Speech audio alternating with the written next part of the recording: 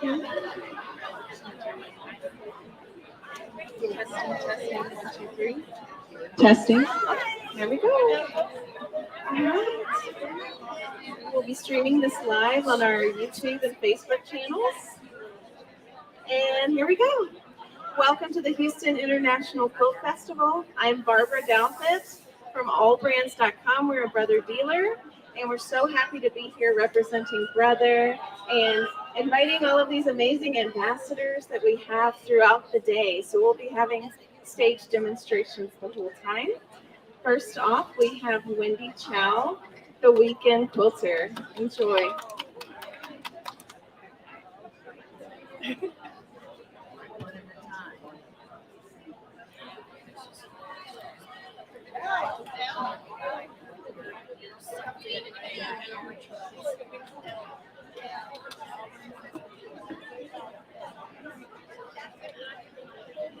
I have this clicked on in a room. Okay, how do I, oh, can you hear me? How do I sound? You all good? Okay, awesome. Morning, everyone. My name is Wendy. You might know me as the Weekend Quilter. I design and write quilt patterns, and I'm also the author of Urban Quilting. And I have a book coming out in January as well. That's my second one, and that is called The Quilted Home Handbook. I also co-host a podcast called Quilt Buzz. So today, I'm going to show you all the awesome features that are on the Brother BQ3100, which is part of the Quilt Club series. This is the machine that I use on a daily basis that I own at home, and I absolutely love that. So I'm going to show you some of the really awesome features on it.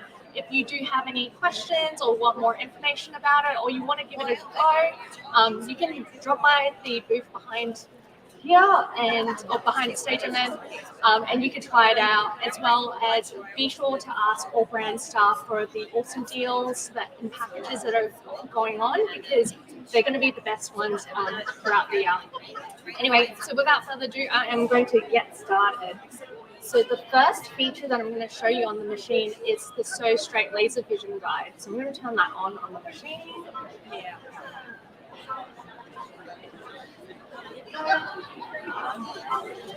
I'm just going to, if you don't mind switching over.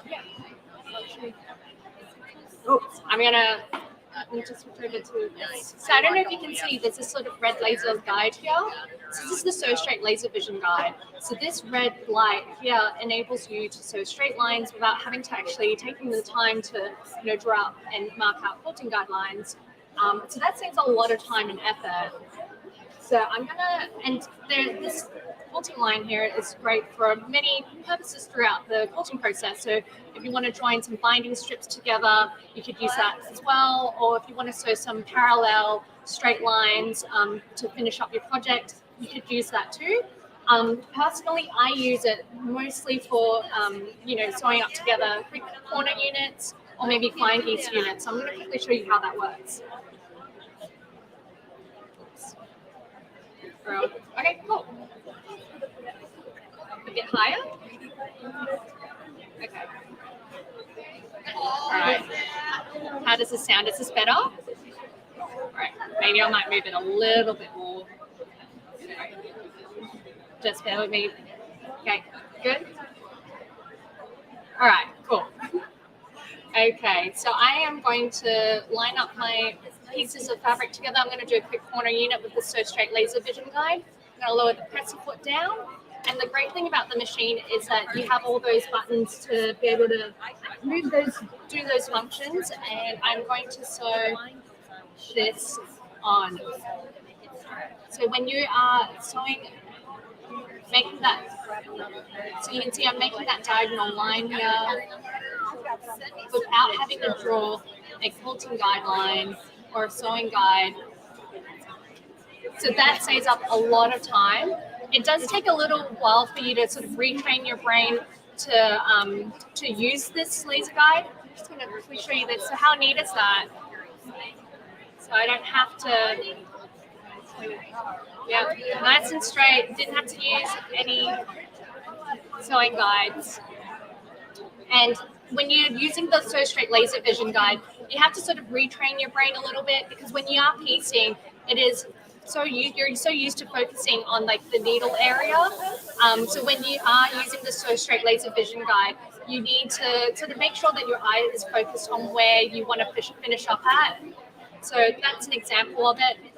I'm going to get you to focus back on the screen where we can see this panel here. So you notice that here, this is on the display here, that's where the stitch is going to be sewn.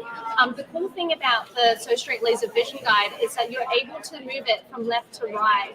So you can see this red laser light, that's getting shifted to the right. And you can see that relative to where the line is going to be stitched.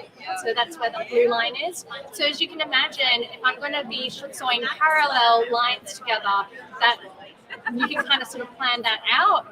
So I'll show you how that works in a little moment after towards the end of the demonstration.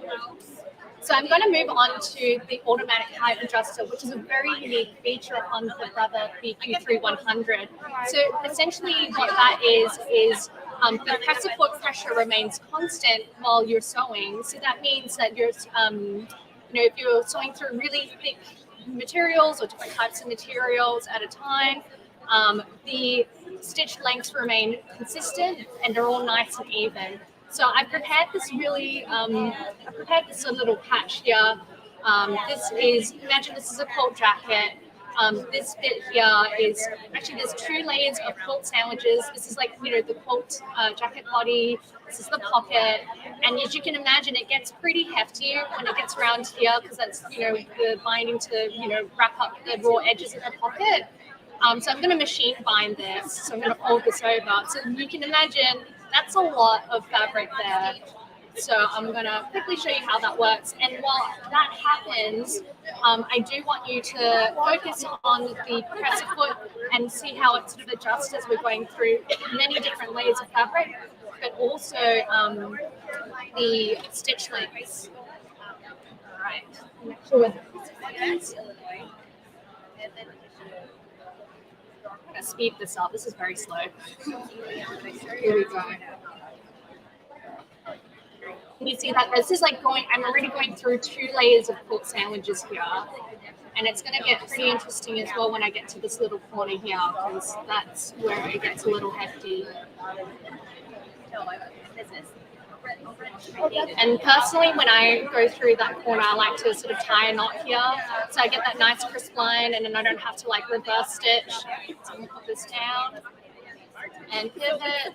And again, I'm going through 2 layers of quilt sandwiches and binding as well. Oops. Yeah, here we go. Yesterday when I did this demo, the needle actually came off. It was like tied on loose, and I was like, oops. All right, so I'll give you a quick, see how it's all nice and even there? And then I've got all those thick layers. Sorry, I'm really bad at the focusing of the camera. Here we go. It's all nice and even. And if you want a closer look as well, you can check out the quilt jacket that I made here as well and check out the binding. So yeah, it's really nice and even in terms of the stitch lengths. Oh, I can do that. It's okay. Yeah, it's all good. I'll do that next time. Cool. Alrighty. So, oh yes. My stitch length right now is 2. Yeah. So that's like kind of the standard stitch length when it comes to the quilting sort of the quilting here, but you can adjust it accordingly. It's really simple. Yeah, but yeah, no, regardless of the length that you're using, it's gonna, with the automatic height adjuster, it's gonna ensure that the stitch length is gonna be consistent all around. So it doesn't matter what length you choose. So even if you look at the quilt jacket here, for the quilting on the exterior, I used stitch length 3, and it's just perfect all around. Yeah, that's all right. Yeah. So another really cool thing about the Brother BQ3100 is it has 200 plus inbuilt decorative stitches. So I actually played around with a few of the decorative stitches on this baby quilt here. So it's really cool to, explore and go beyond, the straight stitching that we're all like normally have set on. But if the 200 plus stitches is you can't find anything, it doesn't satisfy what you need or want. There's this really cool feature on the machine called the My Custom Stitch feature. So I'm going to quickly switch over to the display on the machine, and I'm going to go to the My Custom Stitch section. I'm going to get my V-Sonic pen, which this enables you to pinpoint, accurately and precise points that you want. So I'm going to be putting together my custom stitch now. So I'm going to put some random zigzag stitch for this example. Here we go. So I've got a funky zigzag stitch here. I'm going to hit the test button here, and this is going to enable me to preview what sort of, how does that stitch looks like when it's repeated. You can play around with the scale and the sizing as well. And the display here, I just want you to keep an eye on that. You can see how that changes. And say, for example, you can't, you don't have enough time to complete your project, but you still want to come back to this particular stitch, you can save it onto the machine and come back to it as well. So I'm going to quickly show you how this custom stitch looks like. Alrighty.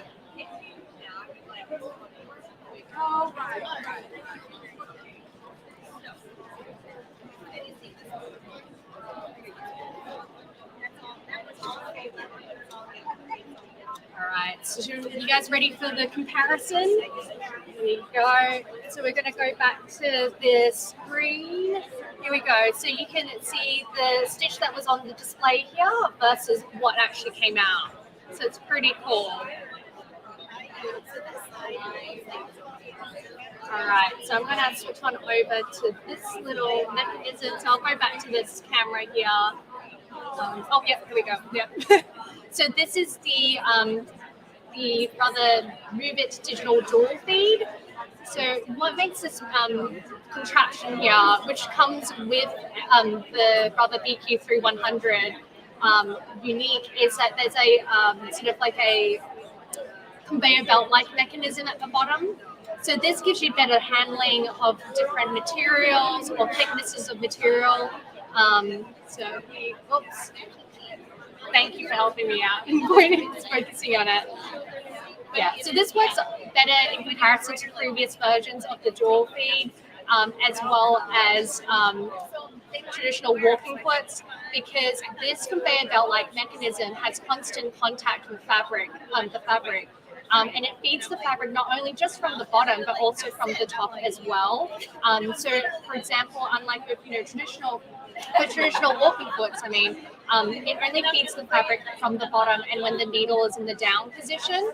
But with the Move It digital dual feed, whether if the needle is up or down, it's always this conveyor belt-like mechanism always has contact with the fabric. So I'm going to quickly show you how this works. So I'm going to switch on over. And if you so happen to dabble in garment making as well, this is really good because it stops, say stretchy fabrics and, knit fabrics from puckering and gathering up. Same with delicate fabrics as well. Or if you're making, say, like a quilt, like a t-shirt quilt, or maybe a quilt where you have a woven fabric on the top. Here we go. Or like you're using a minky fabric on the back, that enables it to ensure everything is all nice and flat. So yeah. Anyway, so I did say that I'm going to show you how the Sew Straight Laser Vision Guide works in conjunction with say printing up lines. So I'm going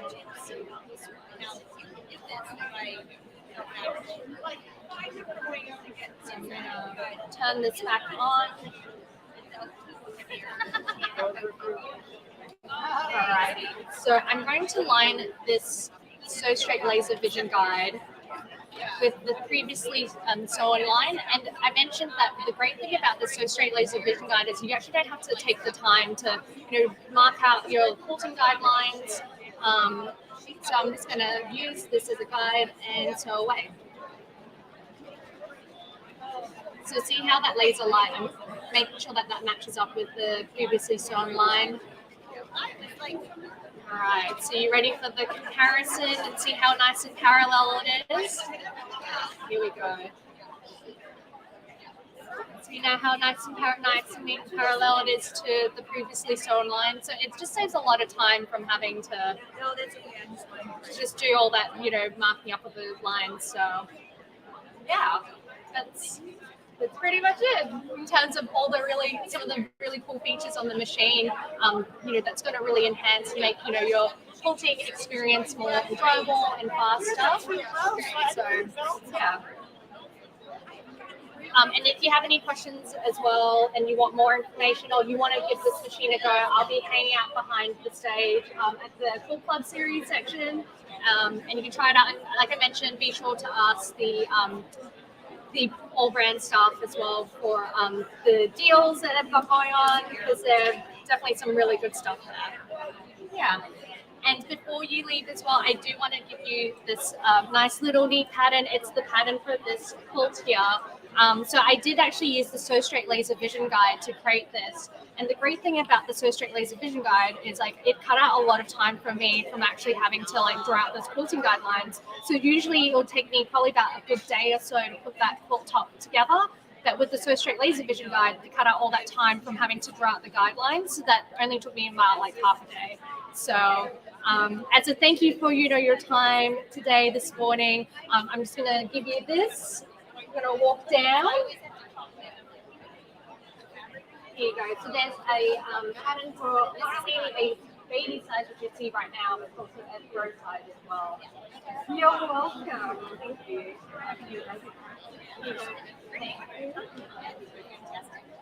Do you want one for your friend? Yes, one from friends. Here you go. Thank you. Thanks for joining me. And be sure to also grab the thread as well that is for you guys.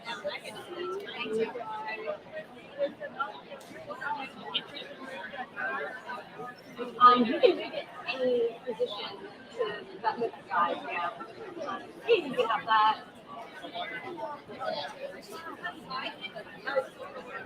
Yes, that's right. Yeah, it's a really nice prep buster. I mean, if you have if you're 2-inch squares or a quarter inch, like 1.5-inch squares, this is good for it. And it's just quick to put together. So if you got a last minute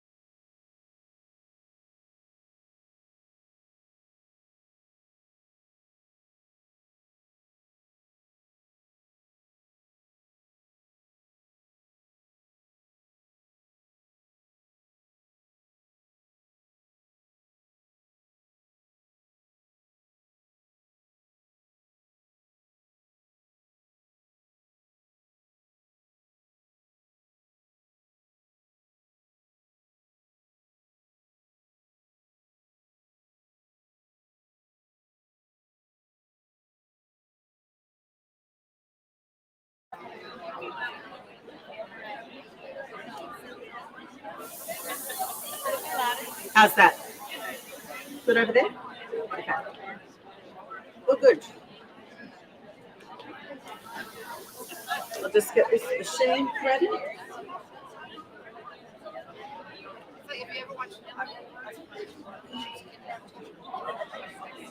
She's so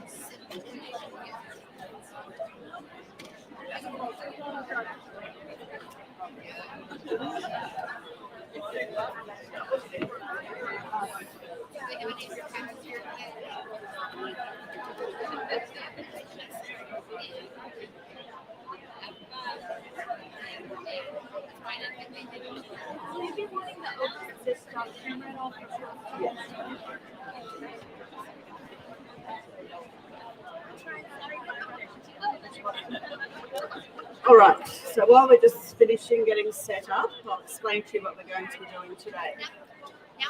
We will be making a little zipper purse. It's one of our designs. So I'm Alison Nash and I'm the owner of Sweet Pea Machine Embroidery. And I'm hoping today to show you a little bit about the magical capabilities of an embroidery hoop. There's a customer down there and I see a few others of you.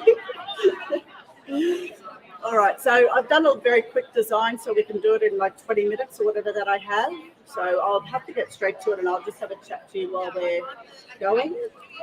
I've also got a sample of our instructions. If anyone doesn't know much about Sweet Pea or would like to have a look at how our instructions work. Let me just get my hoop on.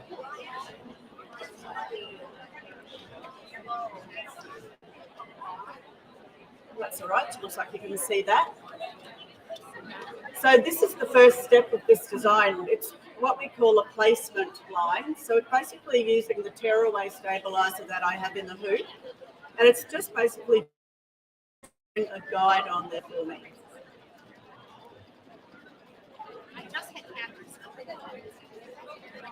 And that guide's going to be where I'm going to put my batting. You can use any batting that you like really in a purse. It's not going to be against your skin, doesn't need to keep you warm or anything. So polyester or whatever you want to use is good. This is our Sweet Pea batting range and it's made of viscose. And we love it because you can wash it, put it in the dryer, line straight on it. Doesn't really shrink, has a nice string so all the fluff doesn't keep coming off. And that's actually going to be my first step.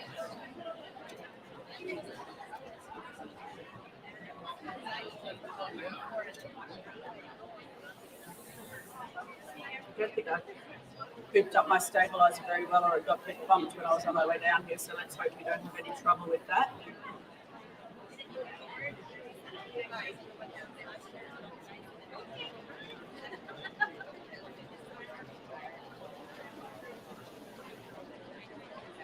Once we've done this stabilizing, I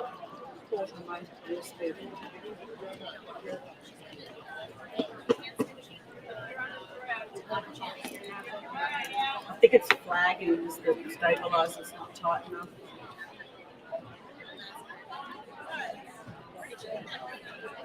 So I will rethread the machine, shouldn't pull it that way either.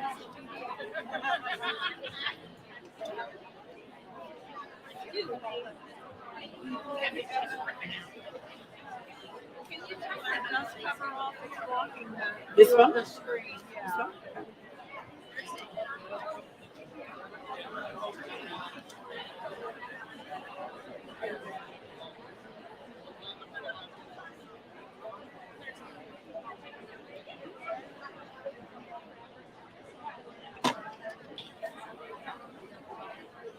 All right, I'll stitch that again, see how we go.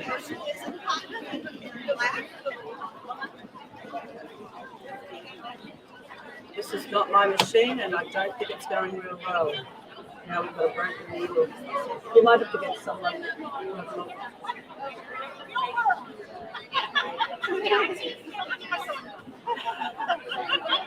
This is a nightmare when you're trying to do a class, of course, because I have 20 minutes and a special goes smoothly, but not what's going to happen today. And sometimes this is so bad at home that you just go, I might as well go to bed, come back tomorrow, and it'll probably work.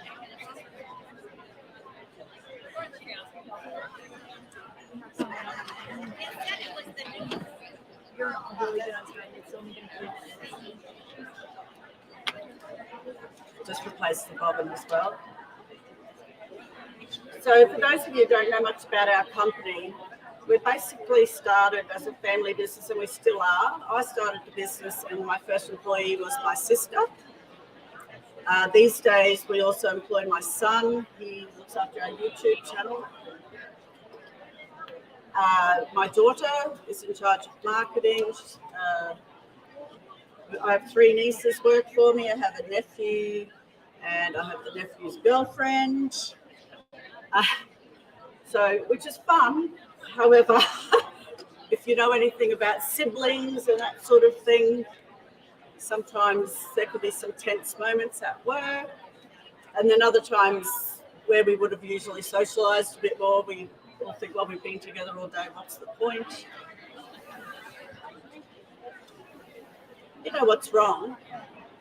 I don't have a foot.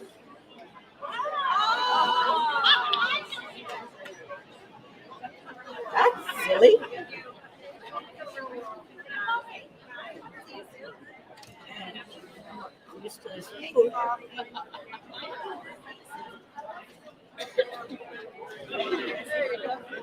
I have it upside down. Oh, it's bent too. Oh, no, maybe it's there we go. So now you see what happens if you don't use a foot. We'll have a few problems.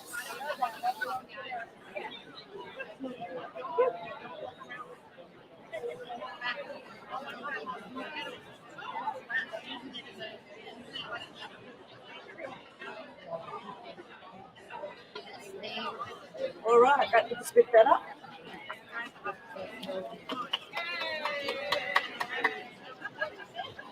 I'm doing it on purpose, of course. And to tell you the truth, I don't even get time to sew that much these days. I have a few designers working for me now that help do the designs, and we have quite a lot of testers, and all our designs are tested thoroughly and all the different sizes.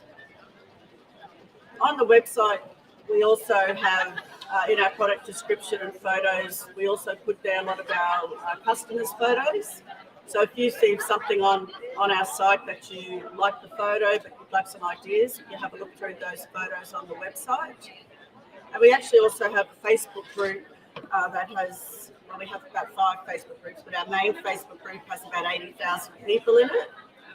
And I know a lot of you sitting out there are in the group and would agree that it's a great place to talk about sewing. That's what we like to talk about in the Facebook group. Sometimes we have to try and keep the topic on track. And now I've lost sound.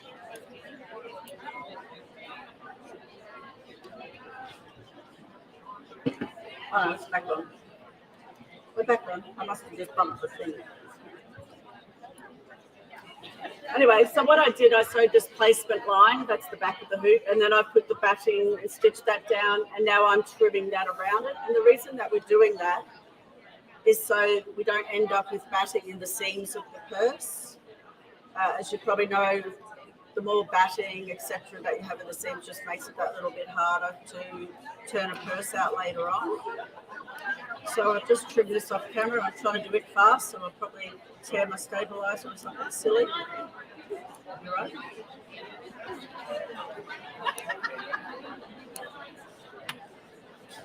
All right, so that's trimmed, and now I'm going to sew what we call a placement line for the actual zipper.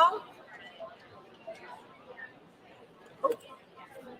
And this is the zipper I'll be using. After I've stitched the placement line, what's that? Oh, you bought some zippers? They're actually metallic look nylon zipper. So you can use them safely in your embroidery hoop and stitch straight over them without your needle breaking. We actually did a lot of testing with the teeth and the teeth size and everything to make sure that your needle wouldn't break, and we've come up with a number 3 size zipper teeth.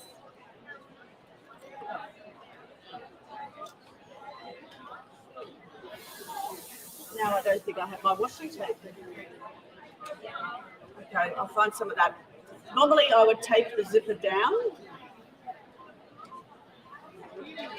Well, we say that in our instructions anyway, but I tend to just hold the zipper. It sits right in the middle of the batting there. It sort of holds it in place. Hello. Can you please try and get this? I know you can all hear me, but oh well. Oh my God, I forgot to hold it.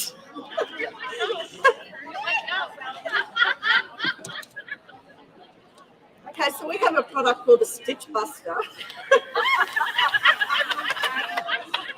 And that's what that's for.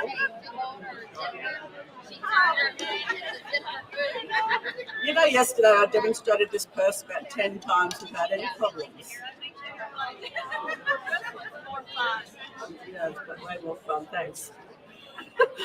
Yeah.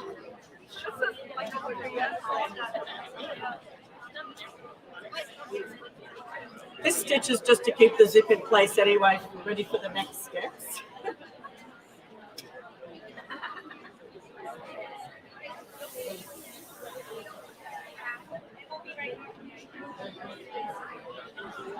I don't know what that's doing, but let's just...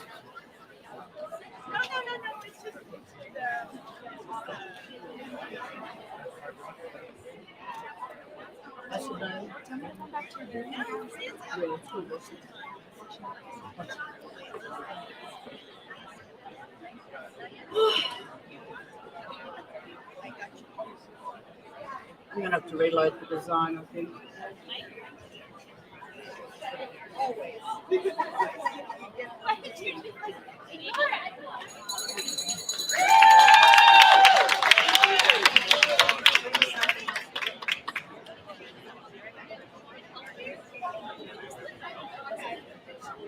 I do apologize. Am I red? It's from the heat.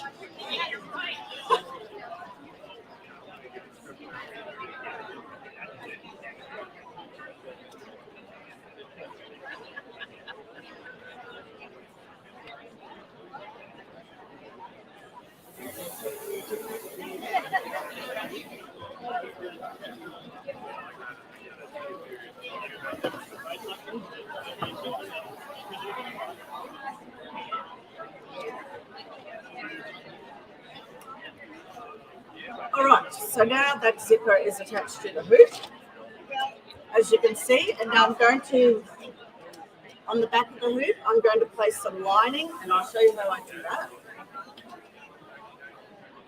So I use one of the lines here as my placement line so I know where to put the fabric. And I place the fabric on there upside down. And then I normally put tape on it. Will we give it a go without tape?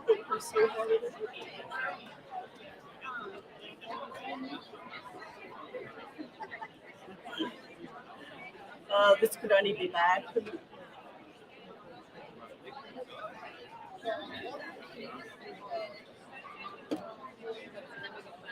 Okay. And then on top of that, I'm going to put the other piece of fabric that's going to be the top of the purse.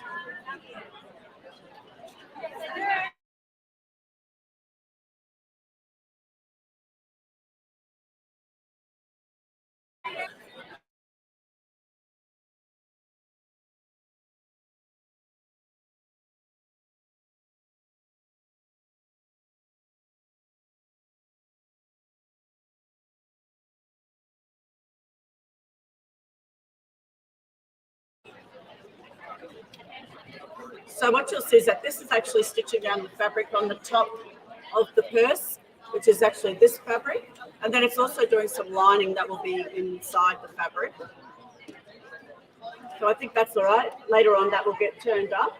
and we'll stitch that down. But at the moment, we're going to work on the front of the hood, and I'll stitch that up this way. Well, that was a miracle. It did work on the back. Thank you. All right, so we'll stitch that down.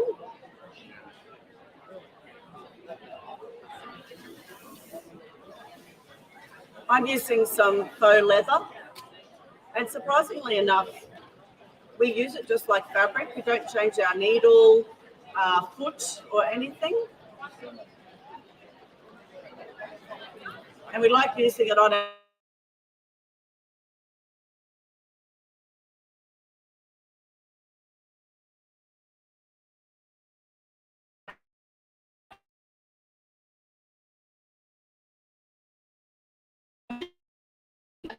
that way. And I'm going to the lining.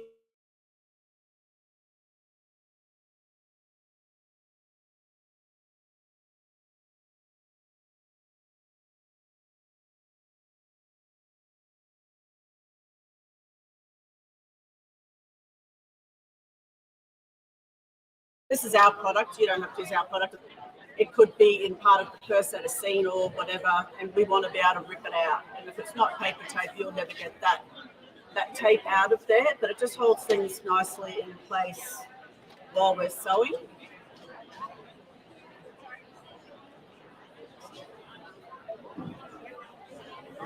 So I'll just skip that step.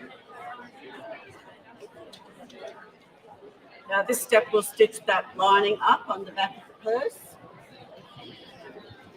This design is called the Triple Delight Stripe, and it comes in 3 sizes. We've made that in the 6x6 size, and then I've just quickly stitched a 5x5 and a 4x4 for you. So when you purchase our designs, you get all 3 sizes. In fact, I think there might be a 4th size, a larger one than the 6x6 too.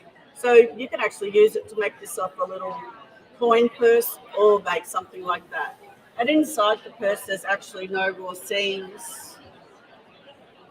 Okay, so now I've got to put we want to do this part of the lining. So once again, I'll be putting it up there, and then later on we'll fold it over. This time I'll tape it in place, which is a lot safer than trying to do what I did before.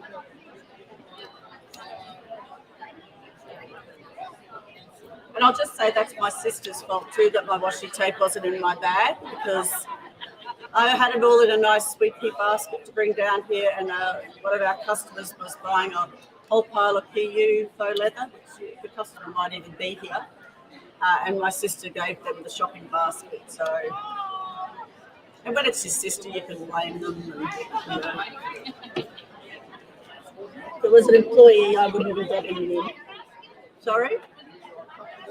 Yeah, was that you?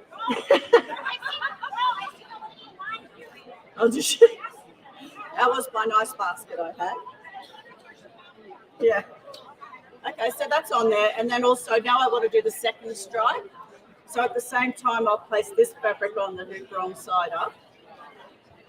And when I stitch the next step, we will stitch that down and the lining onto the back of the hoop.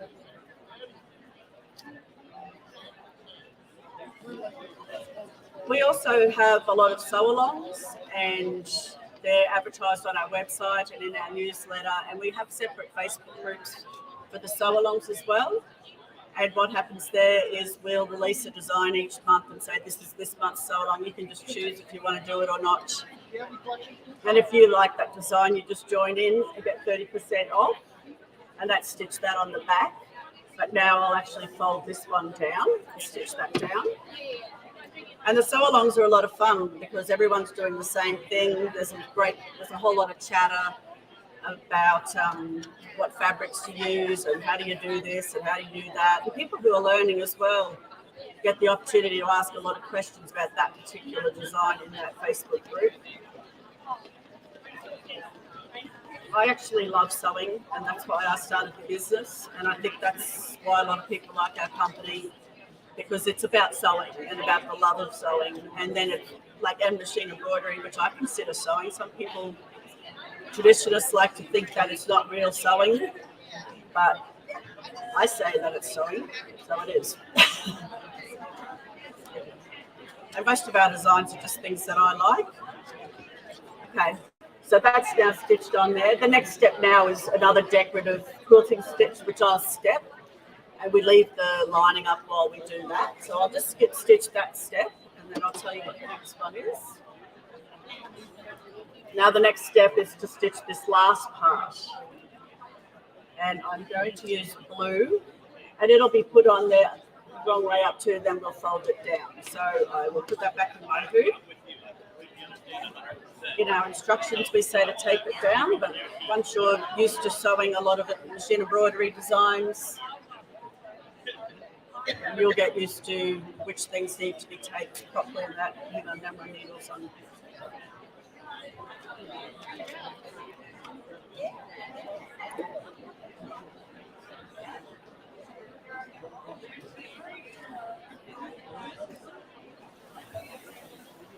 So I hope anyone that hasn't done machine embroidery before, I'm not terrifying you by having my little problems. Hopefully it's showing you how simple to actually make a purse is. It looks complicated, but when you go through our instructions step by step, this is how our instructions come. The first page has each size choice that you can make, and then within that size we tell you all the pieces of fabric that you need to cut out. And then basically once you're sewing it, every single step that I'm telling you has a photo and a little instruction. So it's like a recipe, a cake recipe or something, which is easily followed. So now I'm folding this fabric down so the right side's up, and we'll stitch that in place. As I said, I did this design to make it as quick as possible. And when the girls at work tested it, they changed the whole thing and they went, oh, triple stitch would be better here and this would be better and everything. And they'd done the whole instruction thing before I found out. And then I had to make them do it all again. So I wasn't very popular that week. That's how we're looking. Now this piece of lining will come down, and I'll tape that in place, put the hoop back in again. So I will just tape that one.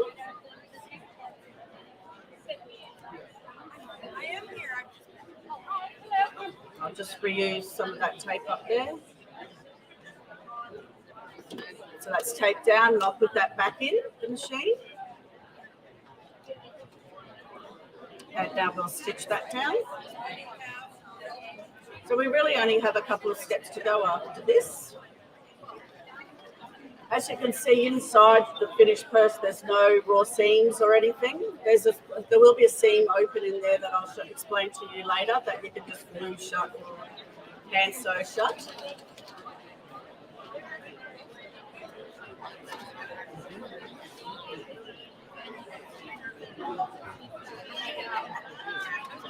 All right, so there's the back of the hoop. That's the inside lining. That'll be inside the purse. Now my next step is actually just to put the cord in place. And I will be using this cord. And this is another placement line. It's showing where to put the cord. In actual fact, you can put it really wherever you like around the purse, depending on where you want it. But we put that step in there because that's a reminder to do it. I've made so many purses without straps, you have no idea. And at this time as well, you also have to open the zipper. If you don't open the zip now, and I can't open the zip because I have some stray stitches there from earlier. I'll have to take that out. Yes, if you don't open the zip now, later on when you stitch around it, you will have awful trouble opening your zip.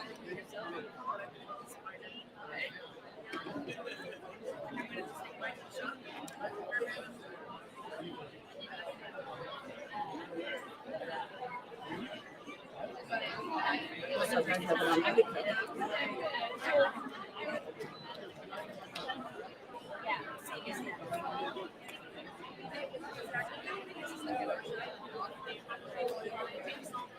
Oh, there we go. All right, I think I probably have to cut a hole in my zip there, but we'll worry about that later. Okay, so we've opened up our zip, and I'll put that back in the machine. Okay, now the next step is to place the back of the purse on top of the hoop. So we'll put that there. At this stage, if I was using fabric, I'd also put a piece of batting. We explained that in the instructions. Because I'm making a purse with faux leather and cork, it just doesn't need it, and it just makes it a bit more difficult to turn out. So I'm just going to sew that cork straight on there.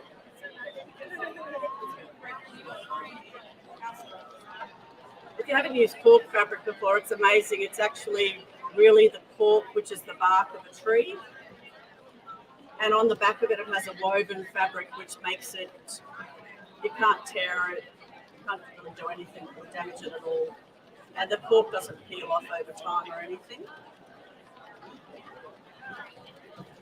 And as you can see, I didn't change the needle or do anything with that either. If anyone wants to visit our booth, we're just down the end of 1300. I'm not sure if it's that side or that side, but right down the other end, this one. All right, so that's going to be the back of the purse. And now on this side, we'll put the lining, the other side of the purse's lining on there. And I'll tape that down.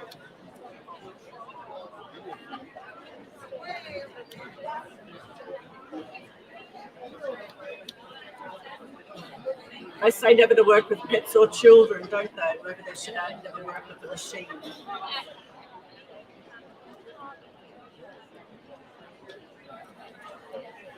All right, so I've taped that onto the back, and then we'll put that back in the machine. Actually, I should have told you before as well, whenever I tape anything to the back of the hoop, I normally have a look under it like that and just make sure it's all in place. So yay for us, this is the last, oh no yay for us.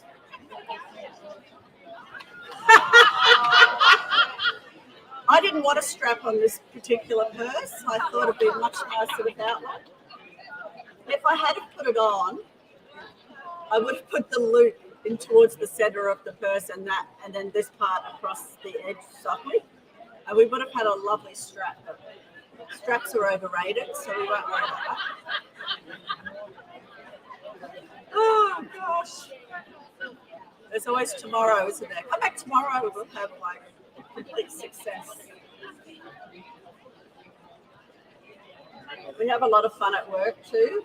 I figure everyone's there 5 days a week, 8 hours a day. It's most of your life. So if I go in and the music's not on and everything, I'm like, put the music on. What's wrong with you people? So I think everyone likes working at Sweetly. All right. Well, I did remember my scissors, so that's good. That was actually the last step. So that's the embroidery part done. So this is what it looks like. It looks rather strange. Doesn't look much like a purse.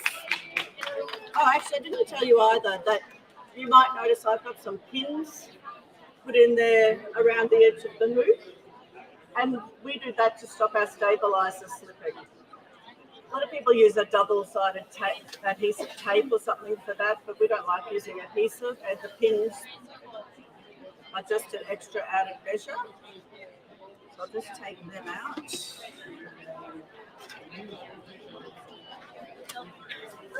Okay, and then this just pops out of the hoop, like so. It looks a complete mess.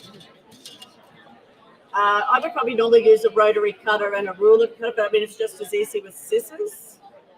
So I'm not sure what you can't see that. So I'm just going to cut the whole way around it, about 1/4 of an inch. I'll just cut straight through the zip and then cut off the corners like that. That last stitch that we did around there was actually a triple stitch. Everything else was a single stitch. We always do that last step there in a triple stitch because that's going to be the seam of the purse. And we need it to be strong. We don't want that to fall apart.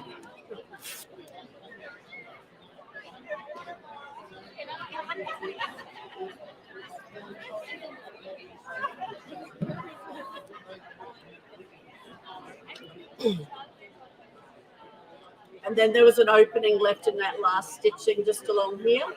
And I'm going to cut that larger than 1/4 of an inch. I'll probably cut that about 1/2 inch, and it just makes it easier to turn in later. I'll show you that after I finish cutting it.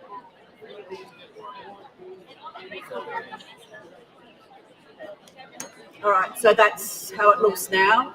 And this is where there's an opening to turn it out. So I will now turn it out and try to be as graceful about that as possible.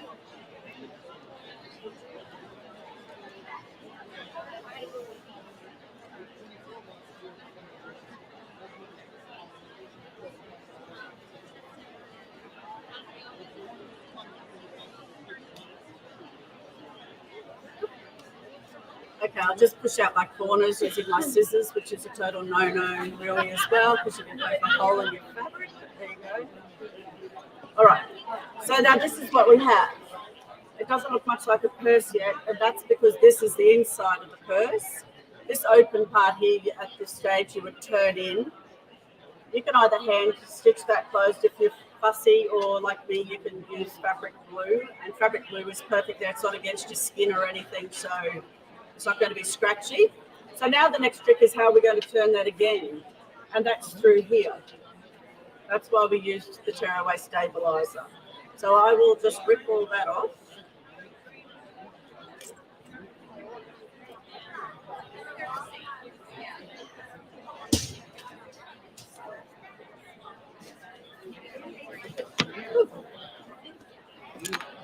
All right, so that's, I've torn all that away, it's just paper. So the next turn is now actually through the zip, and that's why we have to make sure we remember to open the zip earlier. And then we'll turn it through there.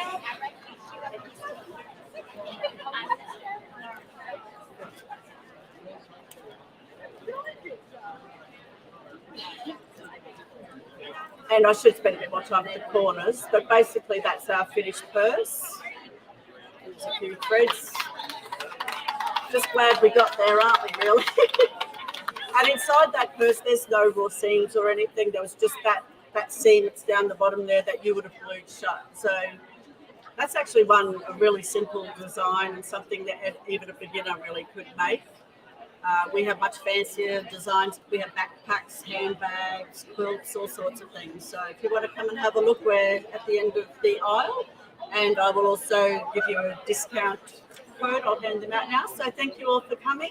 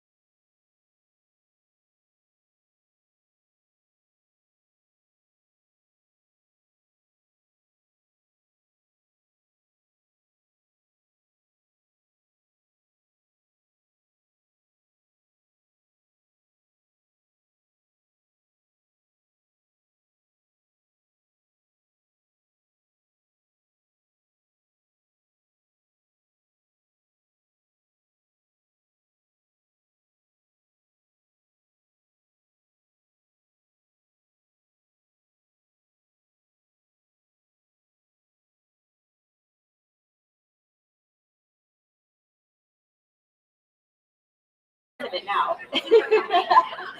So, anyways, I'm Angela Wolf, host of It's So Easy, and you might watch some of the brother live shows. Do any of you watch those shows on Tuesdays and Thursdays? If you want to learn about your brother machine, that's the place to go. And by the way, you can binge watch for about Angela, they want you to repeat that. a month.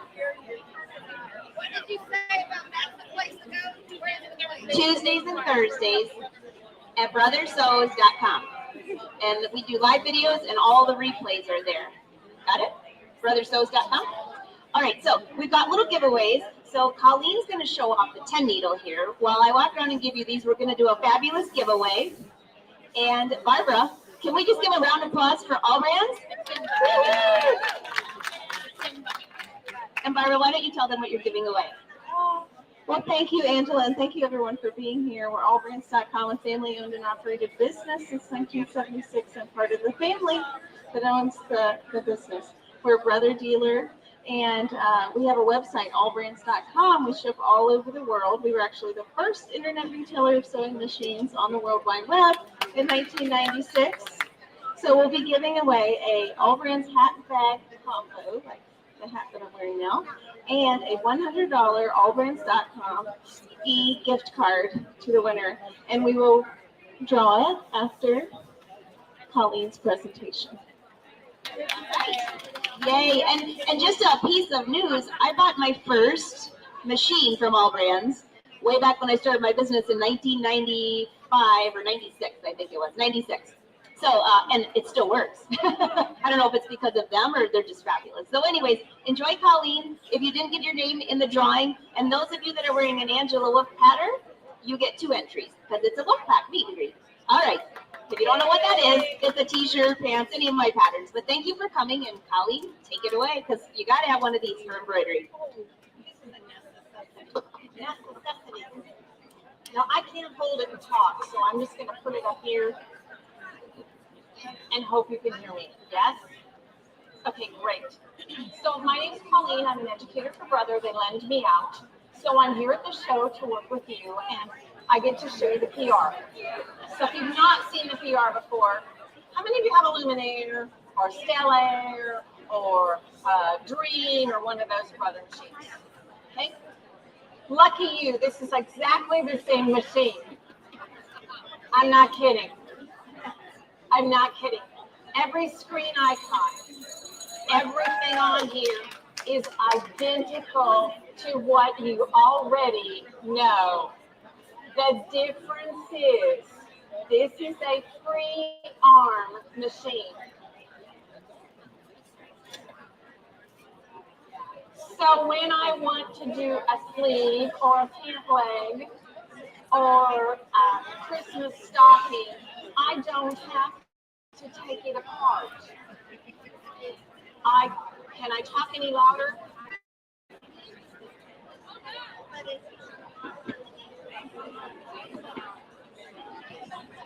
I did the blue shirt yesterday and it was too far away. Is that better? You okay?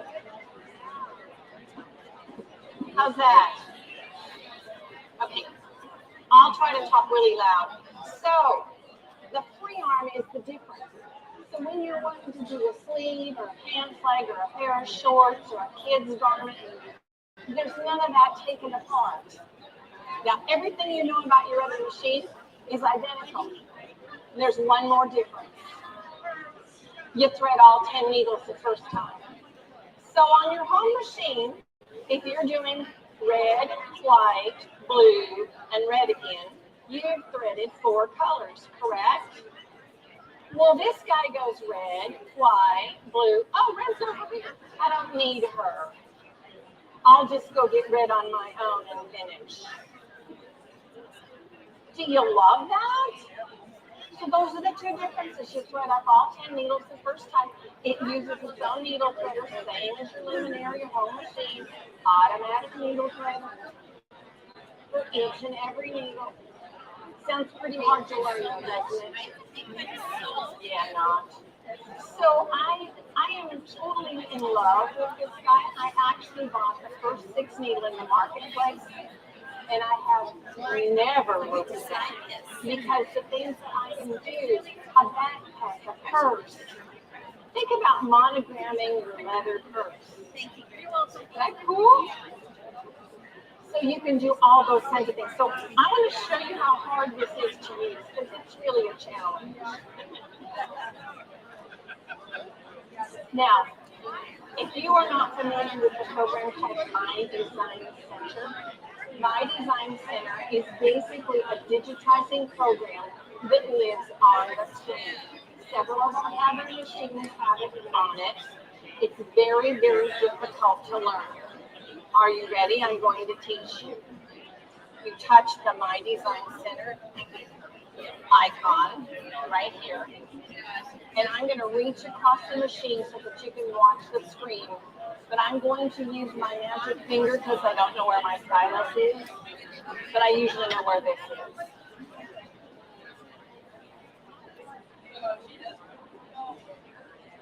I've just written my name on the screen.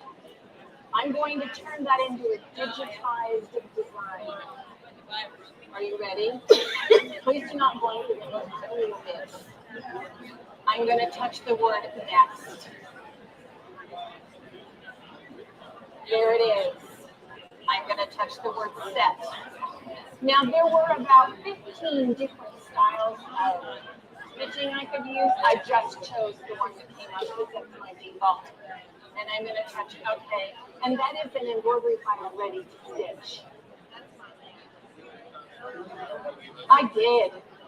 Me and Design Center were like this with each other. But is that cool? I think you could learn to do that. What do y'all think? Yeah? Pretty cool. Okay, so I'm going to just leave that and go on because it is an embroidery design. Oh, you know what? Let's talk about some of the features on here. Resizing. I can resize without changing the stitch count. That means down a little bit, about 15%, and up about 15%. Hi, Mickey. He's coming on over. So, I can also choose the box with stitches in it. So when I choose the box with stitches scribbled in it, it gives me a message and it says, are you sure you want to do this? And I'm going to say, what? Yeah, of course I do, silly. I'm going to touch OK. Now, there's little dots around that box. I can take that down perfectly by 50%. And I can increase it by 150%.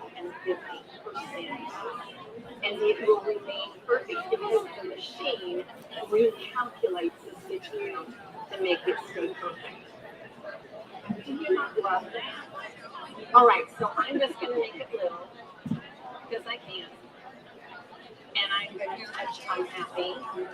And then I'm going to bring it right over here to the corner and I'll let it stitch in just a second. But I want to show you some of the other features. Rotate, flip, density, color source. This one would be I wanted a whole bunch of something. Have you ever had to do Boy Scout patches, Girl Scout patches? Patches to take some of the kids to the beach. You got to put their name on everything. That's what I do with my kids. That one will let you make a whole bunch of patches in a row, and they'll all be identical. So all you do is just touch it and it just keeps building in. Is that efficient? Okay, so that's the one of the little boxes. This one is copy paste. I have two of them now. I don't want that, so I'll just delete that one.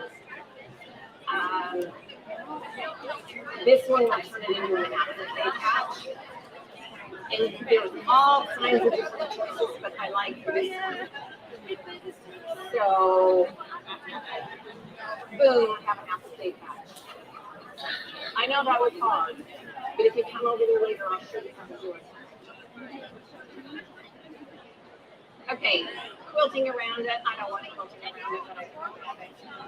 And then the next thing is rotate. Now, how many of you know our snowman? Do you know our snowman? Not everybody knows our snowman, so I'm going to introduce you to him. He and I are best friends. And the reason is because my eyes don't work together and I can't get things straight. And if this lady right here, where she goes, she has a striped back right here on her purse. If I put a monogram on her purse and it's not straight on the stripes, how's she going to feel about that? You're mad at me, right? So what I can do is I can put my snowman on those stripes. The camera, which is right here, reads the snowman, and it forces me a lot to make She's 6 degrees off. I can't believe she's. They just rotate the stick. So I love that because sometimes we're trying to do something with the collar and a sleeve and a button and a pocket and all that stuff. And if it's not right, it's stupid. So this is never stupid. It's always 100% of the time perfect. How would you like to be perfect 100% of the time? Yeah, no kidding. So the snowman and me were like this. It also does have a camera, so you can do a drop point and see exactly where the design is. I love that too. Maybe I'm trying to match it up with a seam line or something like that. I can do that perfectly. No. Do I have a snowman to show them? I didn't bring a snowman over here, but they'll come by and see me, right? You know where I live. I live right across the street there. So you can come by and I'll show you the snowman. I usually wear one on me, but I guess I didn't today. Sorry about that. But he does look like a snowman.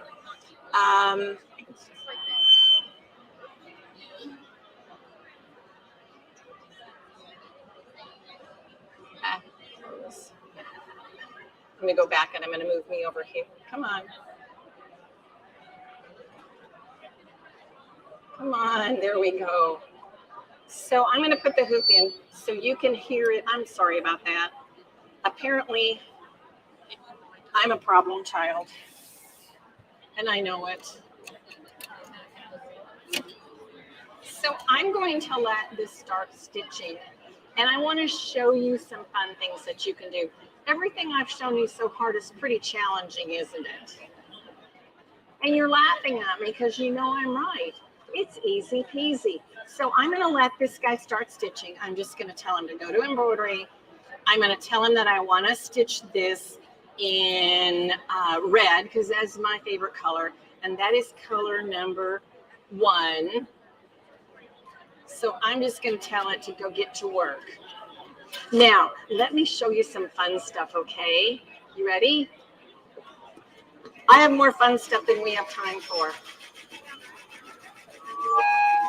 I am sorry, I can't help it. So cats. I bet you don't know anybody that likes to have custom cats, do you? How much do cats cost to buy? I'm talking about buying a finished one. What is a finished one? How much? Y'all can't hear her. She said $60, and she's right on the money. And how do I know that? Because my grandson came and he just had a cap with his name on it, with some initials on it. Do you know what he paid? He paid $55 at the mall. And I was telling my girlfriend, who's also a home embroiderer, and her grandson paid $72. So when she said 66, man, she's right on the money. Depends on where in the U.S. you are. So what does this blank cap cost me?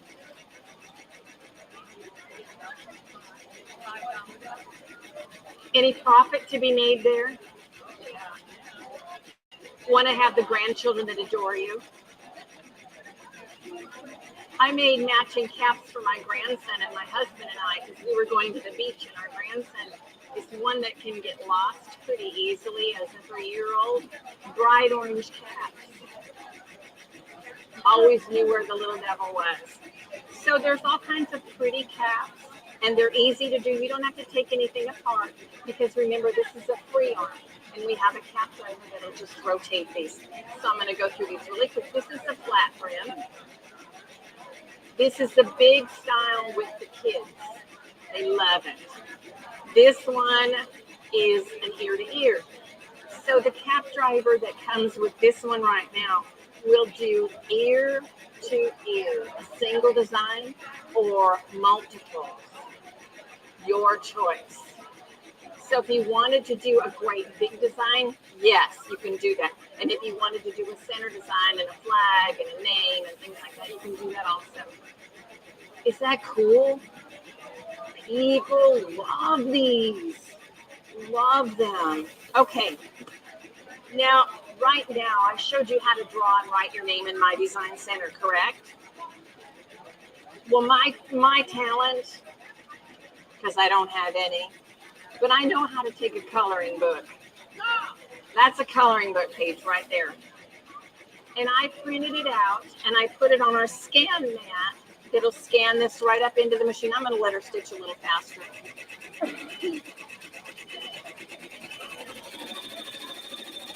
That way, I'm waking her. She goes between 400 and 1,000. Okay, so here's my embroidery design. Is that beautiful? Okay, I want you to look at this real carefully now on this pass. Do you see the 3 different colors in the fish? Do you see that? Ha ha ha, it's not 3 colors. It's 1.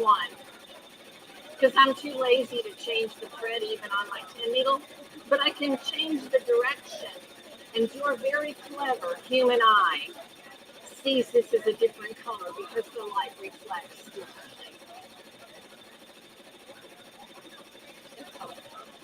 Isn't that cool? So let me just show you, this is my favorite granddaughter. This is our photo stitch program. So you can get our photo stitch program in our PE Design 11, and you can take pictures of anything and stitch it right out. This is kind of fun because, of course, Texas is never about football, are they? Look at that.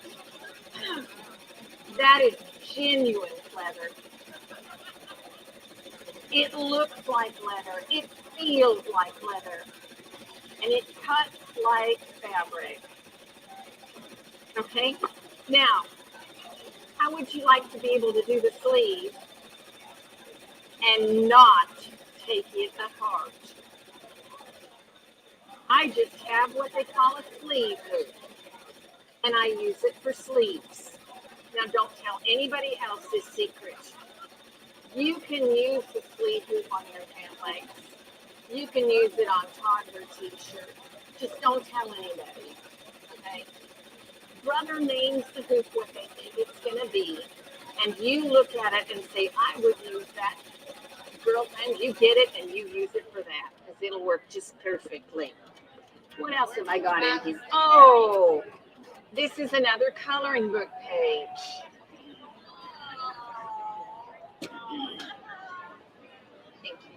This is another coloring book page. Now, what's fun here is the fill, and y'all can't see the fill, but the fill is little cowboy boots. It's the same boot. In our PE design software, you can make your own background fills. Isn't that cool? PE Design 11, you can make your own background fills. It is, be careful though, because it will just suck you in. It is so much fun. Now, this is my grandson's first grade handwriting. I went to see him at Christmas time, and I said, oh, honey, can I have your homework? And he said, oh, yes. And I took it home, and when he came to visit, this was on his bed. And he was like, first grade homework. He was so excited. And you just scan it. You just put it on our scan mat that's included. It scans it right up on the screen and digitizes it for you. You don't have to do anything but touch the thing. And I can show you how to do that. It'll take me 10, 15 seconds. All right. So sometimes you have these miserable little straight lines. Yeah, I know, there he is. So sometimes you have these miserable little like straight lines. Now, if that digger's track isn't straight, are they gonna want to wear it? Nah, but mine's perfect. I'm that good. Okay, me and my snowman are that good. So I never have to worry about being off base. And even if I hope it crooked, it doesn't matter because the snowman fixes me. And I need to say goodbye? Almost, okay. I know they want their prize. So I got 2 more things and I'll cut it off. This is a quilt sashing. Now the quilt sashing sizes are limited. You can't, it's 4.72 by 4.72 up to 118 by 118. So that's all the span you got. And they match perfectly. Now, do you think I did that myself? No, the machine does that for me. And last but not least,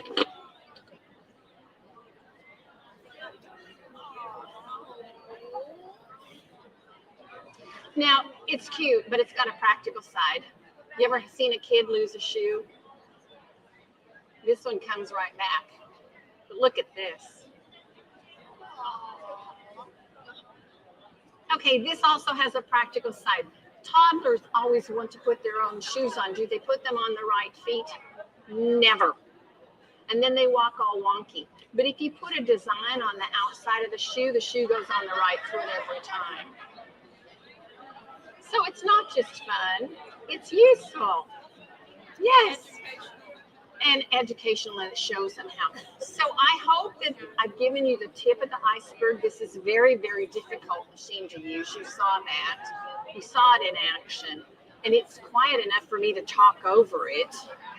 And you know what? Don't tell anybody, but I leave my machine sewing and I go to bed at night sometimes. I told you all don't tell that. So come and see me. I'm right over there. And come and see me and ask questions and play and touch and program and draw. It's a fun, fun machine. And Miss Farmer's back. Yay, me. I have more stuff to show, so they'll have to come see me. I'm sorry. Let me get out of your way.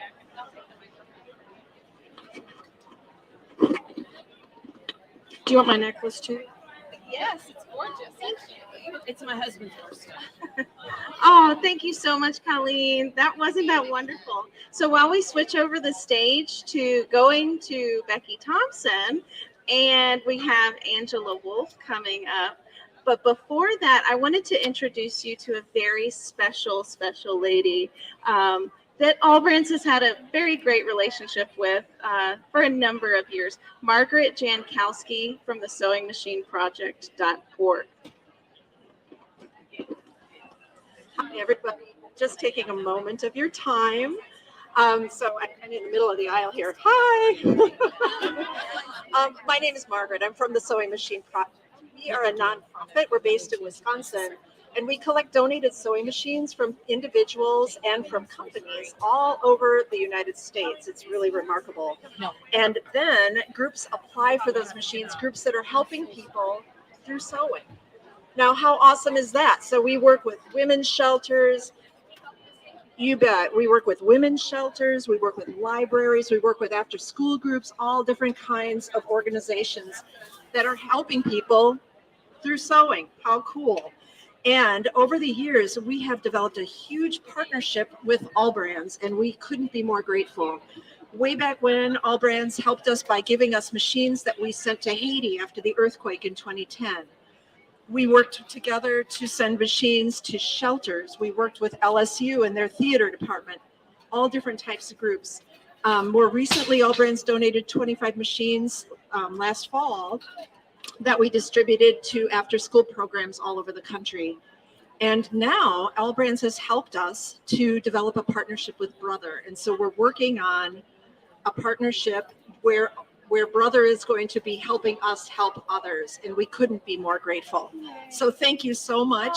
And check us out at thesewingmachineproject.org to learn a little bit more. Thank you. Oh my gosh, thank you for what you do every day, Margaret. You're amazing. Thanks so much. Thank you.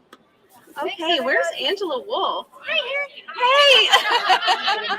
So first of all, we're going to do a quick giveaway, but I have to just do a quick video because it's so nice to see you all from this year, last year. Some of you are here from 3 years ago, and some of you I only see on YouTube.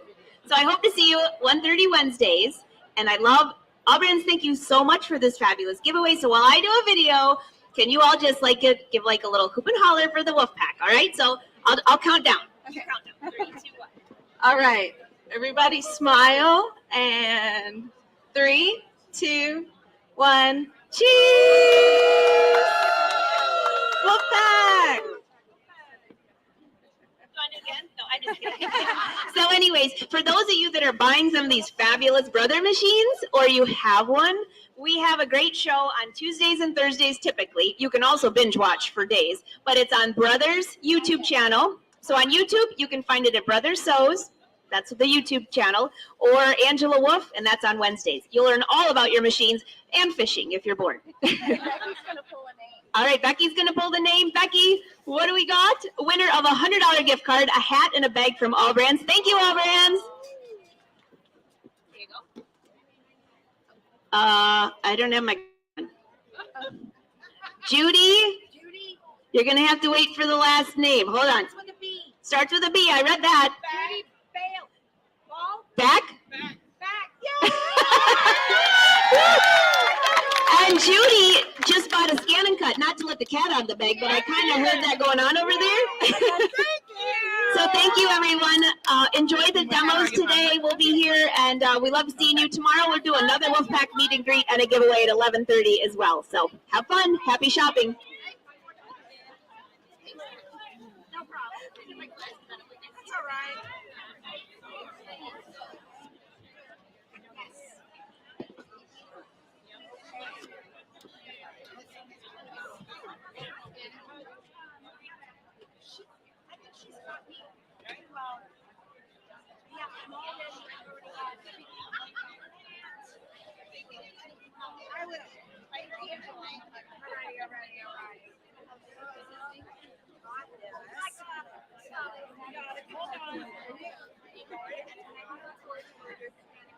Okay, my luminaire's plugged in.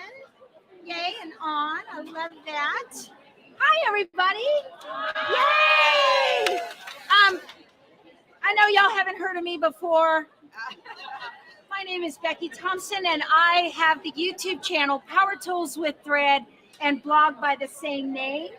And if you have not heard of me and you've never watched my channel, I don't work for Brother. I don't work for AllBrands. I am a home embroidery enthusiast and scan and cut enthusiast, just like you. And I just like to come into your sewing rooms, hang out with you on YouTube, because ours is a bit of a lonely hobby. And you can put me on, and I love to show new patterns, new fabrics, shopping hauls. Y'all love it when I buy a pile of fabric, so do I. And new machines that are coming out on the market, new technology and all that. Little bit of history. I retired from the U.S. Air Force after 37 years of federal service, 20 years military, active duty, and 17 years civil service. And the Air Force taught me about technology, and they also taught me how to be an instructor. So I do a lot of baby step tutorials on my channel for people who get things and they're like, I don't know how this works. And y'all warm my heart when you send me emails and you say, I did this because I watched your video and I learned how because of you. And there are so many of you like that, and you guys make my day. And thank you, everybody. I've got people coming up to me going, I bought a scan and cut because of you. So thank y'all so much. I appreciate that. Okay. So I do like to use technology in my sewing room. And one of the things I love to do are applique quilts. And the old way of doing applique quilts, you would take a paper pattern, you'd put the pattern on a light box, and you'd take some heat and bond light or something like that, and you'd trace around it, right? And then you would cut out your fabric after you adhered it to your fabric, and then you would put it on your background fabric, and you would go stitch, stitch, stop, turn, stitch, right? That's how we did it. Hate that. I do not have time. There's too many pretty patterns. Hi, Elaine. How are you? And too many other things to do that I want to do what I wanted. I want the embroidery machine to do it for me because I can do it in a quarter of the time. All right. So I've got a question for all you people, and I use software for that. And I know some of you are intimidated by it, but I got a question for those of you who say I'm not a computer person and I don't think I can do this. Okay. So I've got, what did I do with it? I got it right here. Y'all know what this is? Everybody know what this is? It's a phone. right? Do you know how it works? Yeah, no, you don't. You don't have a clue how this works. Neither do I, and I understand IT. You don't have to know how it works. You don't have to know how it works. You have to know how to work it. And that's what I teach on my channel. We're going to do this project and we're going to click here, touch this, do that, and boom, and it's done. And poop it in your embroidery machine and let's go. That's what we're going to do. So kind of keep that in mind. Now, one of the things I like to do is right now I'm working on this adorable pattern from Bunny Hill Designs. This is a paper pattern. There's no digital pattern for this already. It's not like I could download it from the internet on a file. And I also do teach how to download designs, how to unzip those zip files, how to file those files in a folder on your machine, on your computer, and then how to find them again later, right? That's the hard part, right? Being able to find it again later. And I have baby step tutorials on my YouTube channel to show you how to do that so you guys can keep your stuff straight. All right, so I thought since I'm sewing that Bunny Hill design that I would, okay, why can't you hear me? Is it turned on?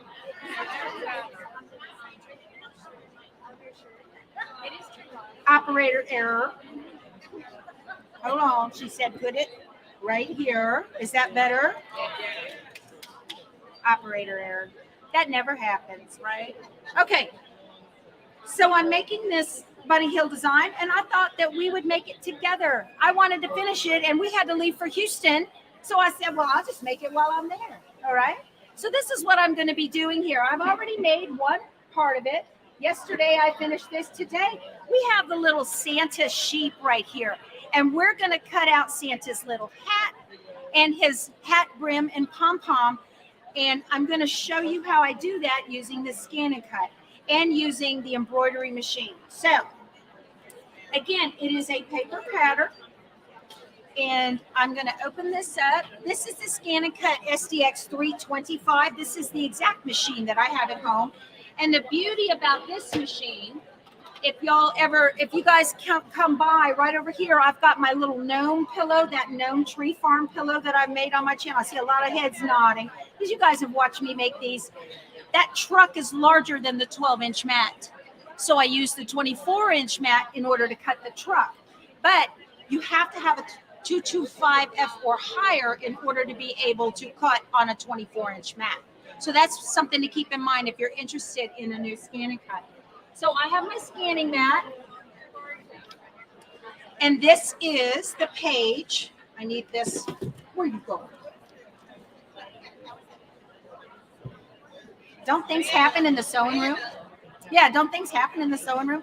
So here's the page from the pattern that has, this is my Santa sheep. So here's his little hat, and here's his brim, and there's the pom-pom right there.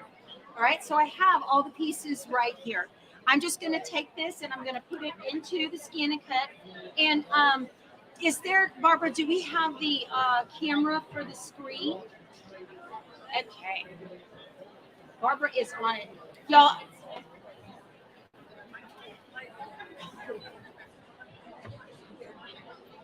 Now, one of the things I'm going to do, we don't have a lot of time up here on the stage.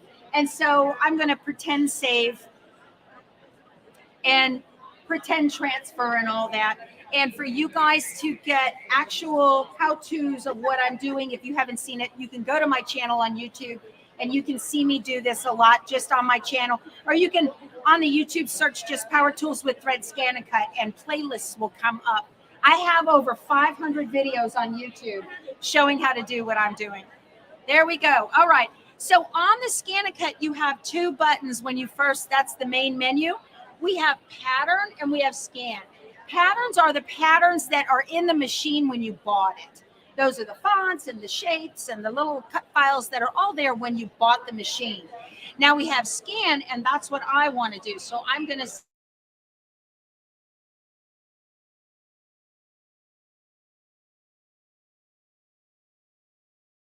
scan.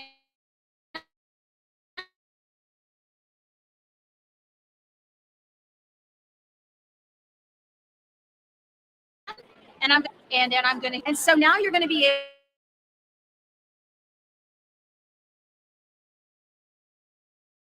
able to see, you can see the pattern has been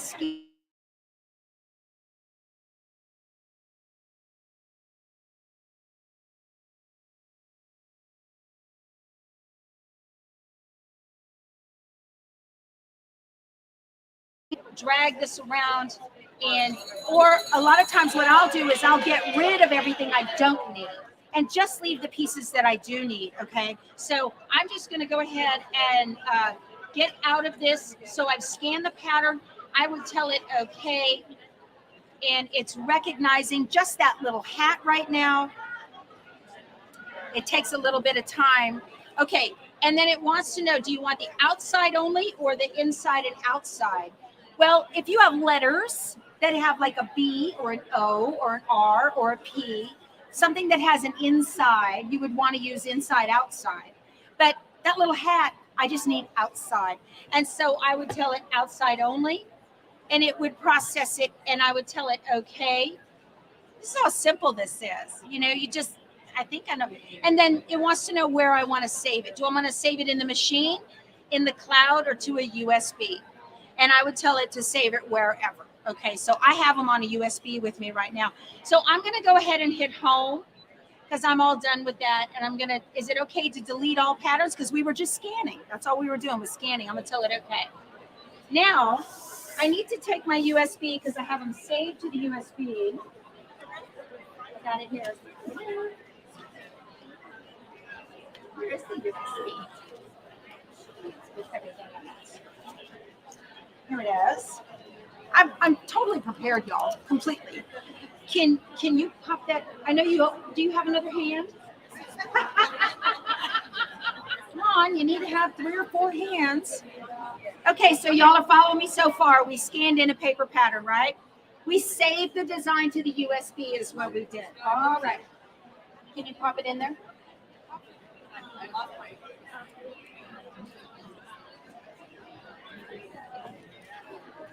Now, not only when we saved the hat, did we also save the brim and the pom-pom, right? That's what we did. So I have, this is the beauty about the scan and cut that makes it far superior to other cutting machines. I'm going to cut different pieces on different fabrics all at the same time. What's going on with my scan and cut? Oh, sorry, I made it too big. I'm trying to make it smaller. I'm going to load this.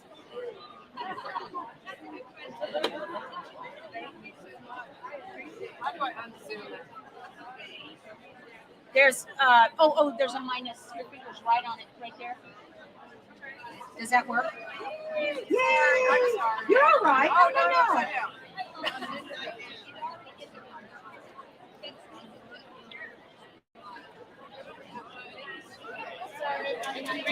Yay!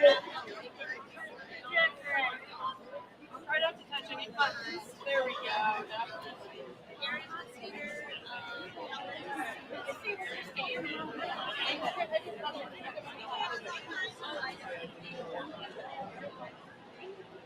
Okay, and we can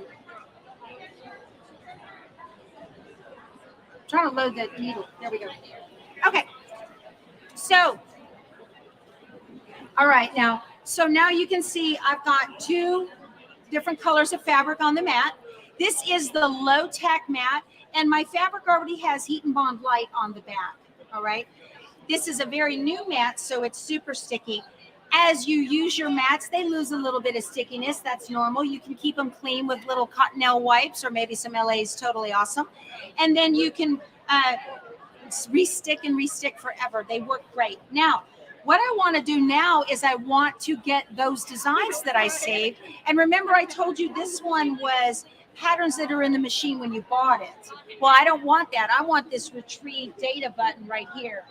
And I want to get it from, I can get it from inside the machine if I had saved it to the machine when I scanned it in, or I can get it from the cloud or a USB, or I might be cabled to my computer. Now, I get asked this question a lot. Can I use the scan and cut with my Janome? Absolutely. You can, the scan and cut works independently of any embroidery machine.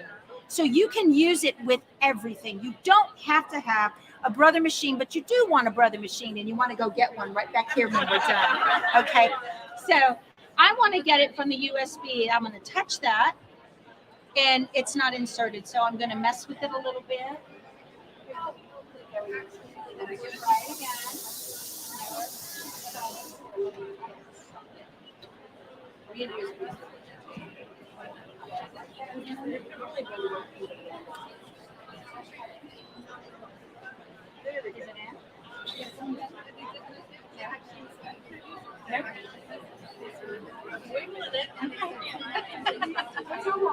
It's technology.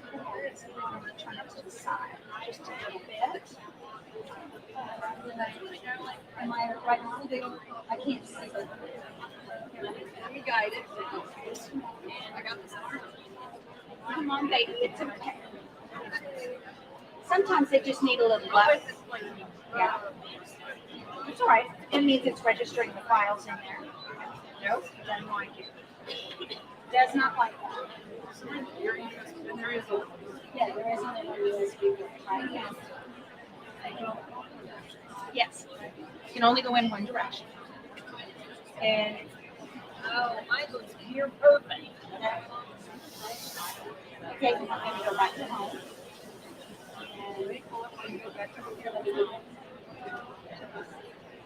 There we go. That's a nice one. USB.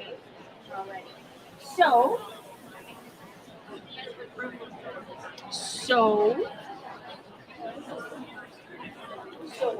reboot it on. There's that. Reboot. That's right. That's absolutely right. Reboot.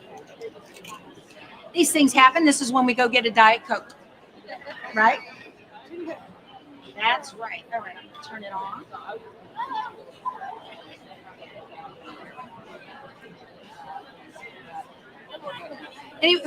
Who here already has a scan and cut? And who does what I do with the Simply Applique and whatnot? Yeah. You guys are believers, aren't you? Yeah. You did chicken salad with me. Yes, that's wonderful.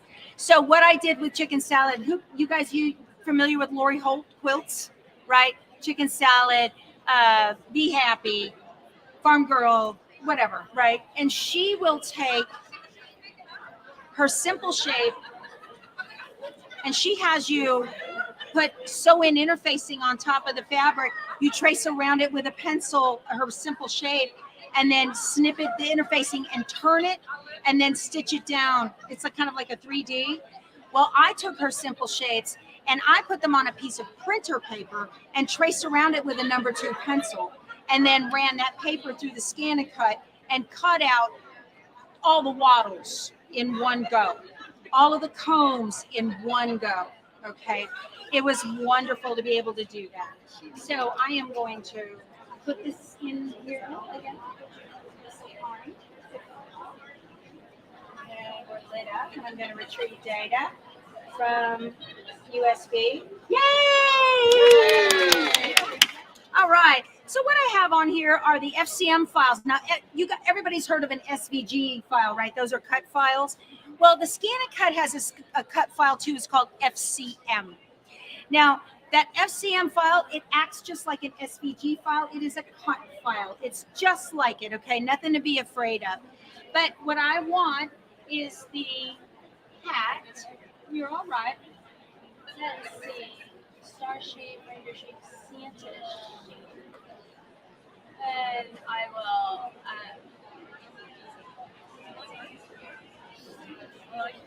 it says USB media is not inserted, and it just pulled it. It says it's not inserted. It just pulled it up, now it's not. Okay. There we go. No. We just rebooted the scan and cut. Yeah. Maybe. Okay. Let's pull this one and let's try it one more time. Would you do it because I can't see? No. Okay. And I want to pull out. Oh, we have Santa sheet. There we go. Okay. So these are all the parts and pieces for the Santa sheet that make up that entire what I've got. And all I really want is the hat and the brim and the pom-pom. So what I'm going to do is I'm going to touch, I'm going to tell it okay. That's what I want to work with. I'm going to touch each piece and I'm going to go to edit and I'm just going to hit the trash can and get rid of that. I don't need the heart. I'm going to tell it okay. And I will just continue to, I need that. I'm going to cycle through these and hit the trash can. Okay. I don't need that. And okay. And that's a leg. You got to pay attention to your parts and pieces, right? You don't want to delete something you need. I should have done that. Trash. Okay. All right. So let's see. The hat is right about here. It doesn't have to be exact. And the brim about here. And the pom-pom about up here. I'm going to cut that all in the same.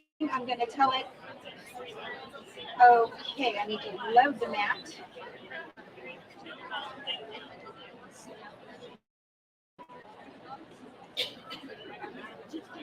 All right, you want to tell it okay and tell it okay again. Now, what you're seeing here on the screen, can you get that blue box right there with the bar across it? That says scan the mat button, okay? And I want to scan the mat and take a picture of the mat so I can take a picture of the fabric that's on the mat. So I'm going to hit the scanner button and I'm going to tell it start. And so now it's going to pull the mat in and just take a picture of the mat. We're not cutting yet. And it takes just a second. Oh.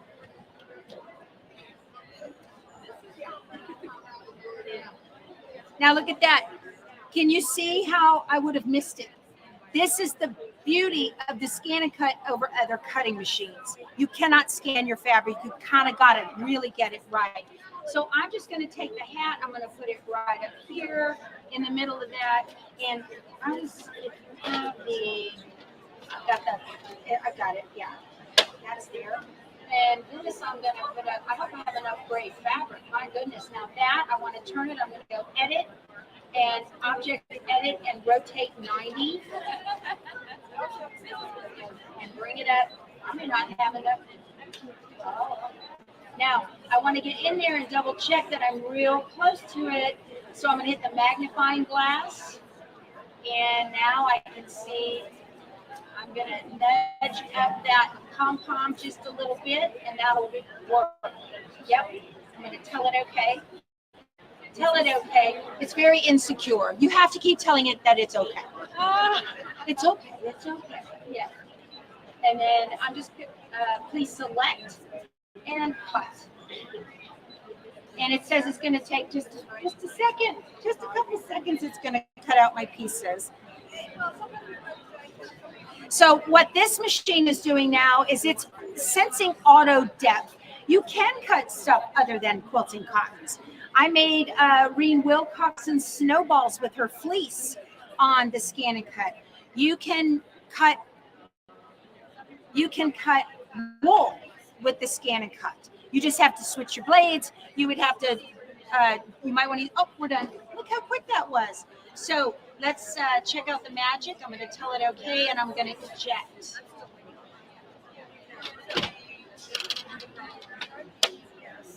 Supposed to have a Santa hat under here. There it is. And it's perfect. Okay. And then I need my little pom-pom and my band. I barely got the band on the fabric, but it worked. Yep. I have a little bit of red fabric that was underneath that gray. Okay, and then to take them off, you want to be real careful and not stretch the fabric. You definitely want to use your spatula when you're taking your pieces off your mat and just do a little scrape so that we don't stretch them.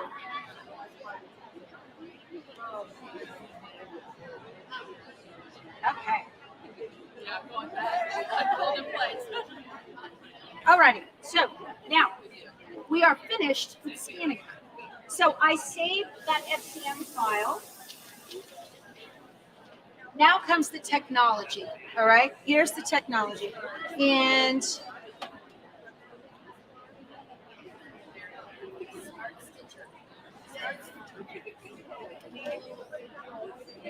don't peek.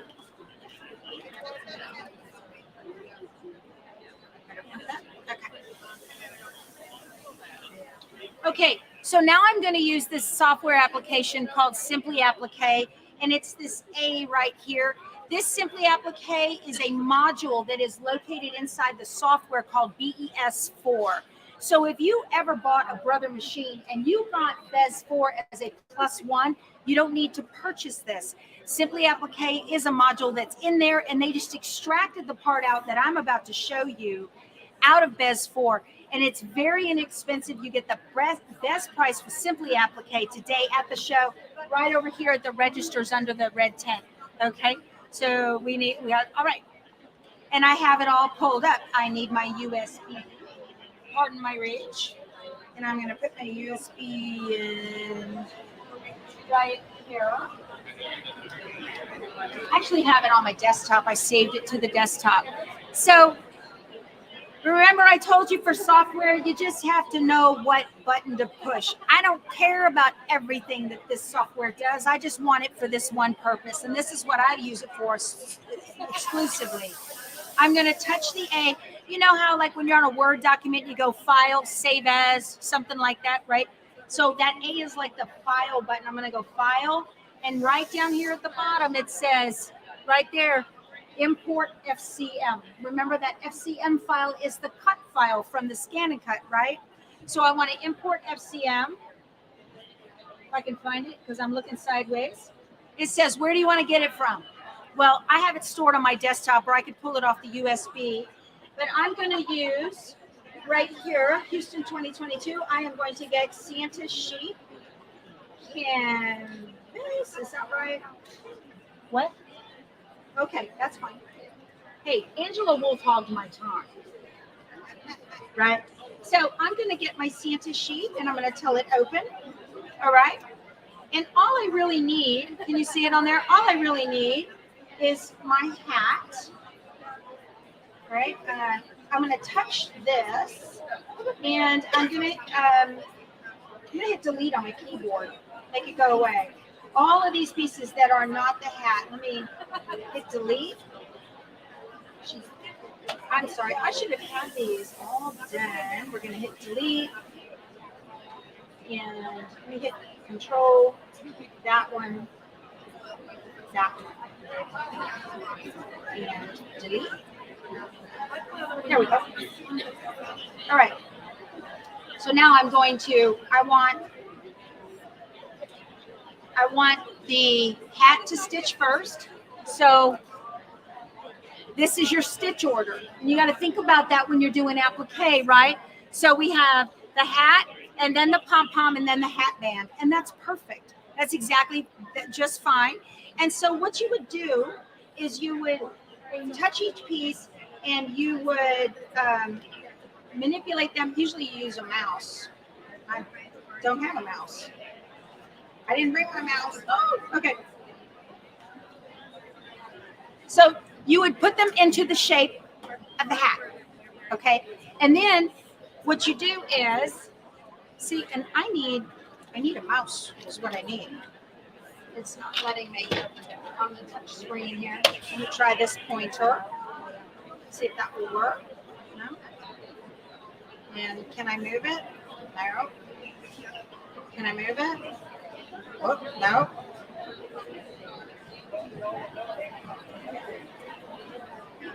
No, that's not going to work. So move it and hold the control. You move it? Nope, that's not going to work. I don't know that I'm going to be able to do this, y'all. I may not. Nope. So you would put them into the order so that they stitch out exactly where you want them to stitch out. You put the hat band at the bottom of the hat, and you put the pom-pom over at the top on the pom-pom, okay? And then you would tell it, File, Save As. Oh, I'm sorry. We got to turn it into applique, don't we? So I would touch all of them. So right now, see how it says artwork? See how it says artwork on there? It's still a drawing. It's still that FCM file. So what I would do then is I'm going to touch it up at the top for all items and see how they're all highlighted now. And I'm going to, with one button right there, it's on the Tools tab, convert to applique. And I'm going to touch it. And it did. So the default is the final satin stitch, and I don't need it to be a satin stitch. I want it to be a blanket stitch. And I am going to go back over here to home, and I want to view. And where's my properties? Where my properties go? Let's see. Preferences and environment, and where's my properties? I don't see my properties. Usually the properties are right over here, but I don't see them. So on properties, I would change it to a blanket stitch. And then once that's done, and I'm doing this real fast, y'all, because I'm short on time, I would say save as. And right here is where it says pace setter outline BRF. I would hit this. And there, right there is where you can change it to Baby Lock, Brother Bernina. You can change it to Janome, Viking, Foff, Tajima, Singer, any home embroidery machine format. And then you would just tell it save. And it will save it to that particular format. So this would save to the PES file format. I can move it to my USB, and then I would take my USB over to the Luminaire, and it will completely stitch it out in the design order that I set in Simply Applique. So that's where we're at now. So am I done with time? I'm finished. They got the hook. They're pulling me off. So, all right. Thank you all so much for coming. Okay, you guys, what do I tell everybody to do on my channel on 3? 1, 2, 3. Go sew something. Thank you.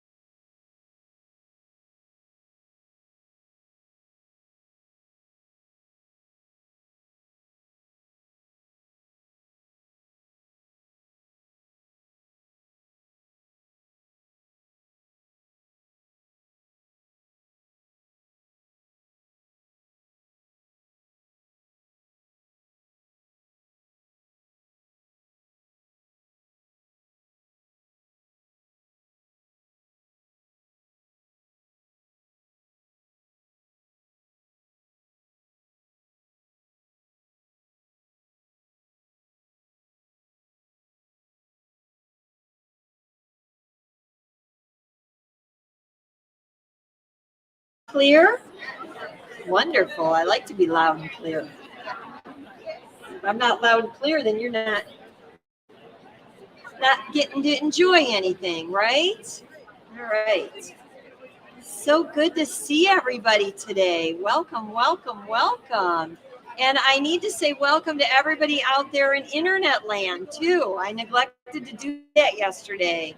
So we had a lot of great comments on Facebook and YouTube, and we are broadcasting live. So I'm really happy that everybody is here and everybody is out there in internet land. So, but it is wonderful to be at the Houston Quilt Fest at the AllBrands.com booth, live and in person. We've had lots of great times together. Not at all. Great conversations and a lot of good hugs going on too. So, but there's a whole lot of sewing going on in this booth. So make sure you check the schedule and come back for some of the other shows because everybody is demonstrating and talking about something a little bit different. So today I want to tell a little bit about some of my favorite dime products. So dime is short for Designs in Machine Embroidery. And dime has been a premier person in the embroidery industry for many, many, many years. Eileen Roach was here yesterday. I'm not sure if she's still popping around somewhere today, but Eileen and I go way back actually to the late 80s, believe it or not, before the magazine was actually started. How many of you were familiar with the Designs in Machine Embroidery magazine? Yeah, I wrote for them for many years, and that was a great, pleasure of mine to be able to create things for the magazine. I've been associated with Dime in creating products for them and testing things, and we've got some partnership going on with. Woo! We got some great costumes here, hey ladies. But we've got a great partnership going on. So today I want to talk a little bit about some things that would really help you in your sewing life with a variety of different categories. So one category would be embroidery and embellishment. Another category would be quilting. And then another category would be, what is the other category?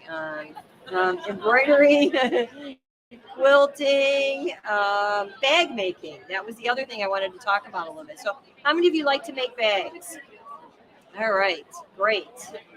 There are obviously all kinds of different things. Dime has just recently partnered with Sally Tomato. If you've done some Sally Tomato bags, they've got great cork fabrics and a lot of great notions for bag making. But one of the things that they developed was this totally tubular pressing station, which is specifically made for pressing bags. Now, I don't know about you, but I've never seen anything or had anything that helped me with the bag pressing. And we all know that when you make something, whether you're sewing it, whether you're quilting it, or whether you're crafting it, the pressing that you do as you sew is paramount of importance, correct? But it's also important when you're finished. How many of you have ever made something and it looked okay, but then you took it down to your iron and hopefully you got a good iron and you gave it like, a real good smashing, I call it. I smash it with my iron. And you put that pressure on it and you smooth it out and you use steam if you need it. And wow, it's like all of a sudden it looks perfectly beautiful and smooth. When it comes to bag making, it's very tricky to get into all those angles and places that you have. So I've resorted to rolling up towels and stuffing them in the corner, and I mean that could get kind of crazy. So this was designed specifically for you to press those areas, and you can see it comes with different attachments. It very quickly and easily snaps on, and whatever size you need, you simply use that piece and that part, and you're pressing directly on the wood. There are also there's another form with the wool pressing mats, and I'm going to show you the wool pressing mat in a minute. But if you do want to do it on a padded surface, you certainly can. But when you're doing anything that needs those crisp, hard edges, you really want to be pressing on the wood. And that's designed specifically for that. So I love this totally tubular pressing station. It will do wonders for you when you're doing your oddball items, you know, those odd things. And I love to say, you'll hear me say this over and over again, there's a tool for every task. And once you have the right tool, it makes that task easier so that you're sewing and embroidering, quilting, whatever you're crafting, all of those things become faster, easier, and more fun. And if you went out to the tool shed or the toolbox or the tool table of somebody that you know that uses tools, they're never gonna you're not gonna be able to tell them, no, you really don't need that one because you already have that one. You really don't need that, because they're gonna tell you, no, I need this one for this and this one for that.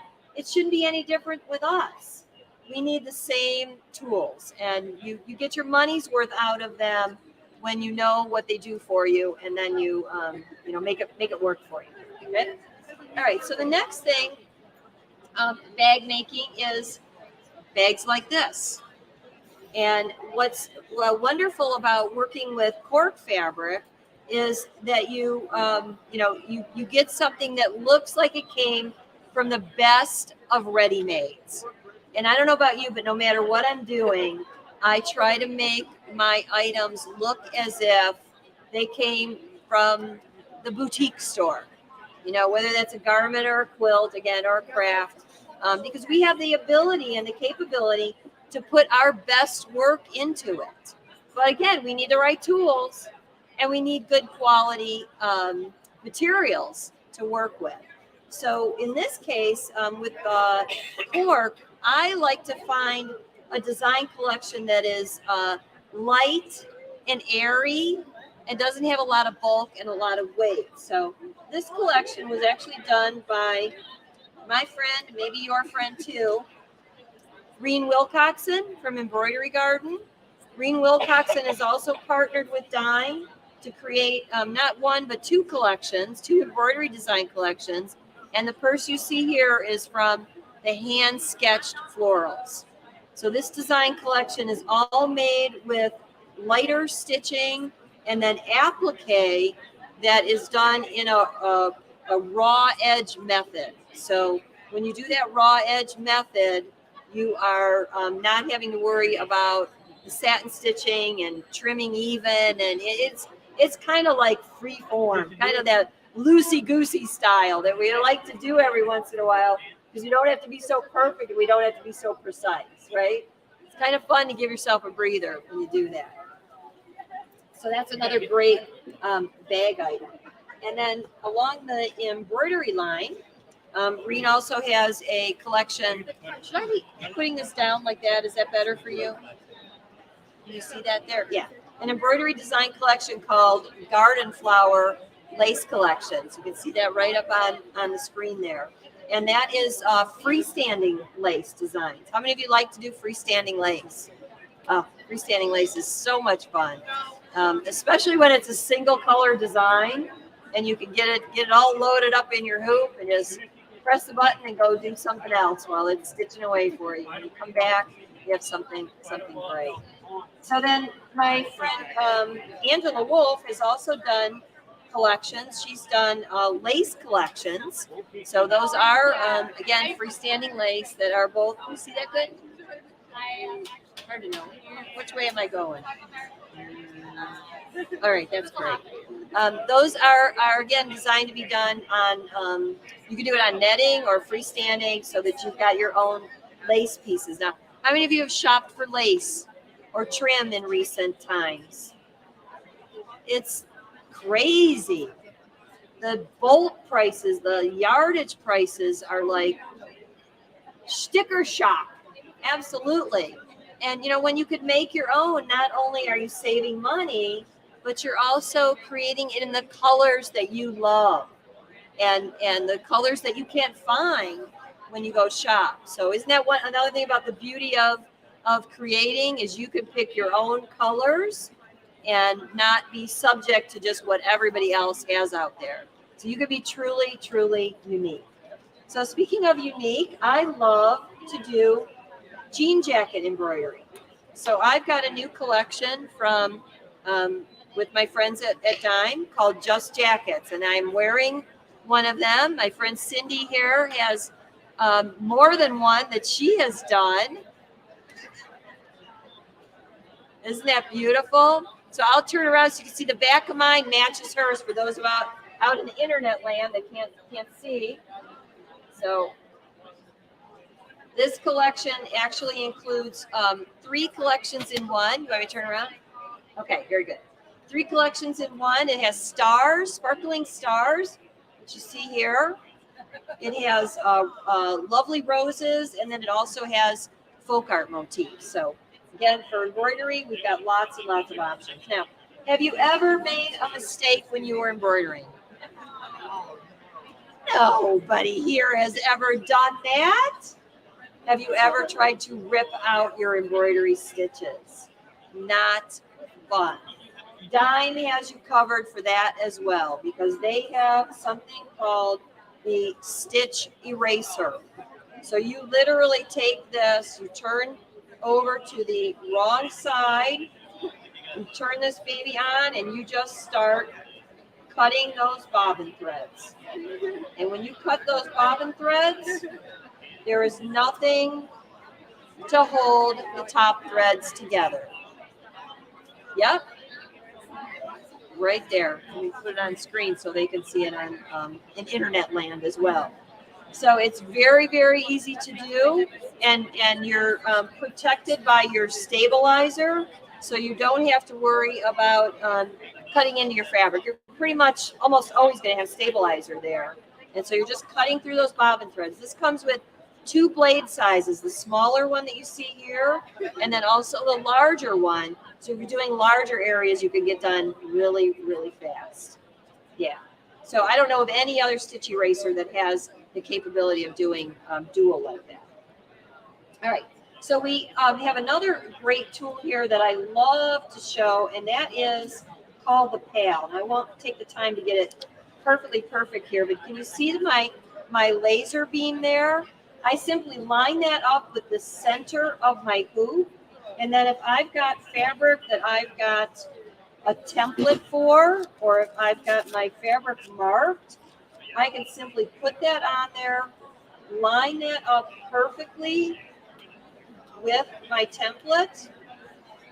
And some of us have this built into our machines, but some of us don't have that capability. So that will target your design right in the center where it belongs in the hoop. And by the way, I'm using a sticky hoop, which is how I did the jackets. In the jacket collection, it comes with an 11-page tutorial that shows you how to stitch on all of the jackets, right?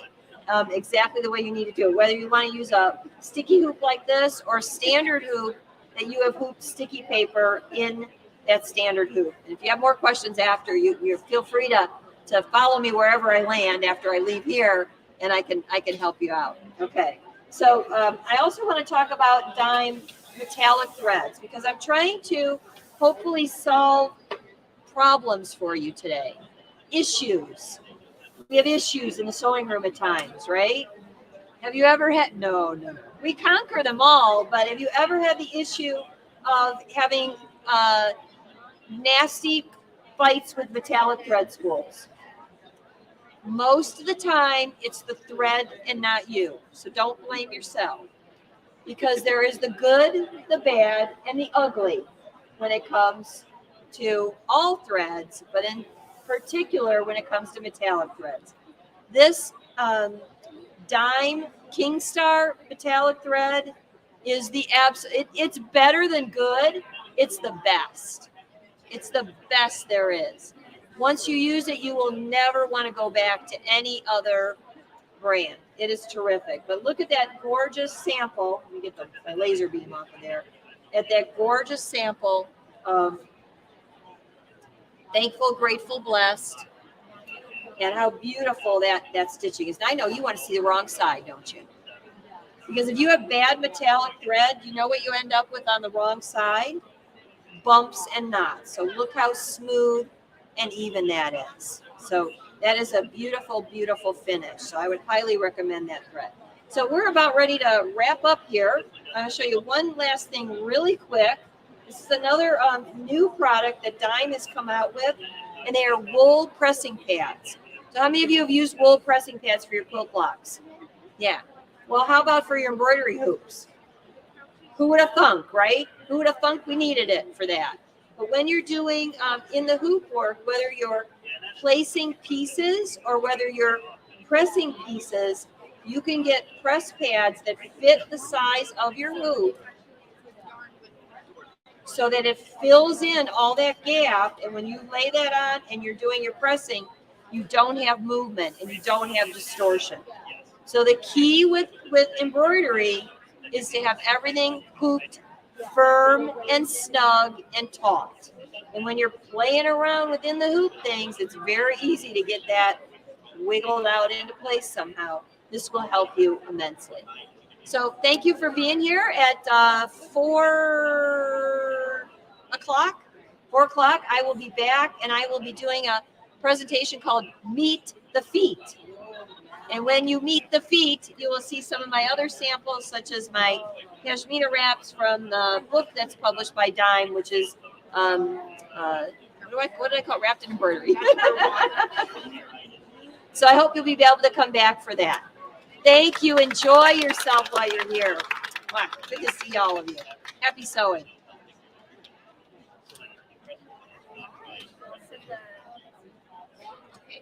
And I have cards if anybody wants. Going back, right? Exactly. It's amazing thread.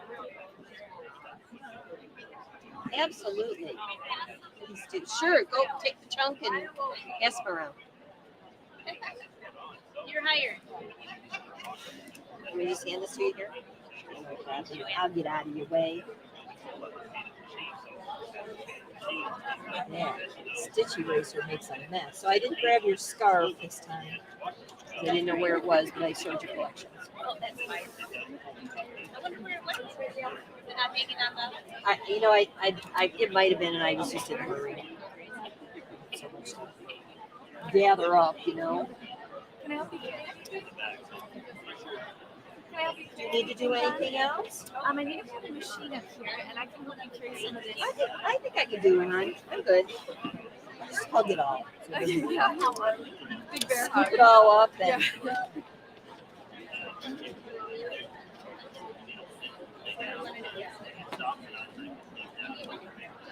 I might even get in my way while I'm crossing from here to there. They're going to be in trouble. I think I got everything. No, I didn't. Cinderella. Oh, or that.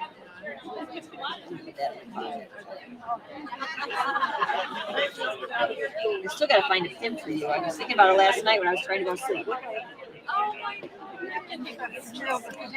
It didn't come out. Okay, we can do that.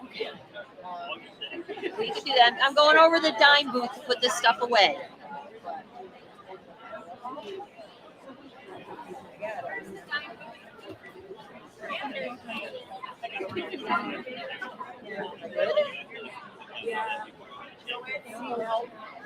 I'm good, thank you. If I let go now, I'm in trouble. Can I plop this down first?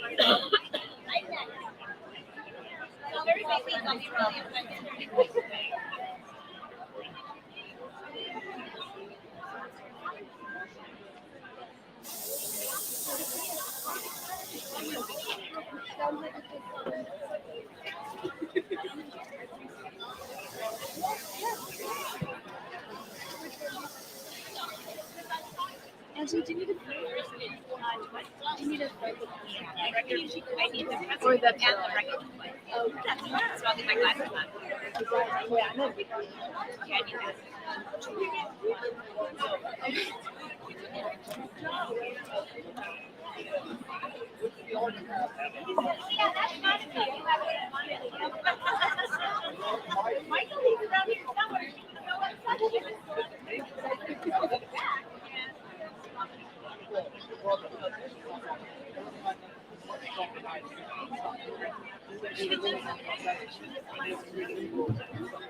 that.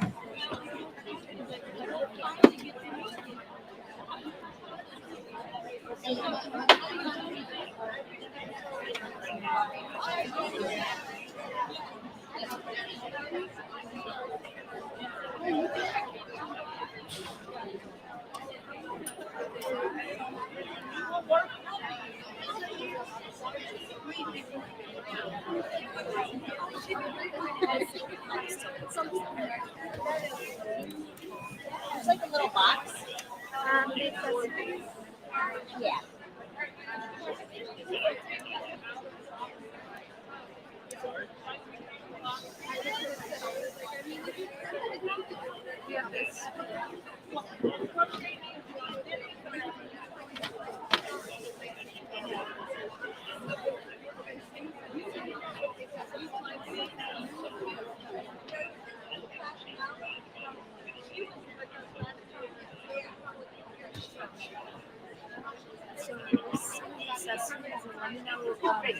Does that look like everything you guys?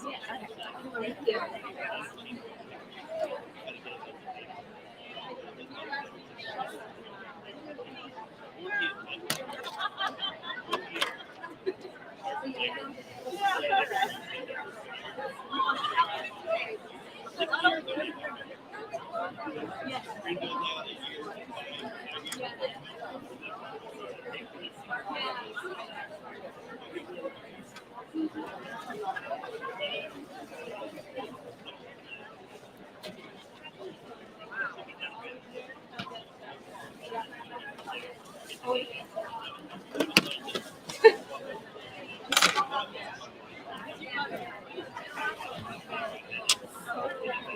Hi, everyone.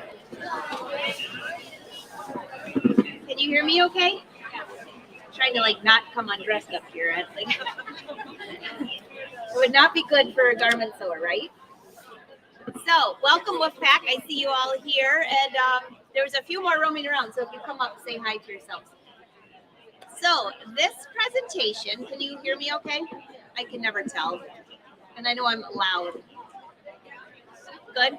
I'm not blowing anybody out.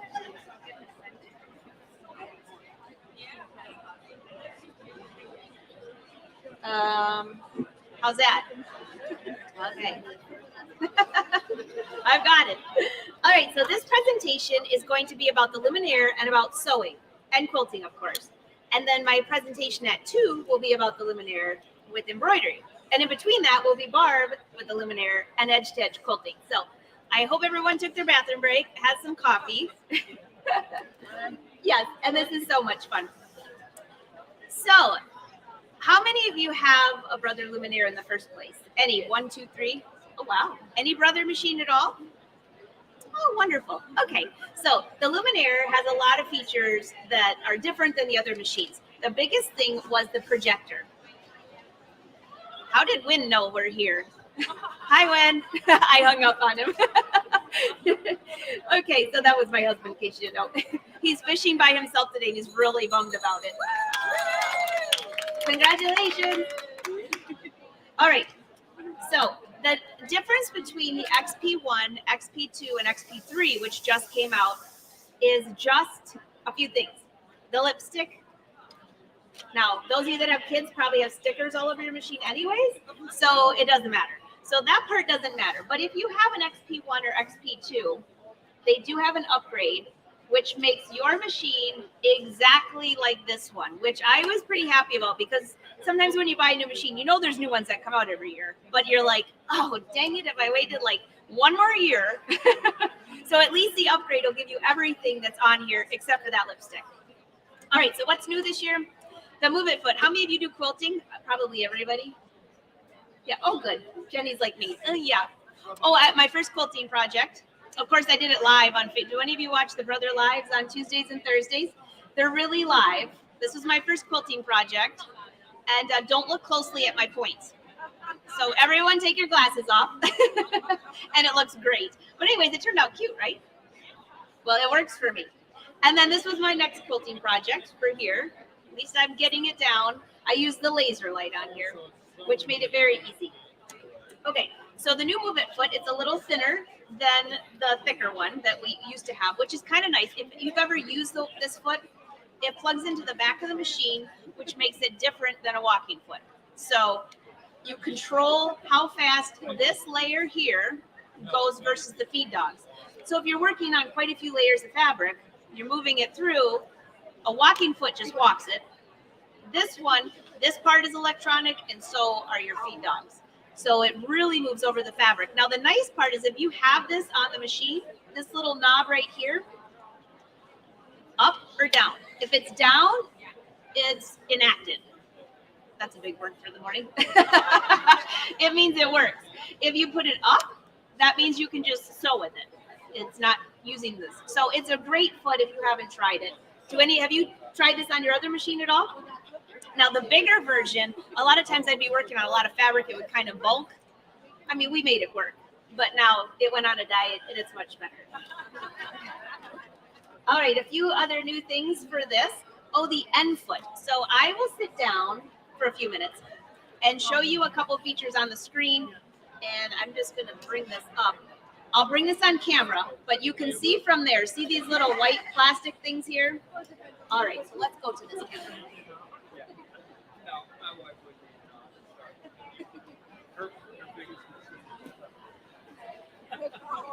All right, you kind of see it. There we go. We'll use that one. Okay, so this is the new end foot, and it has, you can see these plastic things. I don't know, I call them like braces. So when you were doing decorative stitches before, if it was a really wide one and you had a really thick piece of fabric, sometimes this could wobble. Now, I never really experienced that, so maybe I wasn't using thick enough fabric. But now it definitely won't, because when you put this foot in place,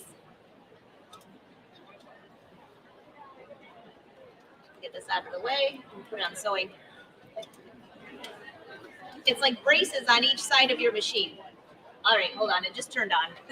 This is when everything falls off the side. It's, hey, Michael, there she is, girls. I told you she'd be back. All right, let me just thread this and then we'll be ready to go. This is what happens when you plug it in. Okay. So see how this foot goes through the sides here? It stabilizes that foot, so when you're sewing, it doesn't bump around at all. So when you're using those really cool wide decorative stitches, it really comes in handy.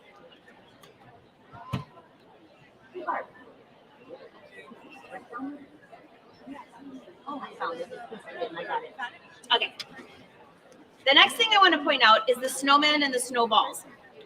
Now, if you have little children at home, hide these. My nephews found these snowballs and they were all over my studio and I had to buy a whole nother sheet. So the snowmen are for embroidery, which we'll talk about in the next one. You've seen those for a while. The snowballs are for sewing. So these snowballs are really sticky. They're just a little sticker here. And you can place this on your fabric. And I'm going to show you how this works live. But when you start stitching, this snowball, you put it anywhere and the machine will stop exactly where that snowball is. Pretty cool. Now there's some new tapering stitches with the XP3. So I'll show you those and I'll show you how to use this sticker at the same time.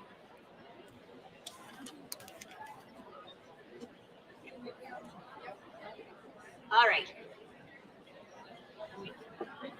You can see that pretty good. All right, let's go to this main screen here, over here. I think you can you see that okay? Pretty good. All right, so on here, glasses. Here's the new tapering stitch. If you go across the top, it's under T.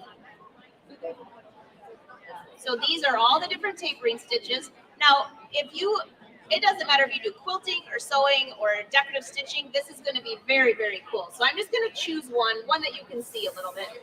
Let's go with this one. When you have this stitch, you have a lot of options. It shows you here what your stitch is going to look like. Go ahead and click on this icon up here, and something new is the knife function down here. When I click that, it says, how do you want to start this stitch? And whatever I pick right here, it will show me right here how it's going to start. So if you're going tip to tip, see it okay? Tip to tip, maybe you want something like this. And then if you want turn a corner, maybe you want something more like that, so they connect. So you have all these options to be able to connect these stitches. So if you're going around a square, triangle, whatever. So let's just go with this. And then you also click on end, and that's how your stitch will end down here. Again, all these different options. So we'll just go with something like this, easy to see. Click OK. Now these 3 icons right here are 3 ways you can start and stop these stitches. Right here is with just doing the reverse stitch. Right here is where you can tell it how many times you want the stitch to repeat. So let's just say you know you want 10 of these in a row. You can just keep stitching those over and over and over. Or right here is the snowball feature. Now the snowball feature works pretty much on any stitch on there. But we'll go with this one right here. So we're all ready to go. When I put this down, we'll go to that screen over here in just a second when she gets back over there. Make sure my needle's threaded, which by the way is by a touch of a button. You can just barely see that blue, right? You see that blue right there? Look really hard. Right there. So this snowball feature has a snowball, and you can see these darker lines right here. This is what I will place on the fabric. Now you will place it to the right or the left of this foot. And when I place that, we'll just put it right here. You see what shows up right here? If you look really close, a blue line. So wherever you put that, it can be anywhere. So you could have been sewing down a whole long strand, and then you're getting to the end and you're like, okay, I want this to stop right here. I'll start stitching. Now I have my foot pedal in the fullest, fastest position right now. Notice the machine is slowing down because it's getting close to that sticker. And it's getting a little slower. It's like, I think we're getting close.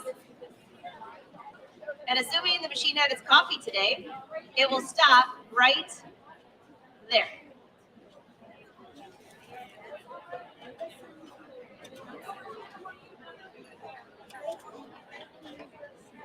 See that? Right parallel to that marking right here. So I, when they first came out with this, I was like, yeah, right.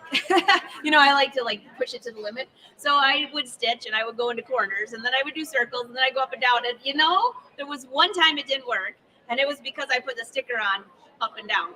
It was probably like, where are we going? So that was a user error and not machine error. So anyways, this snowball feature will work on any of your decorative stitches. And I just want to show you one cool thing with that as well. Because what if you have a decorative stitch that looks like maybe something like this that has a bunch of stars? If you can kind of see that. When I click on this icon up here, go down to the snowball feature. So you have to get that going. It'll say, okay, here's your endpoint sewing. Do you want to finish your entire design when it ends? Or do you just want it to end? So if you have a decorative stitch that has like a big flower, and you get to the end and it cuts it in half. Is that what you wanted, or you want it to finish as an end? I probably would want to finish. So it will automatically adjust the size of that to end, so you have that full sunshine. Now I've tested that with quite a few stitches, and I was thinking, well, that's going to be weird. One's going to be big and small. I have not noticed a difference. And I did have my glasses on, so I can attest to that. So let's just say we want to stitch. Now you're just sewing. I'm going to take my sticker off. And you can see the blue line. Start stitching. I won't go very far, but doing my big old sun. And this is the big end foot. Notice the fabric's moving from right to left. The foot pedal is not moving at all. And I want to stop here. I put that down. What shows up? That blue line. It continues to stitch. And again, I'm using the foot pedal. I could also be using this green button up here, which you can't see, but this green button, you don't have to use the foot pedal if you don't want to. So by the way, while I'm using this foot pedal, seems like it's taking forever. Have you seen the new and improved multifunction? Have you seen it? Yeah. So some of you girls have been in my studio sewing. and I can't remember which one of you are using the multifunction foot. So there's a big pedal and a little pedal next to it. And you can make them control to where you push the little pedal, it'll automatically cut your thread. You push the back of the big pedal and it will automatically put your needle up and down. A lot of fun things. Hands-free sewing is what I say. All right. Here we go. Stop straight on the mark.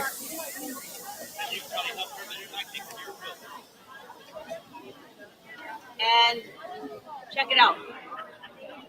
All the decorative stitches stop right at that point. Okay, so a few more things.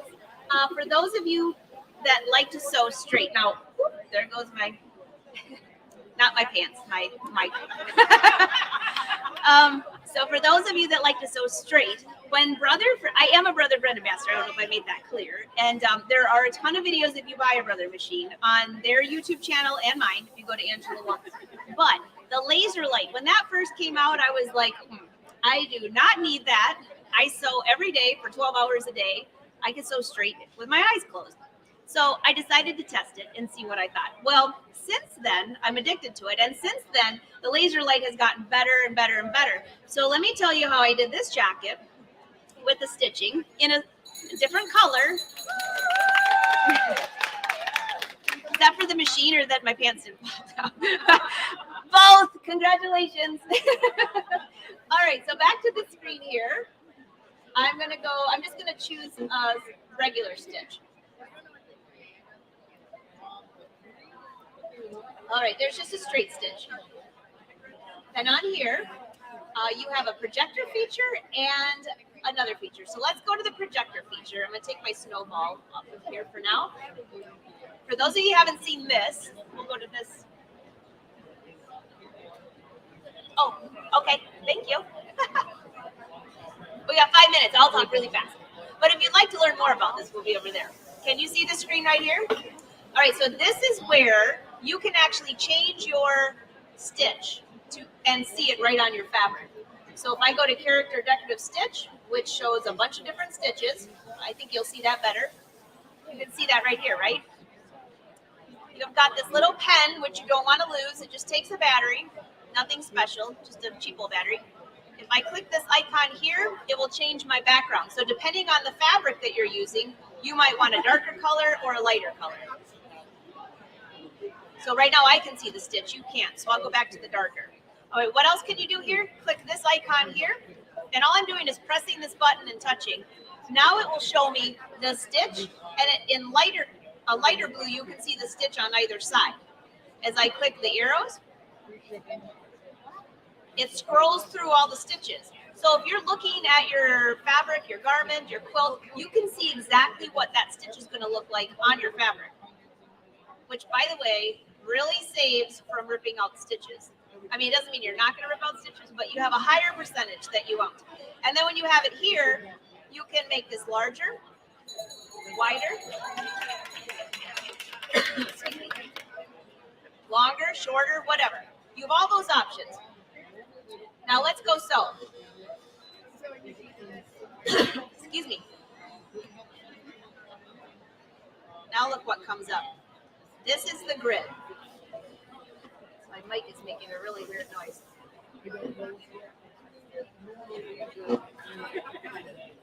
Sorry, guys.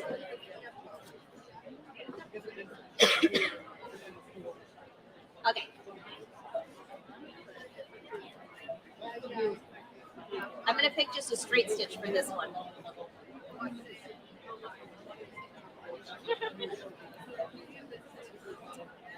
All right, now you can see the grid. There's that. Up on this screen to the right. I'm almost, she's like, oh, you're making, she's trying to eat lunch probably. On here, you have options to do a straight stitch, a grid, right here. You can do angles, and you can tell it what angle, 90 degrees, 45 degrees, any of those things. And when you do that, it shows up on your fabric here. I promise I won't make you move anymore, but just to the fabric.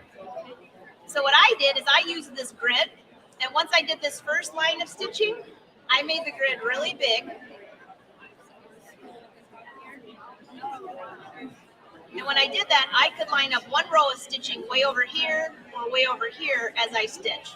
And you can see the grid stays on as you sew. You can again change it if you want to show an angle. I can have an angle here. See that, those colors?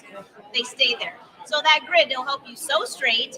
I love the grid feature because it's wider and it's pretty easy. So that's your sewing tutorial in a really fast recap. Now this machine will do everything except make coffee for you. But that's what I have my husband for. Don't tell him that. He's the CEO, carry everything out. So if you have any questions or you want to follow me around, I'm on YouTube. You can go to angelawolf.com. We've got a fashion sewing club with many of these ladies here. They all sew garments. And if you watch on Wednesday the live shows, you're part of the Wolf Pack. But today you're part of the Wolf Pack, even if you didn't want to be. So everyone, thank you. Thank you, AllBrands, for bringing us. Barb's going to come up here and show you this, how to do edge-to-edge quilting with embroidery. And then I'll be back at 2 to show you some of my fabulous embroidered designs, including the dress that I made. That the sleeves are totally embroidered with one design in here. So, all right, everyone, enjoy. See you soon. Thank you.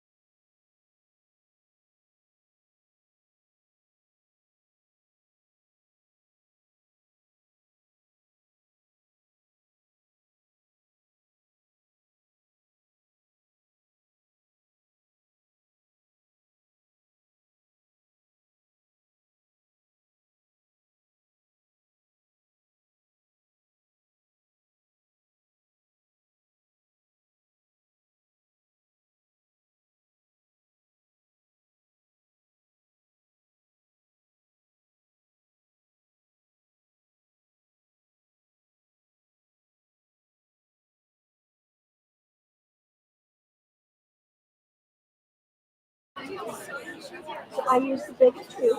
I do not use a magnet on that because it's like more space and more time. So with the big tube, and I just roll when I needed to. I have a couch to put the feet behind my table, and so the weight when it was in the back would go over the couch, and when it was front, I just hold it up. And if I got distracted and I wasn't holding it would stop and say, change to a bigger hoop. Well, there is no bigger hoop.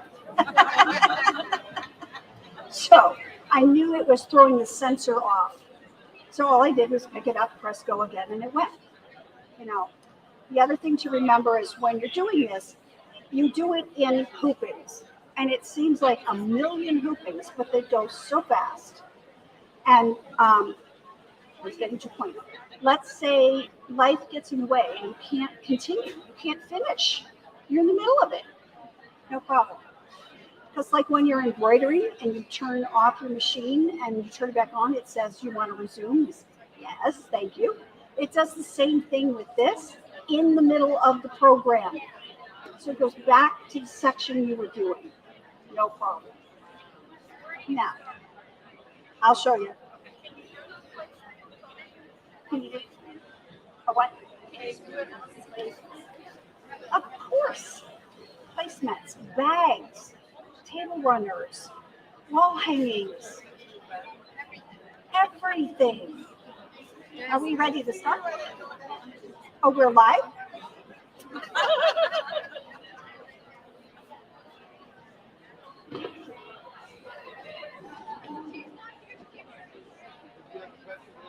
Do you mind? I don't care. All right.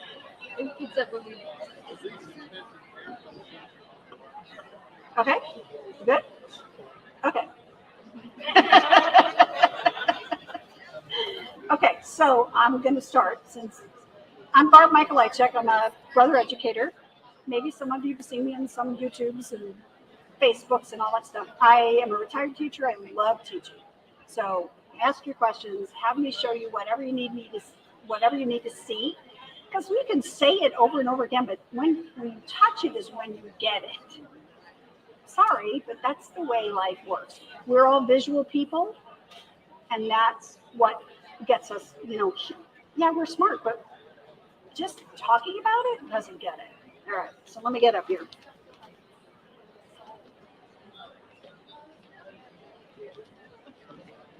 Okay. So we are going to do edge to edge, and I want to show you some things. I got to get into embroidery. Okay. What's on? I'm not on the screen. Yeah. So we're going to go on the screen so you can see exactly where it is and talk a little bit about what your options are. Oh, good. So under embroidery. Oh, good. Q is for quilting. That's where you had all your sashing options, right? So now they've added another subcategory there, and it's the edge to edge. So you go into Q and this new subcategory 04. And those are the 10 patterns we have so far. The minute we tried this, we said we need more. So we're expecting more. Okay, I don't know when, but so you have 10 patterns here. Here's the key, and some people don't like this. How many of you are long armers? Okay, so this is a whole different ballgame. How many of you are not long armers, never want to be a long armer? Okay, now I don't want because I can do this. So the thing here is you cannot change these designs. They are what they are, and that's what you use. Okay, and there's a reason for that. The program does all of the math for you. All of the math for you. Okay? All right, so I'm going to pick, it doesn't matter which one I pick. This is the snowflakes. That's what I did on this. This is the back side of the quilt. The front side is a winter scene. So it's snowflakes. So I pick my design. I say set. That makes sense, right? Now I get this new page. And this new page is where I tell the program how big my project is. And it can be as small as just under 8 inches by 8 inches, or it can be 118 inches by 118 inches, which is bigger than a king size. Okay, so I'm going to pretend like I'm going to do a little 20 by 20 inch piece just so it goes quickly. So I'm going to, the blue up here is what it wants to know. How wide is your program or your design? Oops, I just put that in wrong. 20 inches. Set. By the way, make sure your machine is set to inches, because that's what you're putting in, either millimeters or inches. And then I'll say 20 the other way. So then it pops right in there. Now I've told it how big my design is going to be. I need to tell it what size hoop I'm using, because it does the math according to the size hoop you choose. Okay, so I'm going to use the new 10 by 10. So I'm just going to arrow over to that, and it'll do the math according to 10 by 10. And then I have this off. Yes, ma'am. Barbara's going to make it better for us. Maybe.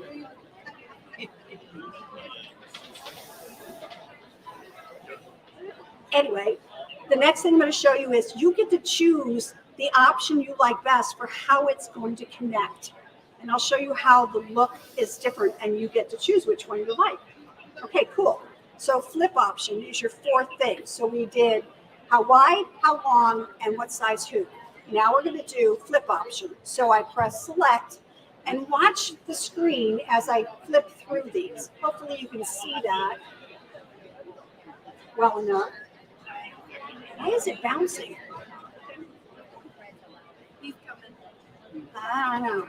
All right, so if I touch another one, can you see how it changed the direction of how it connected? I'll keep doing this and see if you can see that. Tell me if you can see it. All right, I'm going to go back in here, and I'll go back in a second. Okay, I was going to change the color so you could see it better.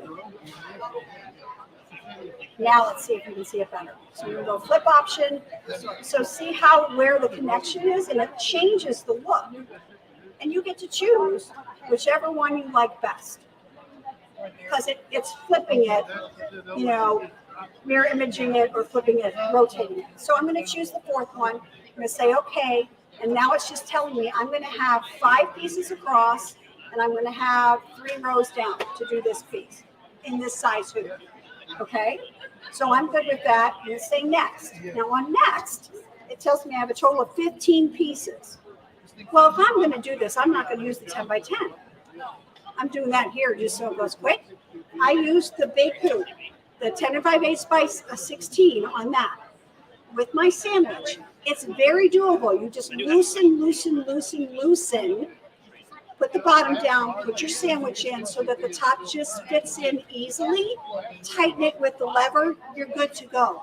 It doesn't move, it's not going anywhere. Just make sure when you tighten it, it's tight. Not tight, because you don't need to worry about that, okay? So the only choice I have here is I can choose single stitch or triple stitch. We want single stitch, and I can change the color. Change the color so whatever's projecting on your quilt can be seen easily. Doesn't mean that's the color thread you're using, but it's going to project on your quilt, so you can do the adjusting, okay?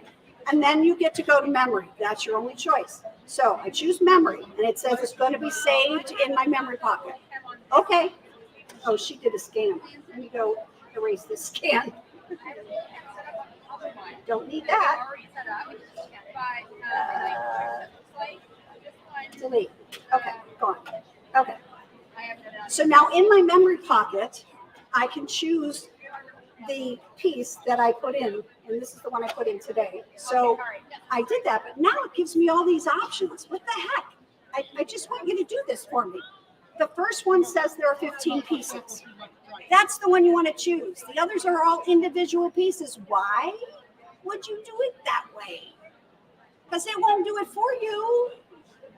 Okay, so you pick the one with 15 and you say set. And now every single step of the way, it gives you instructions on your screen. It tells you begin sewing from the upper left corner. So this is not what quilters are used to. You're used to middle out, but this works great. Now I did base that. I basted that every 6 inches just to be sure because it was a big piece and I didn't want it moving around. And it was two-sided, so I didn't want it slipping. But, you know, with the basting, it's so easy to take out. So now, you will know where the corner of your quilt is because you either have sashings or you have a border, you have something around the outside. So you know exactly where that corner is, right? So we're going to pretend that this is a quilt and it's just a sandwich, it's all it is. And let's pretend that my corner is right here. Got it? Sashing or border. And I'll show you how easy it is to put it in that corner. Well, that was dumb. Try doing it where it connects. Okay. Yesterday I sewed the back to it, so we'll try to avoid that today. All right. So I hooped it. All I say is, okay, ready to go. Now see, it tells me I'm going to put a projected crosshair on your quilt and you're going to move it to that corner. That's what that says. Okay. Now the next thing it's doing is giving me a projected crosshair. But you can't see it. Oh, you have to hold it up. There it is. And I just moved that to the very corner of my quilt. And now it knows exactly where to go. So we're going to pretend like I'm moving it to the corner. And we're going to say, okay, and I'm going to stitch it. Oh, how come this doesn't have automatic down? Oh, because there's another step. Now it gives you the instructions to rotate it.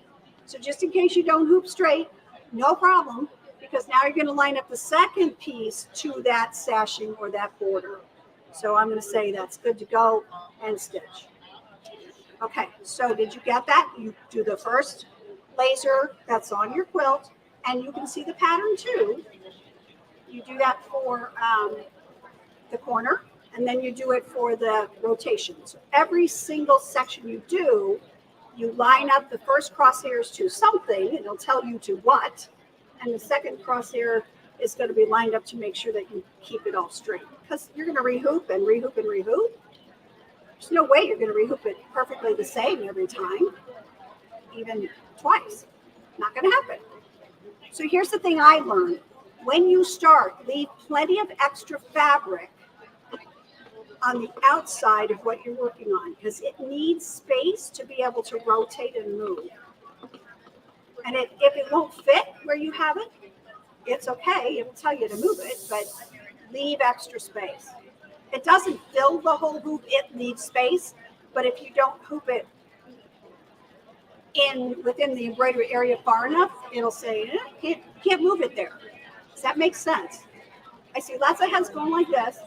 I see a couple heads doing this. Okay. So this is a 2-minute stitch. Literally, that's how fast it is. And then it's going to have me move it over. It's going to tell me on the screen how to move it, what I'm going to connect it to, so I make sure it's within my embroidery area. Otherwise, you got to redo it again. Okay? So it's almost done. Oh, I know I want to show you this. So yes, this is edge to edge. So we all think quilting, yes? Well, what if you take fabric? I took a yard of each of these 3 colors of fabric, and I did edge to edge on the fabric. And then I cut out my pattern pieces and made a vest. So it's not just for quilts. Like you said, placemats, table runners, small wall hangings, anything you want. This is just a panel, a simple panel, and I did edge to edge on it with a variegated thread. So it's a little hard to see, but you can see it on the back. And it's so easy to do. And I don't have to send it out and pay somebody. Yes. Can you change the size? You cannot change the size. Good question. But I find it works great. Okay, so on the screen, it says embroidery is finished. And now I get my directions. It's going to say rehoop, and watch this. My last stitch is what I have to be aware of. That's where I'm going to connect my first stitch. So I rehoop, but I have to make sure that that last stitch is in the embroidery area. And I have learned that if you put it about in the middle of your hoop, you'll be good. Middle, top, bottom. Okay. So move it over, make sure that's in there. It's right here. Where's my middle? It gives you plenty of breathing space, if that makes sense. And this is the new 10 by 10. I love it, not just for quilting. I love it for anything that fits in it. Because it doesn't move. And I didn't even take the hoop off the machine. You notice that? 10 by 10. 10 by 10. Yes, and that one, it shows, I didn't show you that. On the one page, it shows you exactly, it does a whole top row, then it does the second row, then it does the third row and the fourth row. Okay, good question. Great question. Okay, so I've rehooped it. So you can see here, it says, match this laser guideline, this light, up to your last stitch. Okay, I get it. So now we're going back on the quilt. Good. And I'm just going to use my move keys, or I can just grab and drag this. So can you see my last stitch? Not too fast. And now my first stitch, smack on it. Okay, so then I say okay, and it's going to say now rotate it. So I still have my border up here supposedly, which I don't. And I'm going to make sure that that rotation is good. I'm guessing at this point. Actually, I think it looks got to come down. And it's a rotation to bring it down. It's not move keys. Okay? I say okay, and I'm going to stitch. And it's going to start right on my last stitch. So, rotation is when you need to do the second crosshairs. It's with rotation degrees because it literally is rotating the design. So it's not move keys, it's rotate keys. Okay, so then it's going to stitch the second part and third, fourth. When you get to the far right side of your quilt, let's say it doesn't match perfectly to the border or the sashing. It usually does, but you have the ability in this on the screen to stretch that design out a little bit or shrink it in a little, however much you want or need, so you can get it smack on whatever because maybe your dimension that you put in is different from the middle to the top or the bottom, something like that. So you can do that. You can also do that on the bottom. The last row, you can stretch or shrink, and you can do the same thing to make sure it matches perfectly along the bottom. That's it. Yes, ma'am. This is one of the new features in Luminaire 3. You can make a Luminaire 1 or 2 do all of those features with the Luminaire 3 upgrade. You don't have to get Luminaire 2 to make your Luminaire 1 do this. You can get the 3 upgrade and it'll do this.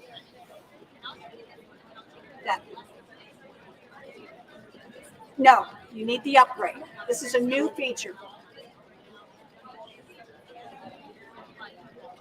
You have to upgrade your Luminaire to do what a 3 does. So you need the Luminaire 3 upgrade. Okay, yes.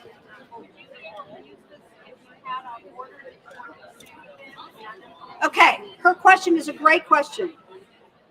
Can you do this if you want the border to also be quilted? Is that what you're saying? Oh, a separate project? Sure. Sure. We just do one at a time, though. I mean, yeah. Make sure you're aware of what you're putting in as your width and what you're putting in as your length, because if you put it in one way and you put it in the hoop the other way, it will not work. And ask me how I know. I was just testing things, but I learned. Okay, so this is another one that I did the edge to edge on that is one of the new large connect patterns. This is a large connect pattern. It takes 3 hoopings, 3 big hoopings, and it lines it up for you. I can't even see where it lined up, and I did it. In a grade 3. Yes, ma'am. And then I did edge to edge on top of it. I don't usually quilt on top of my embroidery, but I was just testing to see how it looked. And so I used monofilament thread in the top and the bottom, and it worked great. And ask me later.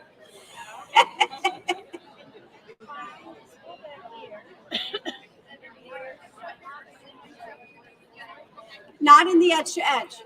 Edge to edge is what it says. It goes edge to edge. Yes, I can in my design center, and I do all the time. Okay. Probably. Yeah. Yeah. But I didn't even know where I was going with it. Okay. So let me trick the machine to think it's doing a side so I can show you where those stretch or shrinks are. So I'm just going to pretend like I'm stitching these, and I'm not.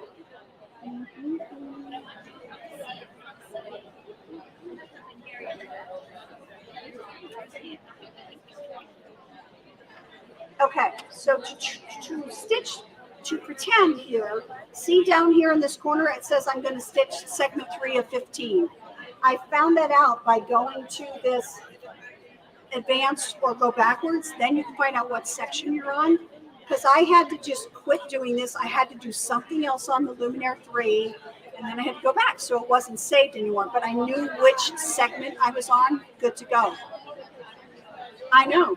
I was thrilled. Okay, so I'm going to pretend like I'm stitching this so you can see. All you have to do is stitch one stitch, and it thinks it did that section and moves on. So if something screws up, you can fix it. Because they don't want to do that and mess it up. Okay, now it thinks it's doing the next pattern.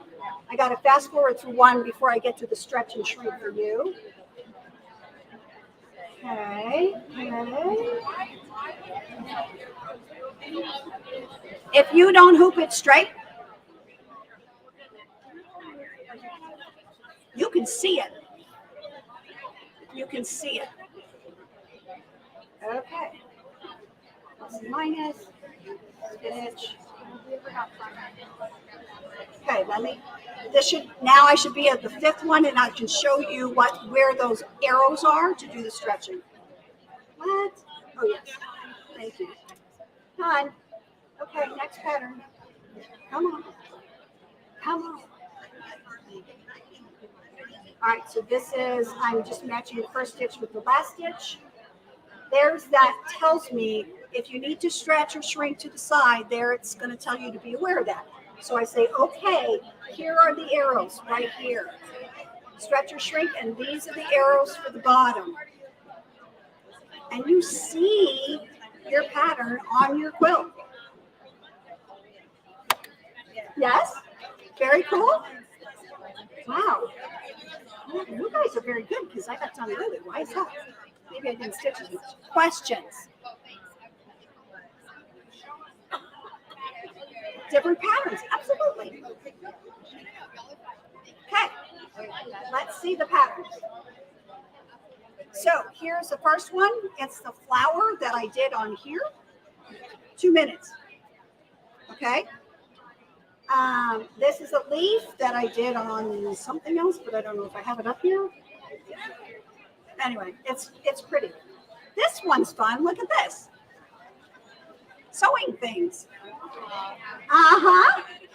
Okay, I haven't done that one yet. This is the snowflakes and stars that I did on there. This is just stars. This is just a and another isn't that a word? Geometric if you wanted to do something modern. Sunflowers or flowers. And this one is pretty dense. But if you're doing a little piece and you want to, quilt it tightly, you got an option. So far, that's what we have. Good question. Thanks. Absolutely. Absolutely. Or purses. If you guys are into making bags, You got to quilt all those things. You just quilt it ahead of time. Cut your pieces out. Good to go. I know. And it's so easy to do. Yes? You can see that. So the first time you try this, don't start on that. Start on just a piece of whatever fabric. It doesn't even have to be a sandwich, for crying out loud. You're just testing it and get the feel of it. And you'll be good. Thank you. You're welcome. Enjoy.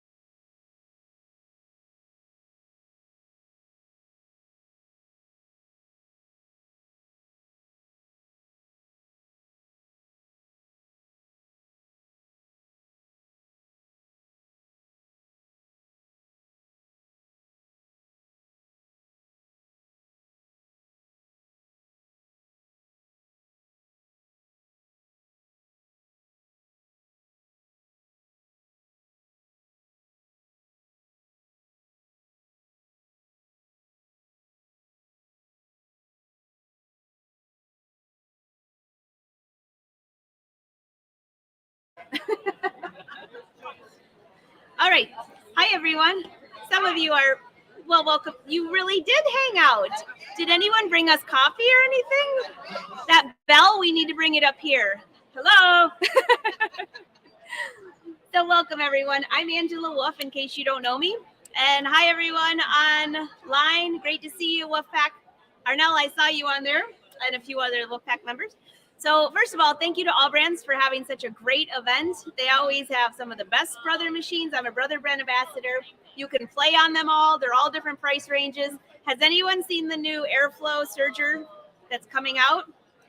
You push a button without spitting, and it threads.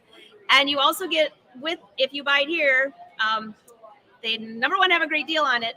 And I know we're talking about the Luminaire, but I did a 14-lesson masterclass with 2 of the other Brother educators. It's online, and you have access to that for free with the serger. The class is worth $1,000. The machine is, I can't say online. So, but the class is free with the serger. So you might want to check it out. It's pretty cool. It's brand new to Brother, and I was doing the happy dance when you can thread by pushing a button. So in this one, we're going to talk about embroidery. So I have a couple of my stuff. Hold that thought.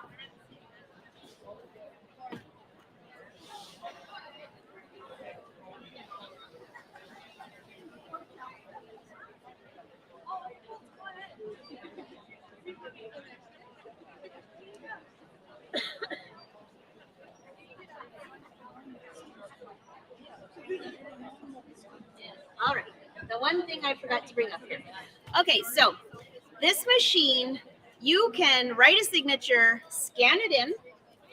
I've got this little scanning. Now, how many of you have Brother machines, by the way? Anybody have the Luminaire? 1, 2, or 3? Awesome. The Dream Machine? Dream Machine did this too, where you have the fabulous scanning mat. You can write anything down or use a coloring book design. That got really popular during COVID when we were bored out of our mind. Like, what coloring book could I use now? You scan it in, you turn it into embroidery. I have a few too many of those. So if anybody would like the extras for your quilt, just holler. But it was a lot of fun. My nephews would send me pictures. I'm like, okay, we're done now. We're done, guys. We're good. So anyways, you can scan that in, and the machine can read that and turn it into embroidery. So this machine can not only scan in that, it can scan in your fabric. You can see it right on the screen where you're putting your embroidery, all those things. So this is, I'm just going to show you a couple of these, and then we'll get into a quick tutorial. So this is an outfit I made for one of the Brother ads. I don't know if you remember seeing this. And this is all lace. And I can show you the before. No, not this. This is a pair of sleeves I'm working on right now. I'm always embroidering something. But this is the before. All of these designs were built in the machine at that time. 2 designs. I embroidered on tulle and then sewed together a top out of satin and then wrapped the tulle on here to make this top. Very fun and easy to do. So have you seen the new magnetic hoops for Brother? There's a 10 by 10, and then there's one that's a little bit larger. This here, it's great for quilting and quilt embroidery and all other embroidery. But when you're using fine fabrics like this, I could easily move around the wash away stabilizer and the tulle without messing up the fabric. For those of you that don't know stabilizers, I have a lot of free tutorials online. If you go to angelawolf.com and also on Brother Sew's YouTube page, you can binge watch for hours. But anyways, this hoop right here, it has a little tulle, which we didn't carry out because we figured it would disappear. You lift it up, you slide it on, and it hoops your fabric. So no matter what layer, look what she's using here, a whole quilt. This is how I typically would embroider something light like tulle. Look at how thin that is. Beautiful, right? All right. Hi. So I always do that when Wynn's on the phone. Like, hi, who are you talking to? Tell him she said hi. Here's another embroidery. This was all on tulle. I do all garment sewing. So this was all on tulle, and then we attached it to a jacket. So if you want, I can pass these. Nobody take off with them. I'll chase you down. And if you have chocolate on your hands, pass it to your friend. All right. Now let's talk about embroidery in the new XP3. Now, for those of you who have the XP1, XP2, and you missed my first little demo, if you'd like the XP3, you can buy it. But the only difference between your machine with the upgrade is just the lid. I call it the lipstick. So this is the XP3. If you have the XP1 or XP2 and just get the upgrade, you can make your machine exactly what this one is without the lipstick. So one of the new things in there, and I'll show you these on the screen, but sometimes samples show it a little better. These are not recommended for garments, but I wore this yesterday, so I will not pass this around. But I'll show you what it looks like. So these are the long stitch designs. Look at how beautiful these are. So these are, you remember? Well, maybe I'm aging myself, but when you'd have little nails and you'd do like string art, that's exactly what this looks like. Now, for those of you that do follow me, I did a video on Instagram to show you how this works. This is the fabric I'm using is athletic wear that you would use for like leggings, like the sheer mesh. And I embroidered on that with that thin fabric. Look at how beautiful this is with metallic thread on top of it. Oh, I saw that face. Anyways, it passed the test yesterday. I worked all day, went to dinner with the girls, and no snags. Well, maybe one. Anyways, it looks beautiful on quilts. There's a bunch of different designs in here. I'll show you those real quick before I get to the really long designs. All right, so let's go to the screen because I know they give me a time limit, which I'm never very good at. All right, you can see the screen here. So my nephews call this the best iPad ever. iPad's not a brother product, but tablet. I got so used to saying that. Okay, so on here you've got sewing, embroidery, all the Disney. How many of you like Disney? Brother's the only machine manufacturer that has Disney, and there's a ton of designs on there. They're built into the machine. You can just get carried away on all of these. All right. On this screen here, it tells you all of the embroidery. These are called like chapters. And this is a new chapter, number 7. This is the long stitch designs. Now, does this here look anything like this? I'll make this bigger. Make it bigger. How about even bigger? Does that look anything like this? Yep, that's it. Except I changed the colors when I turned it into embroidery. So you can see how long those stitches are. So here are a few more of the other long stitch designs. That's really big. They're just beautiful. And Barb over here actually embroidered all of those out onto one of her quilts. So if you want to see them all, go visit her after this. So anyways, when you have these designs, you bring it in here, you can edit. And under edit, you only have a few options. You can see in the edit screen, you've got size, all these things. If it's grayed out, you cannot use it. So you can't screw anything up. So when you're using these long stitch designs, the only thing you can do is move, rotate, and change the colors. So in here, we'll just change the colors around. Very easy to do, that simple. You're ready to embroider. All right, I'm gonna go back to the embroidery screen because those of you that were watching live yesterday and I could not find that no-sew feature, or those of you that were here and thought I didn't have enough coffee, I was in the long stitch designs and that function does not work in there. So it really wasn't me. Full disclaimer, right? So what is a no-sew feature? Well, embroidery, there are so many different designs in here. I'll go to those next. If you look in here, there are a ton of designs built in. You can bring designs in here at any time. So let's just bring in this huge, congratulations. That's what happens if you buy a machine. Okay, so look at that beautiful design. It's huge, right? Well, if I go under edit, now there's only a couple things grayed out. But in here, this is what we call the no-sew function. It has like a little stitch with an X on it. You can see it down here. So up here, I can go through here and say, okay, that's the stitch that's in this color. I can click no-sew, and it disappears off of this graph. Off of, not the graph, but off of the photo. See how I'm taking some of these stitches out? So if you find a really cool design and you're like, you know what, I don't want all these colors, which in the past, I would embroider and leave the color out, and then you go back and go, uh-oh. Well, now I can see right what it looks like right on here. There's some more. See how it's all disappearing? By the time I'm done, it could be all gone. So that's the new no-sew feature. And when they first came out with that, I was like, what the heck is that thing anyways? Well, that's what it is. Any questions on the no-sew?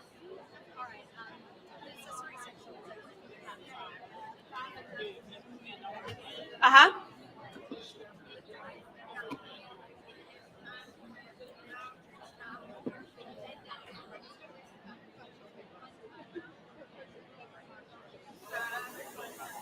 Well, if you want to do 5 all the time, all at the same time, like 5 designs all in a row of this same one, well, this one's pretty big, like in one hoop.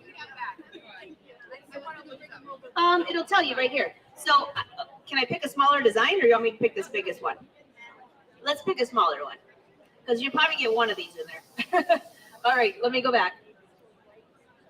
That is a great question. And yes, you can. You can make as many on here as you want, but let's just pick a smaller one like I do for my sleeves. Maybe something like,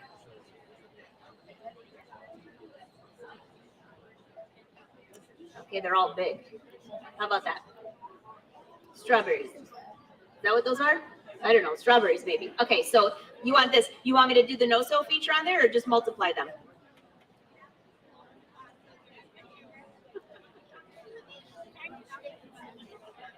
All right, so here you go. Here it is. Duplicate, duplicate. There's 3 of them right now. And then I'm going to group them. And by the way, there's more that this can do than what I'm going to show you here because it's more of a tutorial. So when I'm finished, go over here to Barb because there's ways you can make a continuous design. Just keep going too with the rehoopings. As many as you want. But let's just say this is in one big hoop, which by the way, I'm using this hoop right here. Oh, sorry guys. This. Like you can put a lot in here, like my whole leg. Well, I know that because I embroider jeans. Okay, so here's all 3 designs.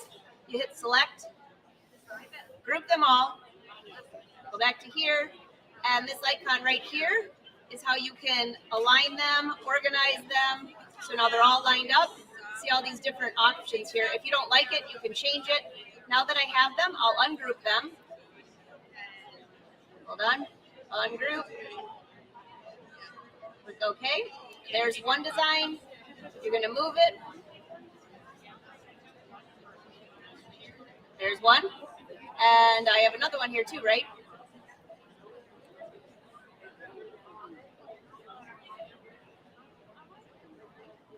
And if you, while I'm doing this, if you look up in this top corner, as I spread these out, these hoops right here got bigger and bigger and bigger. It tells you now you got to use the biggest hoop. So if you weren't planning on that, then you could condense these. Now, as I have these are all in a row now. You can move them around if you want them in different places. Everything's touchscreen. And on here, maybe you're trying to fit them in, you can rotate them up to like 1 degree. And then when you want to embroider all these, you can click embroider. It shows it here. Well, I might as well just skip ahead because I was going to show you how to use a projector. So let's just do it now. You see all these here. Under layout, you see this. You can change it where it will stitch all one color first and then go to the next color. So it would do all 3 of these when the one color and then it'll do all the next because you only have 1 thread up here. So if these have 6 colors, say, everything of all 3 of these that have the first color, it will embroider all of those first. All right, so you don't have to keep changing for every little one. So as long as they're not on top of each other and the machine, well, hello. And as long as the machine will know what colors are not supposed to go on top of each other. All right, so here, I'm going to click on projector and I'll throw a piece of fabric up here so you can see this.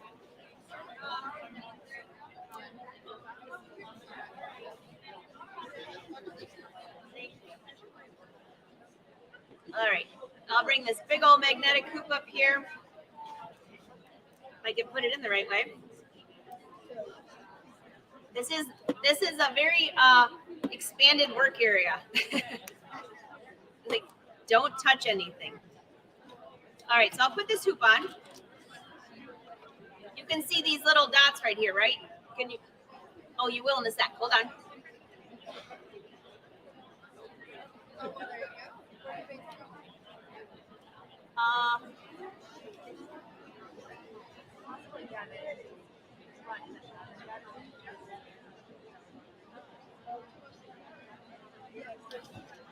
Here. Uh-oh, came unplugged. Told you there's a lot of room up here. This is the first time I've ever done this. Back in there? Oh no, it turned off. Well, maybe that one.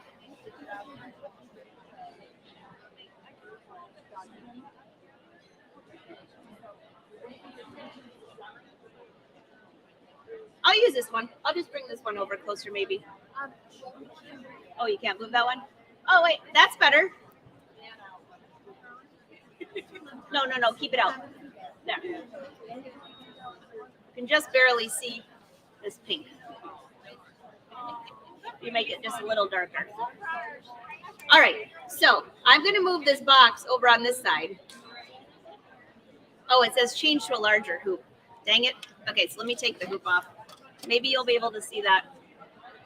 You're just going to have to imagine, I guess. We'll go back to this screen over here, if that's all right.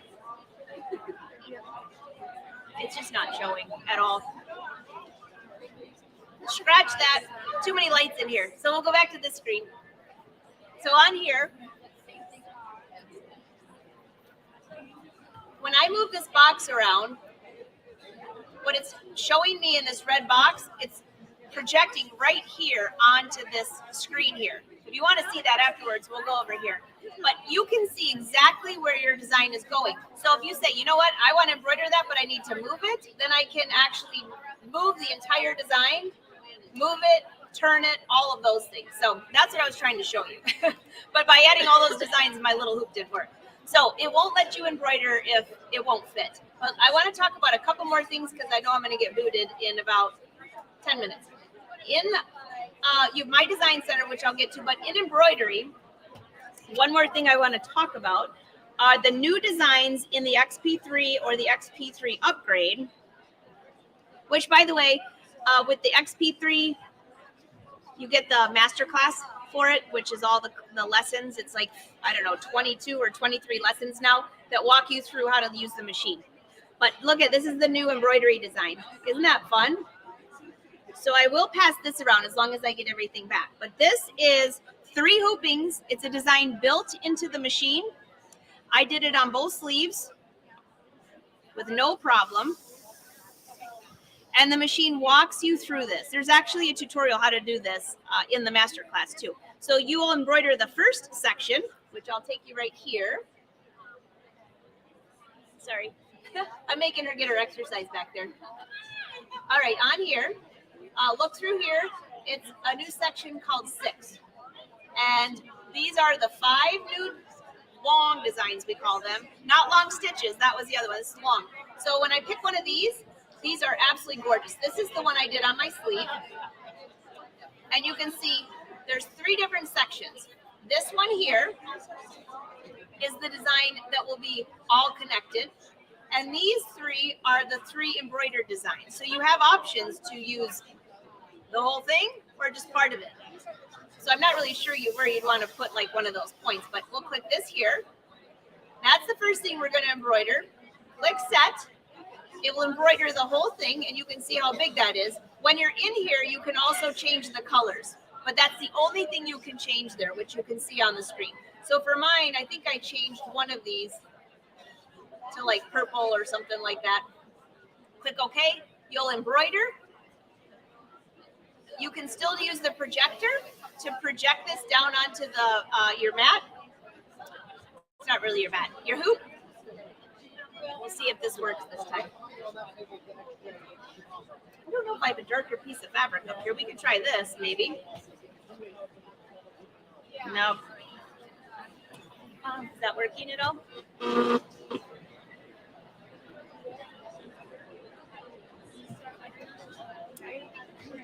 Yeah. Not working? Barely. Can you guys see, like, use your imagination. You see it right there? Okay, so I can actually move that design over. And as I'm moving it on my screen, you can see it moving on my fabric. And it will know how big your hoop is, or if you have the hoop in there. So it won't let you go past where you've told it that you want it to go. So that really solves the problem of hooping something bigger. The big thing about the projection is that you can take a design, it will project it right on that fabric. And I remember one of the first projects I did on the Luminaire 1 my nephews were visiting, and I tried to keep them busy. And they had a hoodie. All 3 boys had a hoodie, although I didn't know they were different sizes, so I kind of screwed up on that. But they wanted one of the Mickey Mouse icons right above the pocket or below the pocket, like in one area. You can project it right onto that jacket, and I knew exactly where I would embroider, so I missed the zipper and I missed the buttons. They loved it, except I accidentally made the oldest one the smallest size. So they tried him on for the picture, and he's like, Mom was not very happy. All right, in here, just a couple more things on this screen since it's easier to see. Excuse me. In my design center, this is where you see us do a lot of the magic. There's a ton of YouTube videos on this too, on my site and on Brother's site. Again, just go to angelawolf.com. You can find all the links there. So you can add any shape. You can also add in things if you have my connection. You can go back and forth with your scan and cut, which is a really cool feature. There's a lot of tutorials on that as well. Are you guys catching on that Brother's adding Wi-Fi to like everything? And then the more they add it, the easier things get. So by the way, there's an app that works with this and any Wi-Fi machine. And I'm going to show it on the screen so you can see what it looks like. It's called, no, right here, ArtSpira. ArtSpira is the app. And I was playing on it earlier. It has a ton of free designs. Ready? ArtSpira. It's totally free. So if you get one of the Brother machines that has the Wi-Fi, you can hit these designs, you click transfer, it goes right to your machine. And they have a ton of free designs every month, so don't forget about that. All right, I'm just gonna add a couple more things in here to show you what you can do in my design center. You can draw on the screen. You can paint on the screen. And then there are fills. So under fills, this is probably the most popular thing for quilters. You have all of these designs. All of these can become fills. And you also have a custom area. So if you're doing something in PE design, you can create your own fills and bring them to the machine. But I'll just pick something like this. Okay, click OK. And I'll pick green. Well, I got to go with pink. Click select. Click OK. OK. And in here, see all these little, it's a little hard to see because they're not very light, but as I touch each area that has a design, it automatically fills those areas. See how fun that is? By touching a button. So my quilting actually has improved. Actually, I don't quilt, but I can do it from Quilt Embroidery. All of these fills are available. You can scan in here. You can scan in an image, a line design, or an illustration, play around with it, and turn it into embroidery just by a click. Okay, so I'll go ahead and take questions. Just so you know, though, if you want to see more of this, the machine's right here, and the XP2's right there, which you can get the upgrade. So go ahead.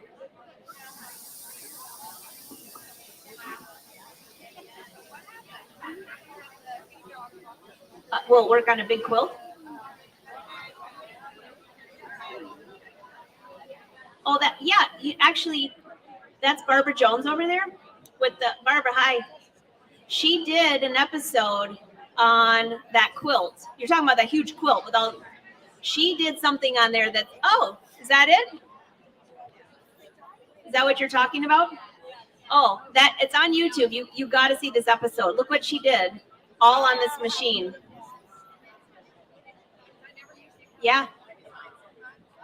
And she's over there demoing that too. So now don't all run there at the same time, but you won't want to miss it. And by the way, on Brother Sew's YouTube channel, we did 2 of those, at least 2. And she did detail by detail. So you have to binge watch. And when you go to YouTube, if you go to Brother Sew's, click on live shows, there's 2 different sections and you'll see like one after the other. But she did that on there. And I was supposed to be like posting it. And she's like, can I move cameras? I'm like, wait, I'm watching. It was so good. Yes, and you can follow along. She also showed how to use My Connection on there too. Oh, you're doing one of these pedals? At what time? You want to come back at 3:30 for sure if you're here. if you want to see that. Anybody that wants to see that. So anyways, I'm Angela Wolf. I'm sorry this was super fast and you couldn't see the projection, but if you watch any of my live shows, we're live on Facebook and YouTube, on Brother on Tuesdays and Thursdays, on my channel on Wednesdays. I'm a host of It's So Easy TV, which you can find on PBS. And I have a new show called Fabric to Fashion, which will be launching on a streaming channel in January. You're not going to want to miss it, assuming I get it done. No, it's going to be fantastic. So thank you all. Thank AllBrands for bringing you, and have fun today. Happy sewing.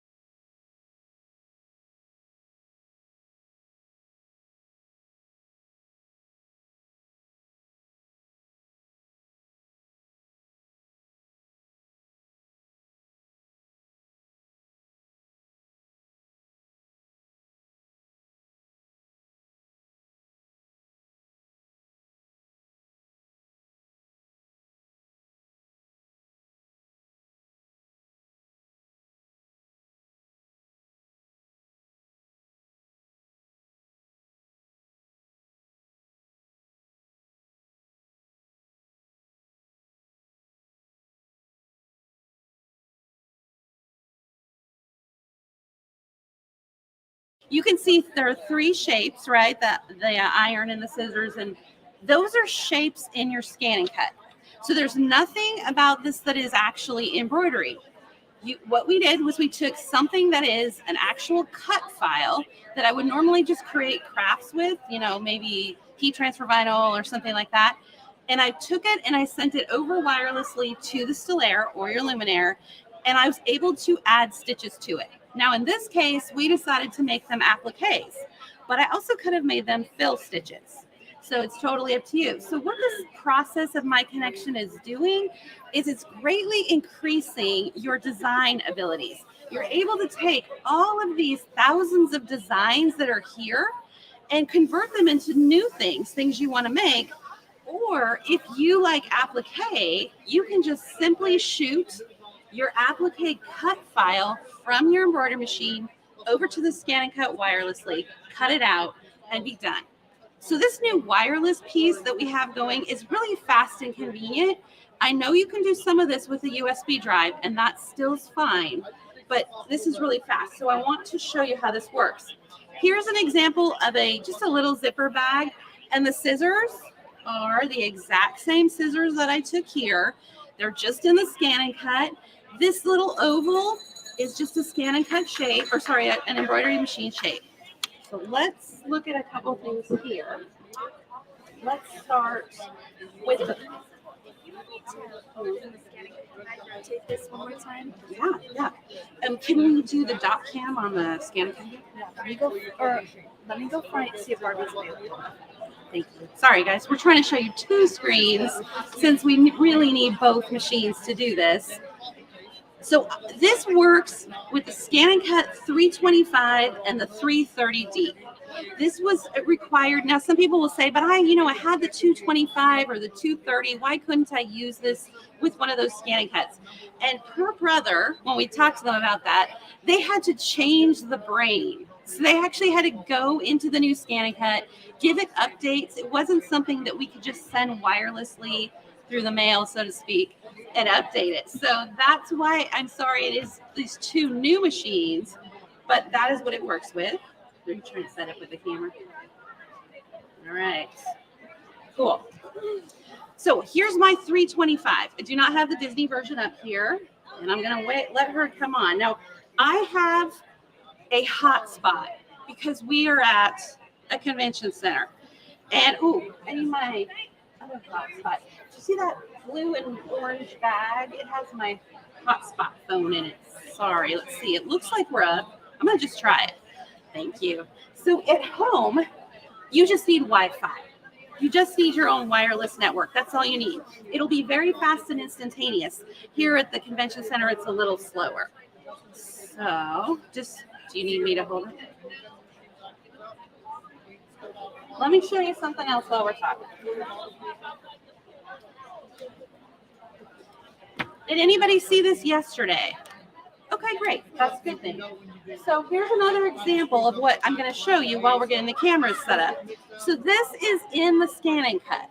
It's cute, right? I mean, it's fine. It's cut out on vinyl, I believe. Barbara, another educator, cut this out. Super. But with My Connection, we can actually take it and we can convert it into red work. So it's just satin stitches, or we can convert it into an applique. So what we're doing is we're starting out with something like this, and then with My Connection being able to very quickly make a change. And I do mean it is very quick. So let me show you how it works. All right.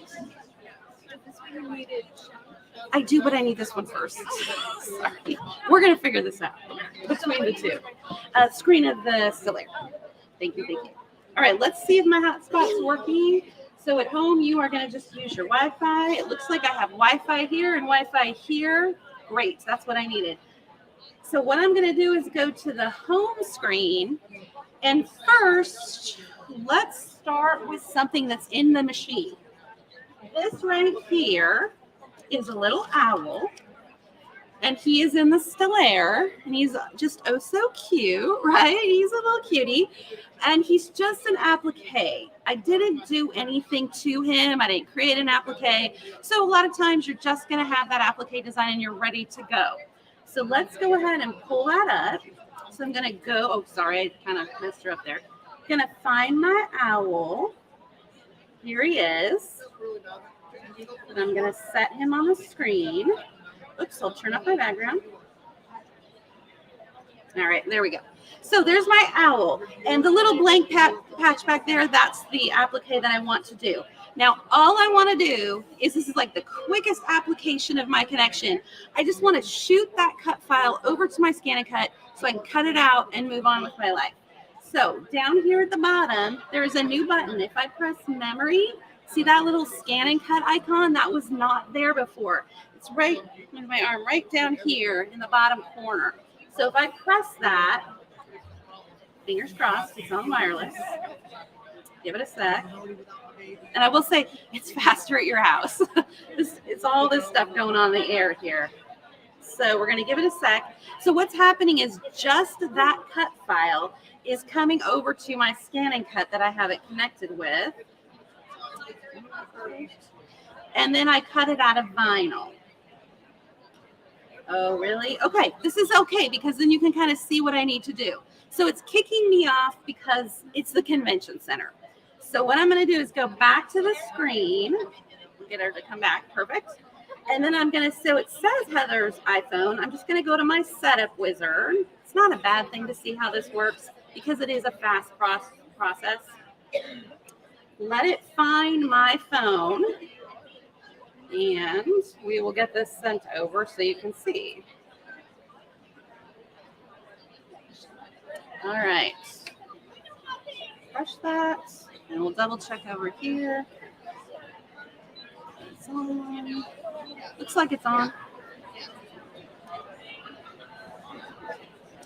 Okay, so there's my phone. Same thing you would do at your house. You're just looking for your wireless network.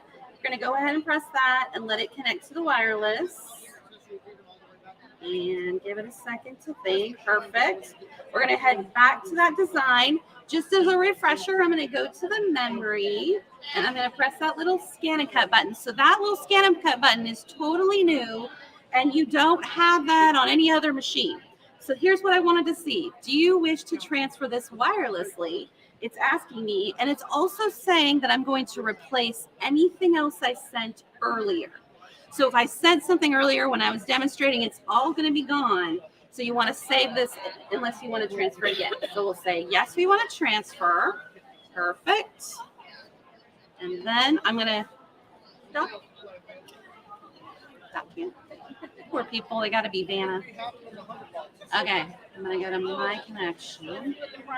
So now on the 325 and the 330D, there's a brand new button, a new icon that isn't on any of the other Scan and Cuts. Thank you. If I go to the left, then you're going to see my connection. This is new. This is what I want to do. I have to go into my connection. I'm going to push retrieve from the wireless. Let's give it a second. It's on the Wi-Fi. We always have the hardest time at a convention center because there's like 80 phones, 100 phones all working at once. Give it a sec. So all I want it to have come over is just the owl. That's all I'm looking for. I'm trying to make this fast and easy for myself. No, that's a good question. So she said, can you do it from your computer? So you're not able to, hold on, actually do it from your computer. This is only between the two machines. It's a good question. Thank you. One sec.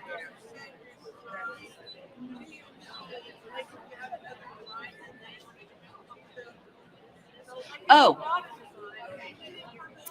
good question. So what if you buy a design and you want to use this technique? You can absolutely do that. You just need to either send it wirelessly through design database transfer from your computer, or you could just bring in a USB drive and do it from here. If it was just an applique design and it was one I bought, then I might just put it on a USB and take it directly to my machine. The only real value in doing it with the My Connection is it's either something that's in the machine and you want to get it over fast, or you're going to make edits to it, which I will show you how to do. All right, so let's go My Connection, retrieve from the wireless LAN. And I'm going to show you something while it's retrieving. I know that shouldn't because people at home can't see it. It's a secret. Perfect. So now that everything's hooked up to wireless, there's the owl. I'm going to press the applique button. Notice there's the owl cut shape. Press OK and set. And now the owl is on my mat and it's ready to cut. That's the easiest use of this. It's a really fantastic one. Thank you so much. You can put 4 people. How does it know just that shape? So in the applique design, it's actually been digitized with an outline that identifies it or codes it for applique. It's a great question because otherwise there wouldn't have been anything there. That's a good question. It would have been there. It would have sent everything. Oh, that's a good question. And that'll happen a lot. So you might have 3 different pieces in there. All 3 pieces would have gone over and you would have gotten to pick them individually. So you could have said, I'm going to cut this one out of, yellow, this one out of blue. Those are good questions. Absolutely. Let's talk about when you might want to go from the scan and cut. So I don't know if you know this, if you've used them, but in the scan and cut, you have some Hawaiian quilt blocks. And here are some scan and cut shapes. Now, Barbara Jones made these. If you know this brother educator, she's very talented. So you can take these shapes that are in the scan and cut and turn them into an embroidery. So let's do that. Let's go back to the home screen of the Stellaire. So it doesn't matter if I'm using my Luminaire or my Stellaire. It all works perfectly. All right, I'm going to, sorry. Back to scan and cut. Back to scan and cut. Stop, Cam. All right, thank you. Sorry, it's a scan and cut design.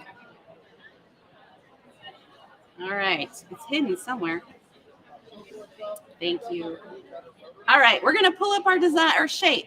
I'm going to go to pattern, and it's actually on the second page, located right here next where there's kind of a little Hawaiian pattern peeking through, and I'm going to press that.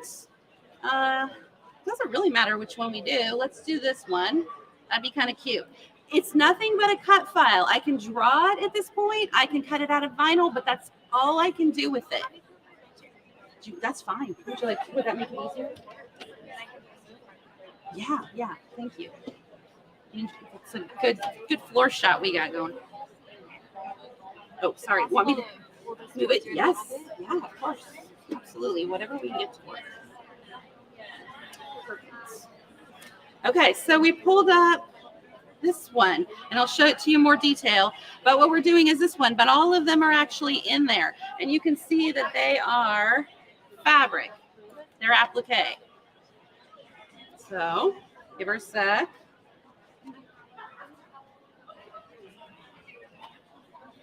Is it getting close? Perfect. All right. So we have our shape and our scanning cut. I'm going to go ahead. Did I come in from my connection? I don't think I did I? All right. Let me go back. So if you're like me, you need sticky notes on your scan and cut because you're like, oh, yeah, my connection. I also have to do that for reversing my design. So I'm going to go left. I'm going to go to my connection, and then I'm going to go to send. Pattern. Anything in here except Disney. So if you have a Disney model, they don't let you send Disney. It's Disney's rules. So we're going to go down one, find that pattern, choose this one here. Let's go ahead and go with the turtle. You can change the size. You can make it smaller, bigger. All that's okay. Press OK. Press set. And now take a look at your scan and cut screen. If you've seen a scan and cut screen, this one doesn't look like a normal one. See this black space on the side? And let me go to the bottom. See all that black space? It does not look like a scan and cut screen. It's because it's reading the hoop. So it's showing us the 9.5 by 14 inch hoop. And it's saying, feel free to fill up the hoop if you want, but that's the size I can send over. So perfect. I'm going to push transfer. Wonderful. So now it's saying, again, don't forget, it can only remember one thing at a time. So it's saying there's something in there, and the something that's in there is the owl. So it's saying if you send this over, the owl's getting kicked out. So it's actually not a problem because I could resend it very simply, but I could have just saved it and I don't need it again. So I'll say, fine, I know you're going to kick it out. And for those people who does anybody use Canvas Workspace? It kicks out, Canvas Workspace kicks this out too. So if you're sending something, like you sent something through My Connection, and then you ran over and you sent something from Canvas Workspace, that it's all one server, just as a heads up. All right, perfect. Yay, let's go to the embroidery machine. Thank you. I feel like I owe you a drink. Okay, let's go to, when your design heads over to this machine, it goes to one place to look for it, and that is My Design Center. So go into My Design Center, and you are looking for shapes. So look for shapes. Now, there's a brand new icon that you didn't have before. See it up here on the top right? It is the scan and cut. So they make it fairly intuitive to come find it. So push the scan and cut. Give it a second to go wirelessly. These are other ones that I've already pulled up, and there it is. So the new one will always be first, and you can save up to 20. So if you had something bumped out by Canvas Workspace or whatever, they're still in here. So I can pull up the scissors. A little while ago I did. So then go ahead, choose this. Oh, did you see that? It said the data has been shrunk to a compatible amount. That, correct me if I'm wrong, but wasn't this like 9.85 inches or something? And this is a 9.5 inch hoop because it's on the Stellaire. So it didn't tell me I couldn't do it. It just said, well, she doesn't know what she's doing. We'll just shrink this down. And it fixed it for me. So it's smart. It's smart. So sorry, pick that, press OK. And now it's very light, but it is in My Design Center. If I want, I can do what Barbara did here and simply turn it into an applique. I can do lots of things. I could make it a fill stitch if I wanted. Let's just make it an applique. So I'm going to press next, and I'm going to press preview. Let's see what it's going to do for me. Okay, currently as it stands, stitch it out. It's not an applique, but it is just a satin stitch, which is great. Let's go ahead and make it an applique. New icon. So brand new icon will be, go to the edit, and you already had the little button that looks like a patch, right? So we already were able to turn things into patch. Let's push the patch, and you have a brand new one over here on the right. It's called Applique Patch for Selected Colors. And what it lets you do is make an applique out of just one color. So I'm going to, hello there, that would be Miss Hogan. Welcome, Miss Hogan. Just carting things over. Oh, no, you're going to get talked to if you come over. Continue. So I press that button, and I'm going to press the color that I want to create the applique out of. And just this happens to be, we just have one color. I'm going to go ahead and press next. Now, all these screens that you're saying right now are brand new. You haven't seen these before on your Luminaire or Stellaire unless you've set up My Connection. So let's go ahead. Oh, I need this. Sorry, the screen. I apologize. She's better, and I'm not giving her credit. Okay, so we got that there. So let's go ahead and push preview. There's three options. I can do a light zigzag. I can do a satin stitch, or I can also do an off. Off is just going to create a straight line on the outside. So you don't really want that one. Let's see if it will let me do the inside as well. May or may not. Okay, so what it's telling me here is that our lines are so close that it's not picking up the inside as well. I can do something about that. So let's go ahead and do this. Let's look at it as satin stitch. Press preview.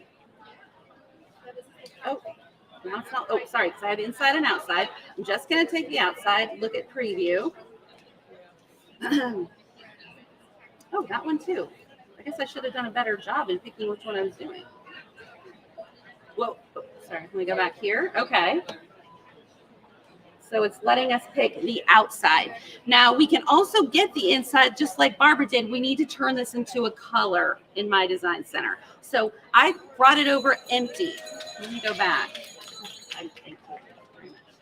All right, let me, it would be fast. Okay, let's go back to, let's drop that for a sec. Let's go back to the scan and cut and send something else that I think will be a little easier. So here we are back to My Connection.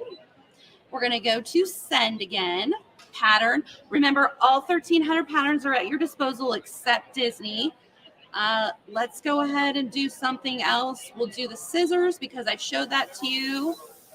We're going to go ahead and press OK. All I'm doing is selecting it. I'm making no changes to it whatsoever. Pressing set. Remember, again, this is going to be the entire hoop. So I have it there on the hoop. We'll press transfer. And it's done. We'll press OK to do the transfer. Let's go back over to the home screen of the Stellaire. And we will choose My Design Center. Everything dumps into My Design Center. I go to Shapes. I go to the Scan and Cut. And I'm going to give it a second to come up. Excuse me.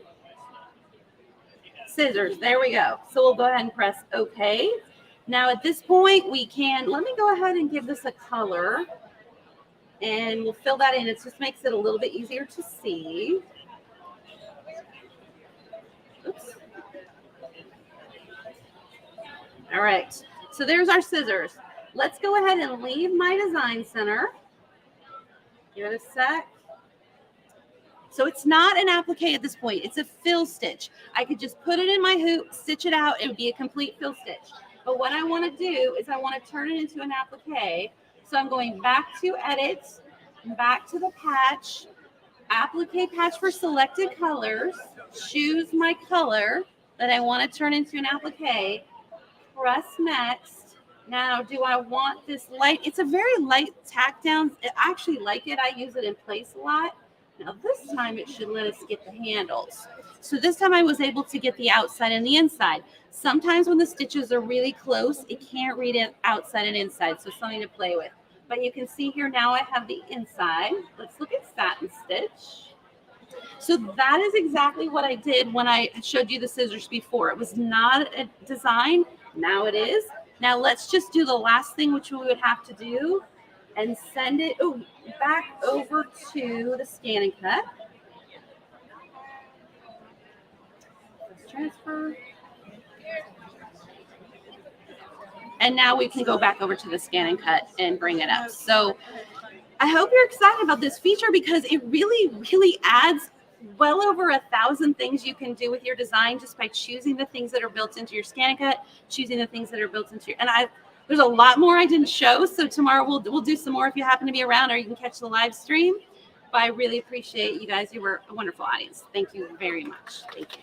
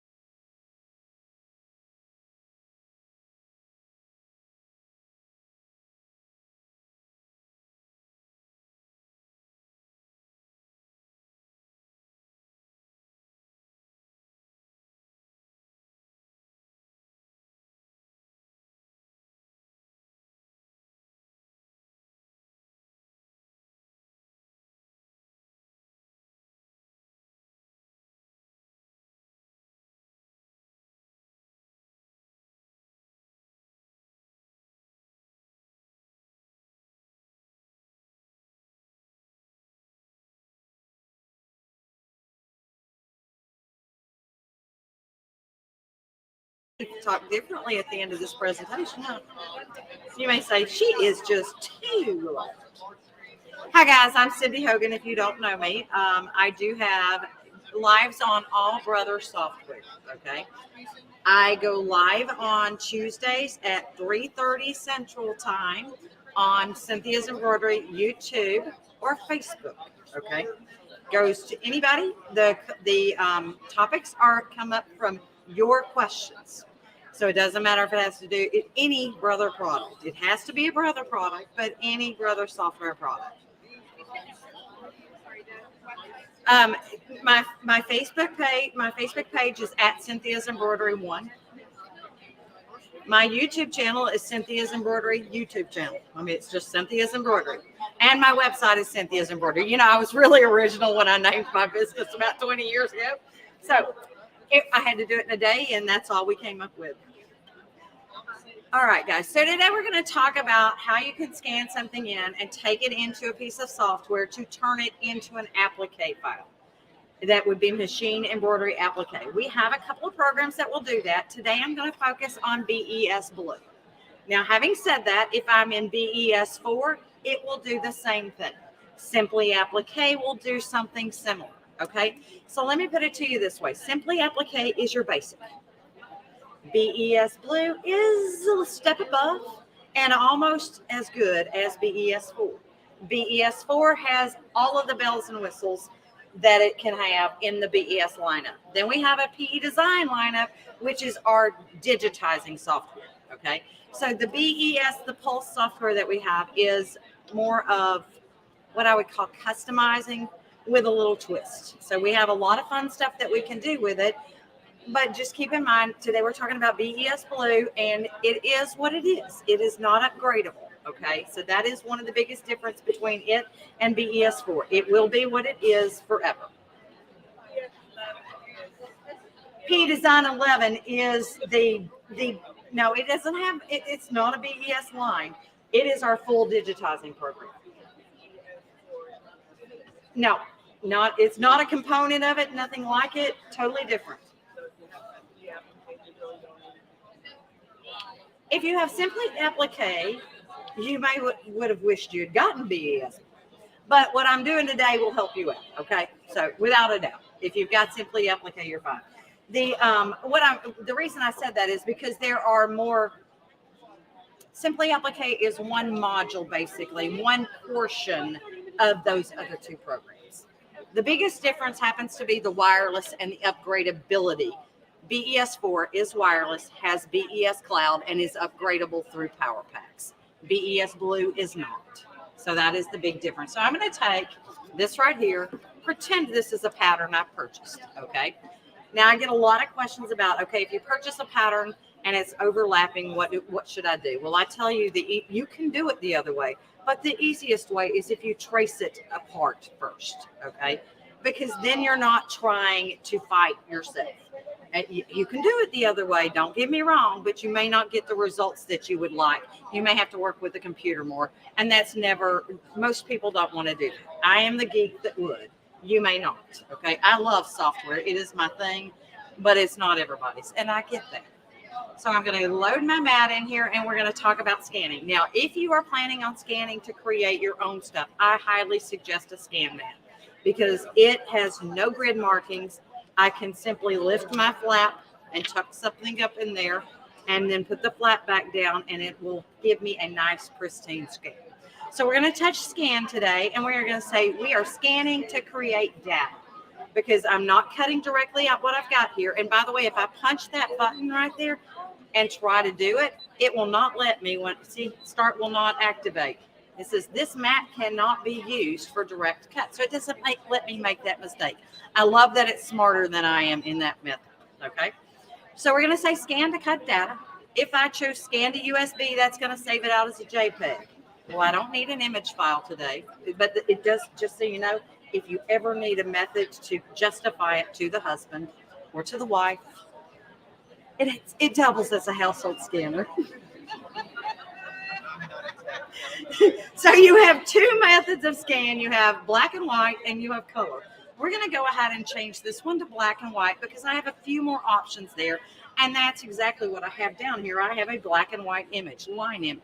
So if I'm doing a line image, I'm usually in black and white mode. I'm going to go ahead and say start. And it's telling me, hey, my scanner lever's too tall, because somebody must have been using it to either draw or been cutting something thicker.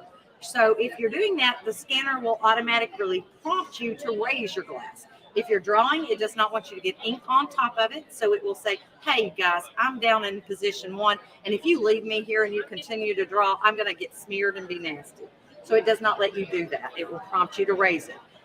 Likewise, when it's scanning, it likes to get as close as it can to its media. But if I had something thick in there to scan, it would stop when it touched that sensor saying, oh, no, sorry, you're too tall, raise me up. So it's going to scan it and recognize what I've got going on. Let's give it a second to do its little thing here. And since I am not wireless to this today, it's connected to Heather's account. I'm going to USB stick. You know, they got too many people playing in the ScanNCut this week. So here we go. We're going to choose the first option. That's outsides only. If I had overlapping pieces, I would have chosen the last option. If it were regions, I would have chosen the second option. But all we need is the outline. So we're going to choose the outlines. I always like for you to make it easier on yourselves. And if you do it like this, you're going to be easy peasy. We're going to say preview, and it's going to create that cutting file. I'm saying that looks perfect. We'll go ahead and say okay. And we're going to save it to our USB device. If I were going wireless with this, I would have saved it to my Canvas workspace and brought it in there. But we're not doing that today because I'm not wireless to that. So here's my guy. I'm going to go ahead and press home, and I'm going to clear that out. Now, can we switch to the computer? I have my BES Blue open up here. And we are going to go into my BES Blue after it opens everything in the world on my computer. And we're going to go up to the application button, which is that little circle that says BES Blue in it. And we're going to say import an FCM file. If you were not with me yesterday when I told you what FCM stands for, I'll tell you what it is today. Fancy cutting machine or fabric cutting machine. I call it fancy cutting machine so you remember what it's going to be, okay? And you must, on my honor, when you go home and do it, you say, FCM, what's that stand for? Fancy cutting machine, you got to do the dig.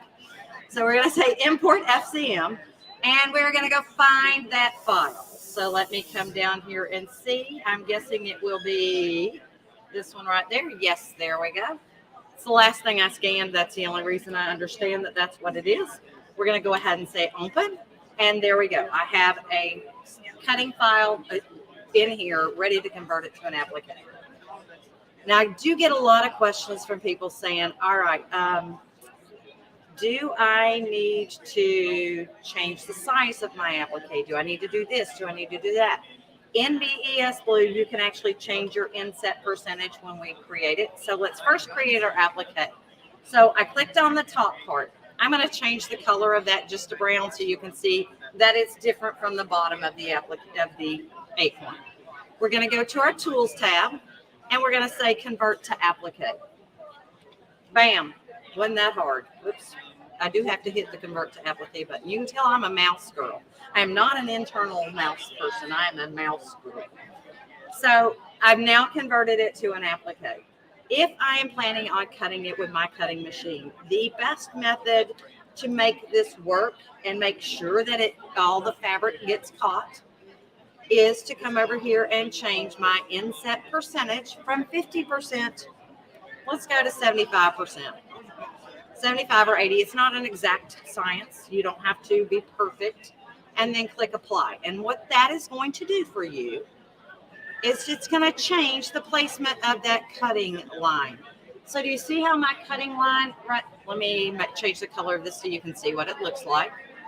I'm changing it. I'll change it back. I just want you to be able to see that line. That's the piece that's going to cut. Okay. I have moved it from middle to edge. That way I know that it's getting caught, because most appliques are created thinking that you are going to manually trim around it, while it's in the hoop and stitching. So they can't assume you have a cutting machine. You can assume you have a cutting machine because you are the creator. So in this particular program, you just change the inset percentage. If you have PE Design 11, it automatically pops it out there thinking you are going to use a cutting machine. So you don't have to worry about inset percentage. Let me undo that and undo that again so you can see what that inset percentage did. So you can see how that little line, let me change that line color again for you so you can see it. There's my line. That's the original position. When I change my inset percentage to, what did I change that to? 75%. Let's go to here. 75, apply.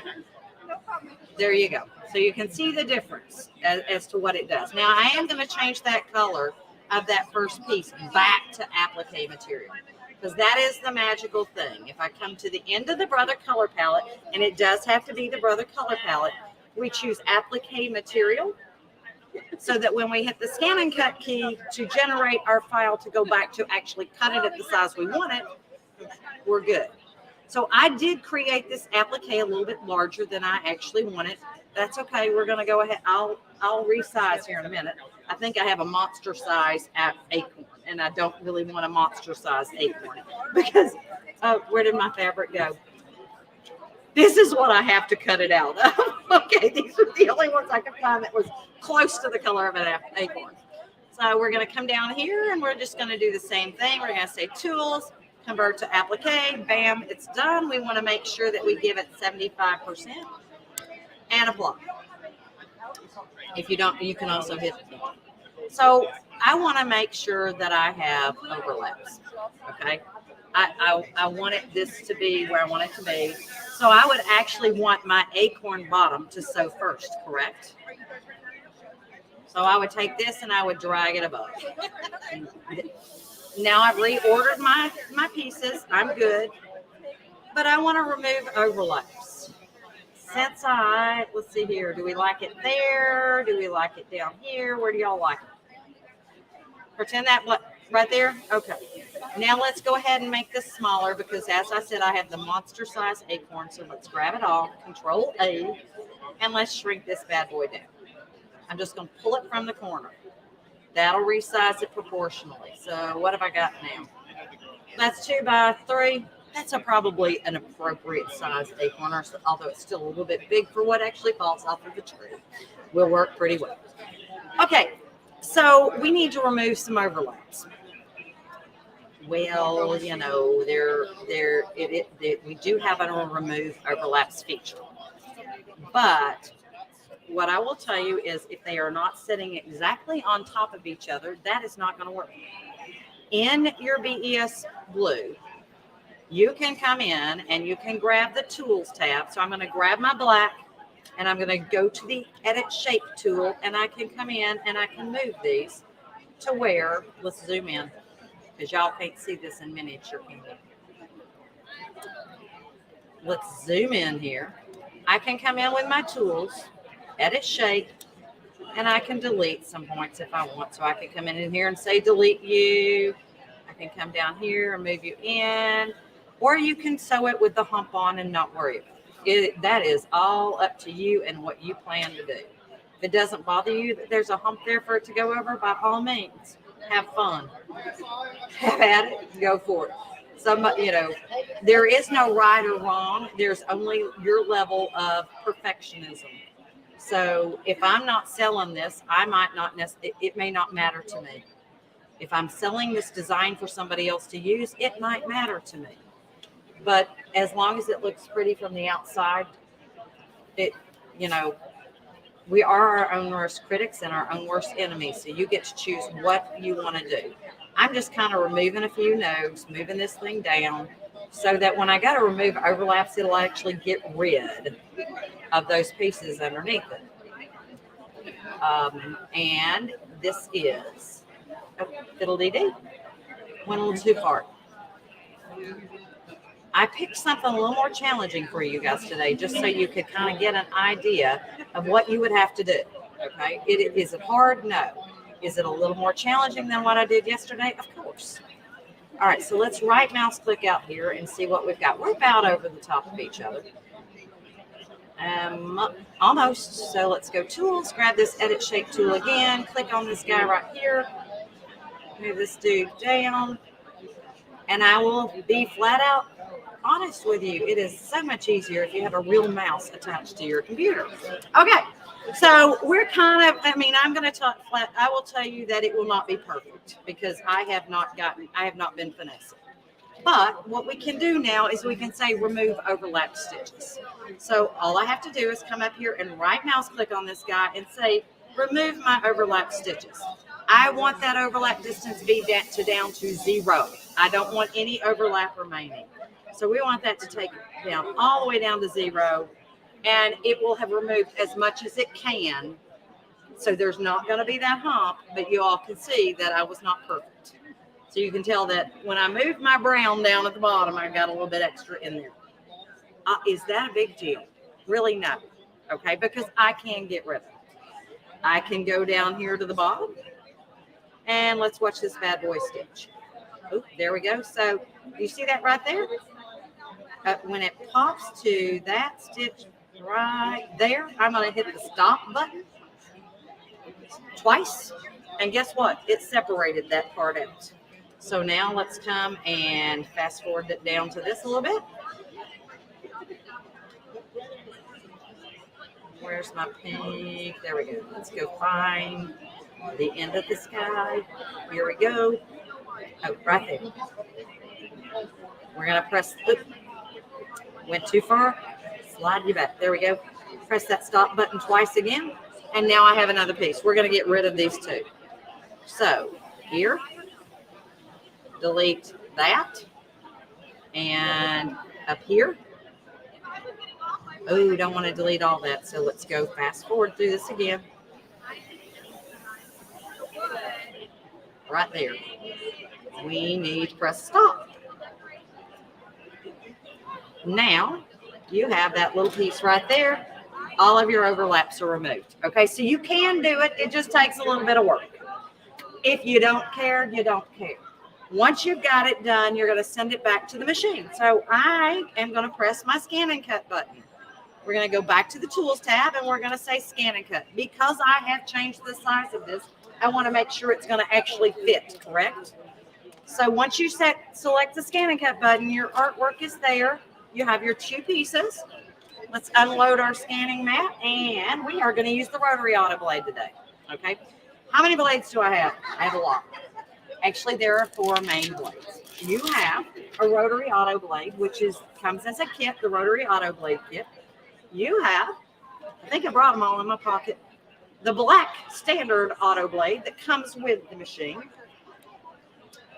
I call it the Chunky Monkey because it has the widest, biggest blade out there. Okay, this is your general purpose blade because it has everything. I mean, it is a big old chunky monkey.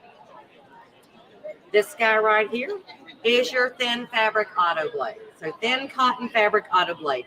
It is the next most chunky blade, but it's not chunky. It is a delicate blade. So it is for fabric, thin cotton fabric. This one right here is for heat transfer and adhesive vinyls. It is our most delicate blade. And so it does really nice, delicate, teeny tiny cuts. The latest blade in the lineup is different than the others. These are auto because when they press down, they figure out how deep they need to go. This one's auto because it turns, okay? So it adjusts itself based on the angle that it needs to go. It is always going to cut the same depth, which is 1 millimeter, because it's a set length. It doesn't push back up and down. So keep that in mind. This one is for your funky fabrics that you have challenge cutting.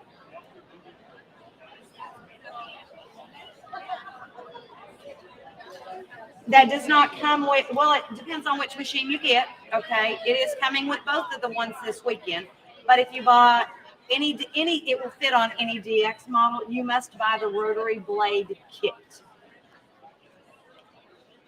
Do what?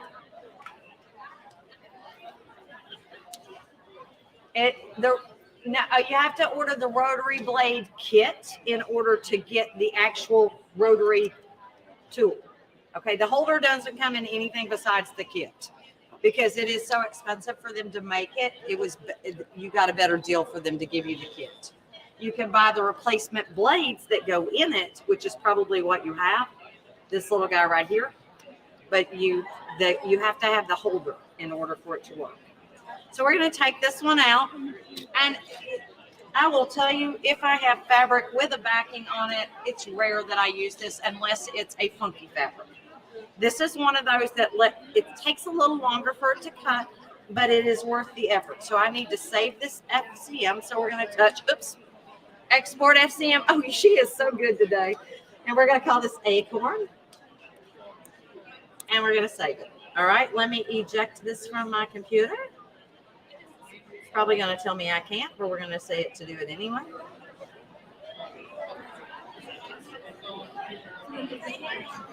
And we're going to put this back in the side over here.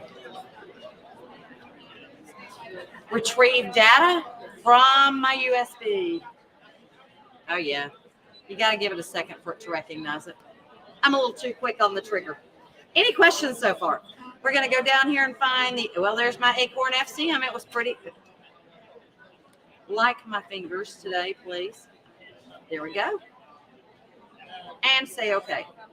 So now I have both items here on the screen. Why is this one colored in and this one isn't? I'm not sure why, okay? Except for that this one may be a closed area and this one may not be.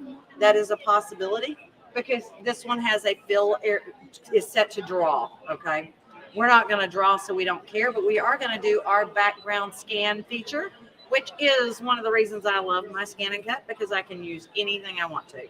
It has that backdrop scan is the killer. It is to die for. Remember I told you if you're doing a thick fabric, what it would do for you? It tells me I can't do that, so I have to bring it up. We're going to go ahead and say okay. Pops it back out, and we're going to say start again. And I've raised my glass lever up to 2. Now it's going to scan it. And we're going to place our fabrics. Will it detect where they are? No. You do have to place your own fabrics where you want them. Y'all need to tell me, do we want the bottom of the acorn in the dark brown or the light brown? I think the light brown. What do y'all think? Or the... I hate it when I do that to myself. Okay. I'm going to grab this, and I'm going to show you what we'll cut one half of this because we won't have time to cut both, I don't think. Especially since I just ejected that. And while we're waiting, let's put the chunky monkey back in. No, you use the stylus or your finger. Now, having said that, I do use my phone stylus many times with it because I have it in my hand a lot of times. If we don't get to cut them both, that's fine. But we're going to try. Please select and say cut. And usually with felt, I will do a test cut. We're going to live on the edge because when I'm using my rotary auto blade, as I said, I do not know how many times it will not automatically detect that it needs to go around multiple times. I have to tell it. Now I've cut this enough to know today that my felt will cut without me going around it twice. So if I needed to cut something twice, I would do my test cut to make sure how many times I need to cut for it to go through. For instance, when I fuse 2 pieces of felt together, I will always do a test cut because it's going through the felt, through the fusible, and through another piece of felt. And I definitely need to cut more than once. I just need to know how many times. Not a big deal. Once it's done cutting, I just tell it to cut again. So once you do that test cut, that gives you that indication. You lift it up, it's not cut all the way through. Cut it one more time and see how it goes. Still not done. Cut it one more time and see how you go. Especially if it's a dense material, that is where you're going to come into that.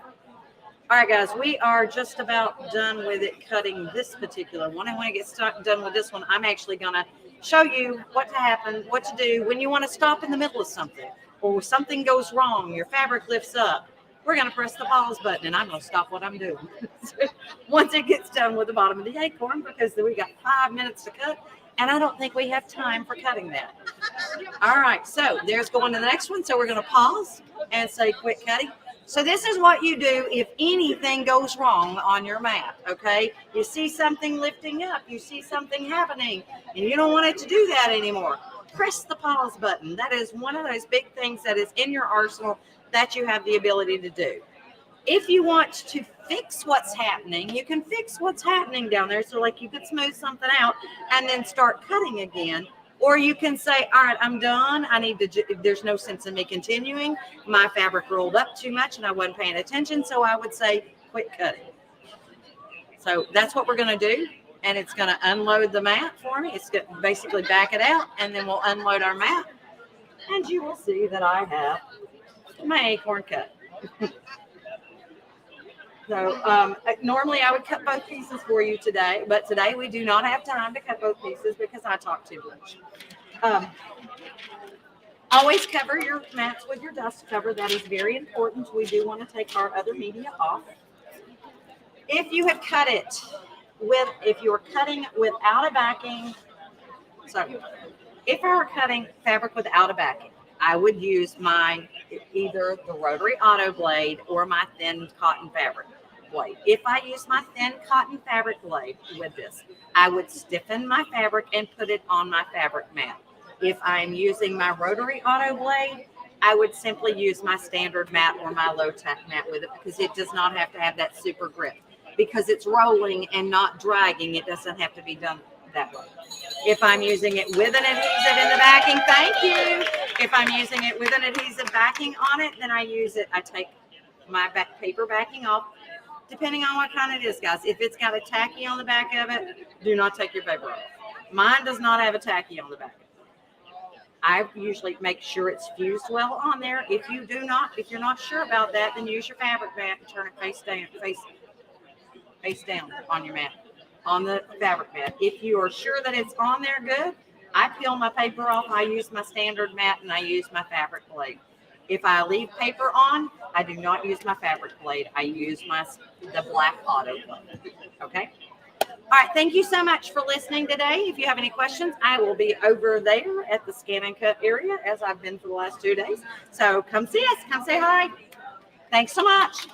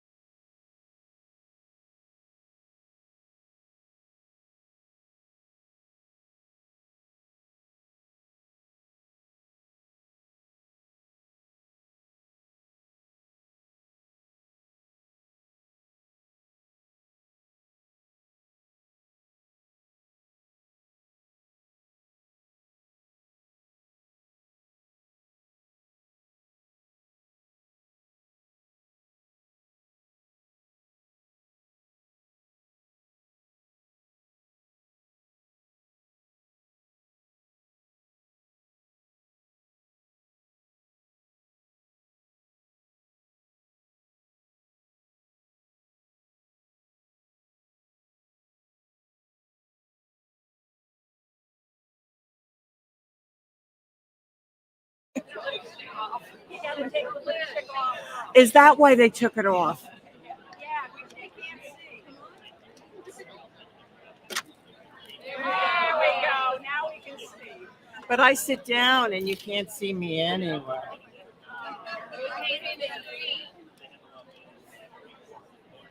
All right, that's okay. That explains that, doesn't it?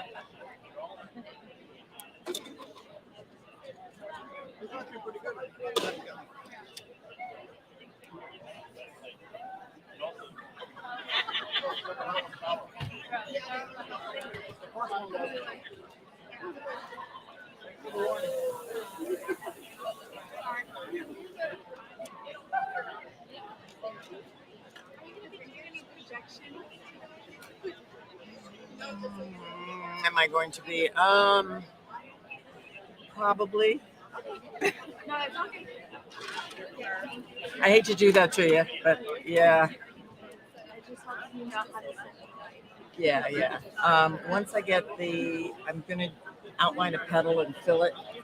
And once I get it to the point where I want to position it, I'll need that little handheld thing. Right? Is it not? We've changed this. Oh. Hopefully, if you can put No the kidding. screen right here, do you think this will suffice? Well, as long as that can, when I do the projector. Or the.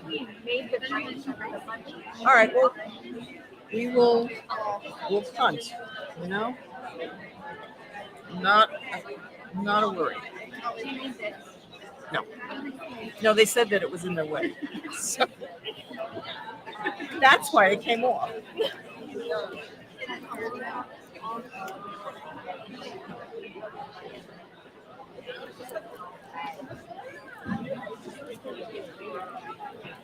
Aha. So I'll come in with this. Okay.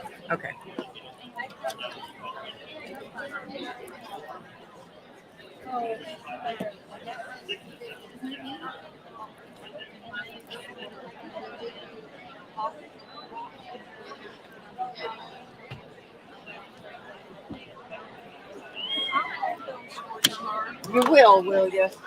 Oh, that was just a pen. Oh my God. You never know when you're going to use it.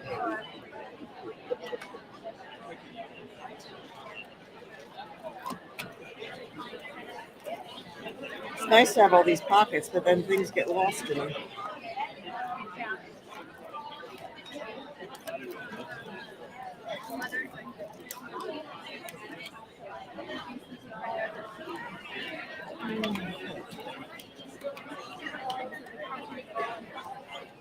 All right. We good? Okay. Hey. Microphone would be good. You're right. Okay. Last thing. Yep. We're good. No.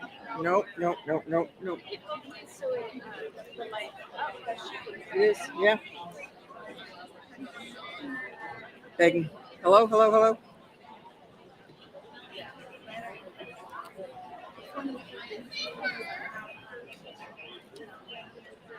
Batteries.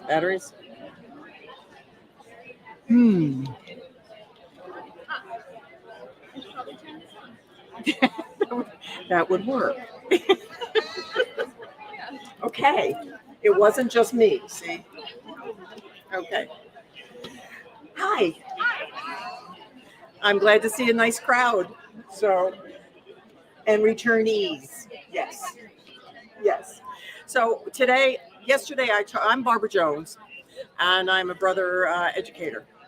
So yesterday we talked about how to fill an area, either by tracing around that area and filling it for a background, or like it would be a quilted, like you're quilting something on a long arm.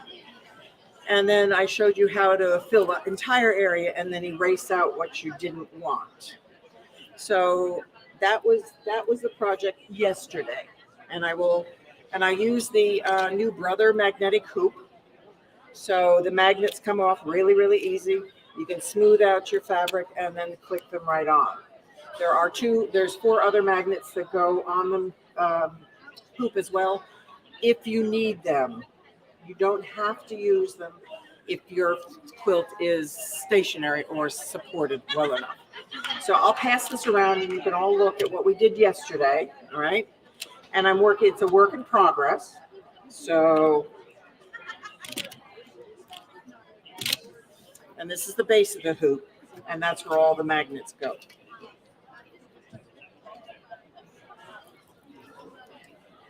All right. So you can see that I've got some of the areas nicely quilted on the bottom, all right? And that's just by doing a little bit, a section at a time. So you don't want to do too many sections because then if you have to adjust one, you're throwing the other section off. So just do one section at a time. Okay, oops, got it. All right. So today, I thought I would talk about how we do a placement for the, how many were here with Angela and saw the quilt? Okay, we're going to actually work on that quilt, okay? So you actually have to outline the petal and tell it where you want your information or your decorative fill to go, all right? So you scan the background of your fabric that's in your hoop, and then we use our mouse or our stylus, and we actually draw on the screen to be able to designate the parameters for this fill, okay? So that's what we're going to do today. All right. And if you have any questions, shout it out. How many have the Luminaire?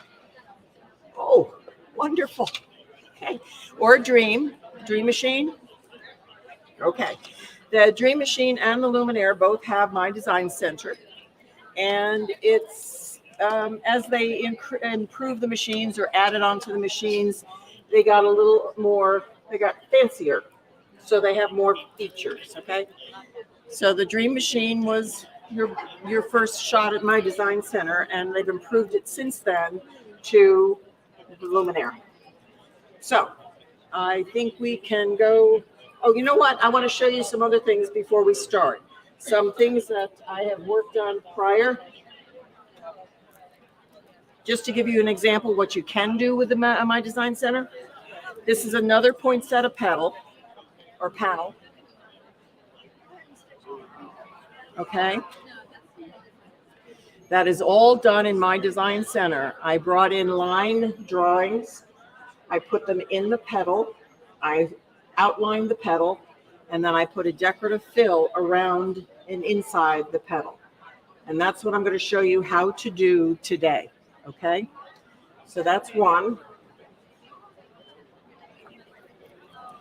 The other thing that I love to do, because I don't have a long arm, so this is my solution to my long arms, because I can go and I can fill a large area of background with multiple hoopings. You do have to hoop it multiple times, but when you re-hoop, you will butt the design or butt the background design up to where you left off, and no one would ever be able to tell.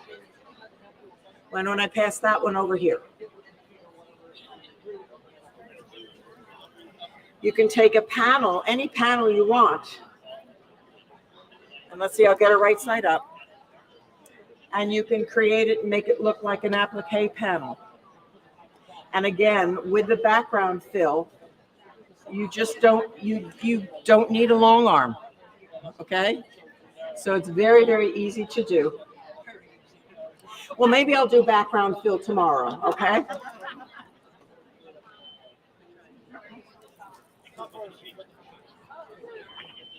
All right. Oh, there's two more. Okay, two more quickly, and then we'll get on to our petal before we run out of time. Okay, this is another cute little panel I had in my stash someplace, and I just wanted to make it look like I was doing applique again. So I used my pen, and I just outlined the stars, I outlined the trees, and created some background fill, all right? So you can do a lot with this machine, a lot. Well, thank you, you're being so neat. Okay.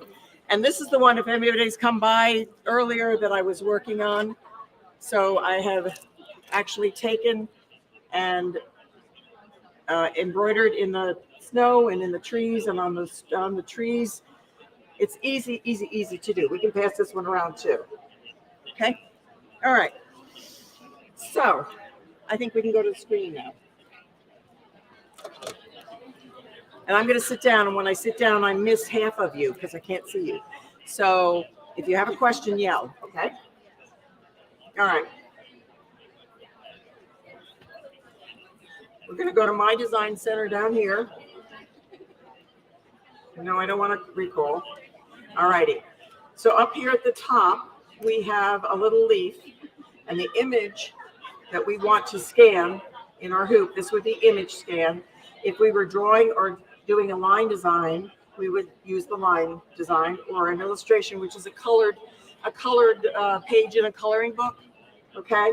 So we're going to do image scan, and we're going to scan and say, okay. Now I'm using a mouse. Does everybody know that you can use a mouse with your Luminaire?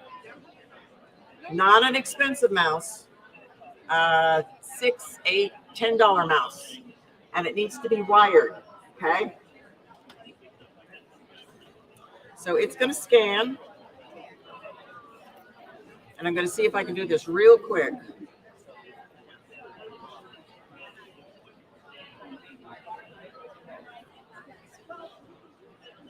On the scanning side, on the my design center side, it takes about 4 to 5 passes to scan. It's a very good scanner. It's a 300 DPI scanner, and it'll pick up every piece of dust or lint you have on your fabric. Okay. All right, there's my scan. I'm going to darken it a little bit so I can go in here, and I'm going to trace around this leaf right here. All right. Now, my pencil is up at the top, and I have 4 choices. I could freehand it and try and go around, but I don't know about you. I can't go all the way around without lifting my pencil, all right, or my stylus. So I feel more comfortable with my connected line. And the connected line, even though it looks like a lightning bolt here, you can make circles with your connected line. That's the one we're going to choose, all right? So we're going to say, okay. And I'm going to start over here in this corner.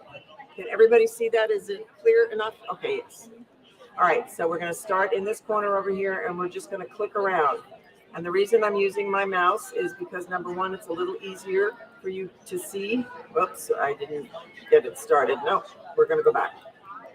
Okay, let me go and do 200% so we can actually see what we're doing. My eyes are old. I can't see anything. Okay, there we go. So we're going to start over here, and we're going to click up and around. Oh, I have to take it off the hand there. Here we go. There we are. It's not even, there we go. Okay, now, are we? Yes, we're cooking now. All right. So I'm going to stitch around here. I'm going to bring it up. Can you see how it's drawing the line? Every time I click, it connects the line. All right, that one I didn't like. I knew if I was going to do this quick, it was going to be not too good. You see how I can arrange that line? Maybe on the pink, you can see it a little bit better. But if I click a short line, I can go around a curve. When I have a straightaway, I can do a really long line. But I'm going to click all around this flower, or the petal rather, I'm sorry. Now, the nice advantage of this too is when I move it down, I can unclick my hand to move, and I can go right back to clicking around the petals.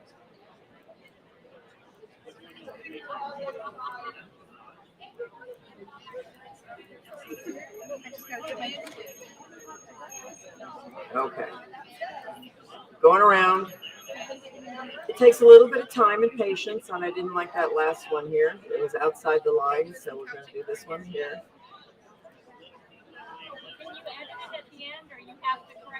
You correct it as you go. The question was, can you edit it at the end? No, you have to correct it as you go. My back button is my favorite tool. Okay, so I'm going to go all the way around. Now, I've already, let's get to this point and let me talk a little bit. All right, right there. I have already, as you can see on the screen, this petal here, this one right here, it already has an outline on it. So I really don't want to duplicate that outline. So what I'm going to do is I'm going to go to my properties and I'm going to ask it to no sew the next part of that line. Okay, so we're going to no sew, touch OK, and now I can draw the lines down here and it will actually not sew those lines.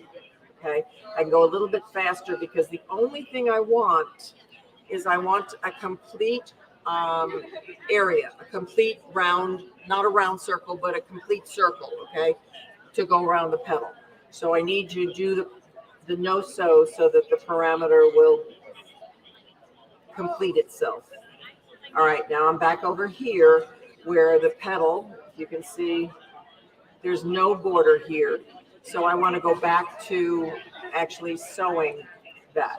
So I'm going to go back to it was my satin stitch, I think. That's the default. It always defaults to satin stitch. And now I'm going to go up around here. Any questions so far?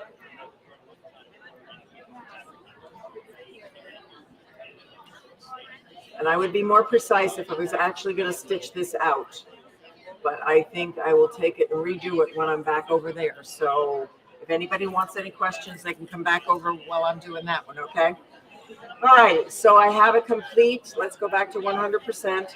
I have a complete circle, I believe. We're going to go look at it and see. And look at that.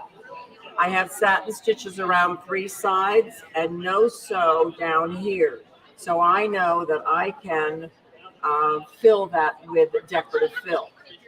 Before I do that, I would like to actually put something in here like I've done in the past with the other ones. You can either go out to your, let's go back to my edit. You can either use the designs that are in here, or you can go out to your USB stick and get a line draw and bring it in.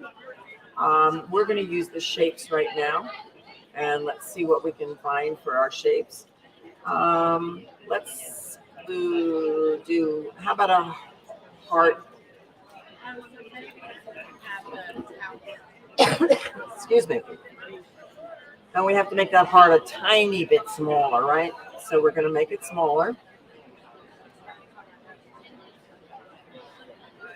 And maybe I want to get a little crazy and put a couple things in here. So let's bring the heart into here. Let's rotate this heart. Okay, we're going to put that one over here. Then we're going to go get another one, a different shape, a different heart. Let's do a regular heart. I'm going to make that size small. Okay. Okay, we'll make this one really tiny, and we'll turn that one and rotate it to, let's see, 95 minutes. Okay, good. All right, so we'll put this one down here. I can rotate it any which way I want. I can duplicate it. So we're going to duplicate, whoops, not that. Nope, nope, nope. We're going to duplicate right here, and then I'll make this one smaller. So you can duplicate, make them different sizes, rotate them, put them all around. Create your own design, all right? Now, let's flip this one. Okay, we'll just put it in here. So now I have, and let's see what it looks like. Excuse me.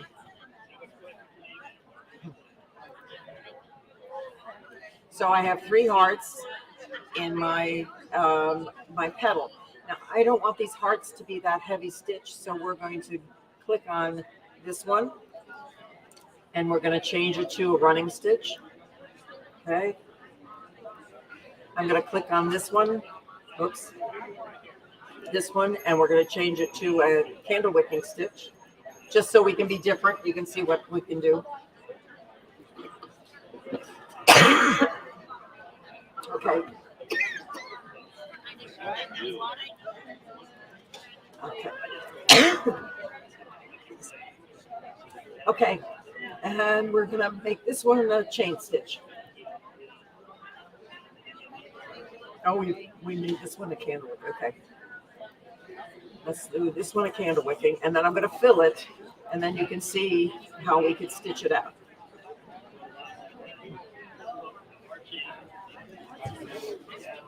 Oh. Thank you, thank you, thank you. Okay, so I'm going to fill it with a decorative fill now. So I'm going to go into my properties, and I'm going to go into the decorative fills, and let's take the basket weave, touch OK, make it a blue basket weave, and we're going to touch right anywhere outside of the hearts that I put in there, or the stars or whatever. Yay! And we're going to fill that area with a bucket. We're going to touch our bucket and fill that area. So there we have our background, our internal, and our decorative fill. So let's look at it and see what we got.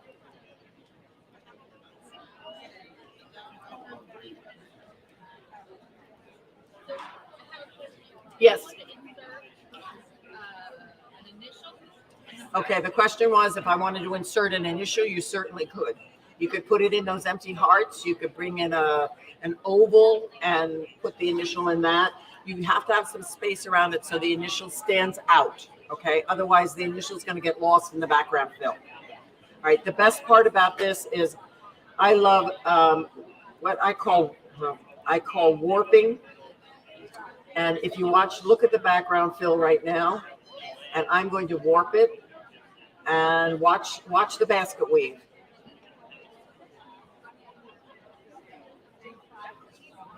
Come on, you can do it, Louie. Oh, silly. Oh, gosh. Okay, because of the point, I'm just outside of that. I'm going to go back here real quick. I got like 2 minutes, I think, maybe. Grab the whole thing and move it down. It may not match, but I'm going to move it down so you can see what happens when it gets warped. Because that's my favorite part. You just wait. It's the best part. Come on. Okay, what happened to the basket weave? It went all wonky, didn't it? Okay, supposing I don't want this outside candle wicking, I'm going to change this to a 3 triple stitch, and there I have it. Come on, there we go.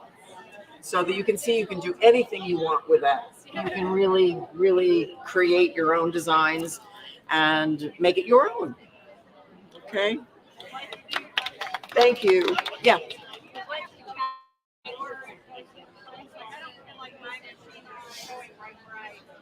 Sometimes it does need calibration, and there are directions on the website, I think, to do a calibration. The other thing is your tech can do it as well when you take it in for service. It's on YouTube, I believe. Just do luminaire calibration for My Design Center.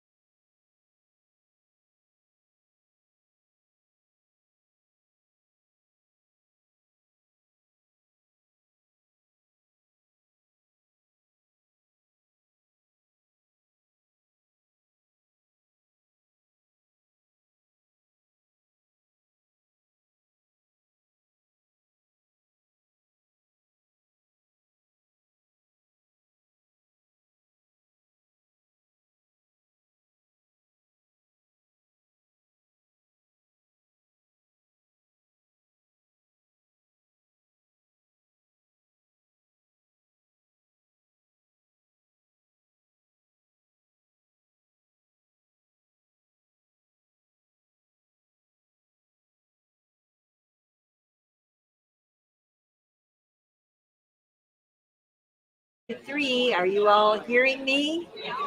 Very good. All right. Whew, so glad to be back and so glad to have all of you back. See your smiling faces. Are you having a good time here at the show?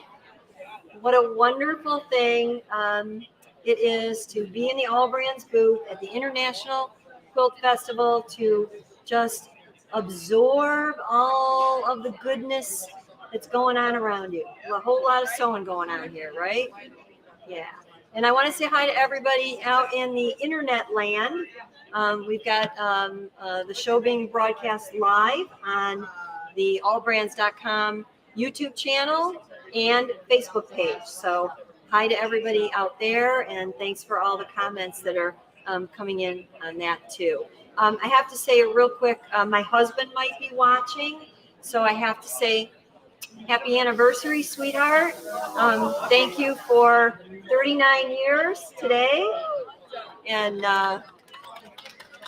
my husband, Ray, is, I couldn't do what I do without him. So I love you, Ray.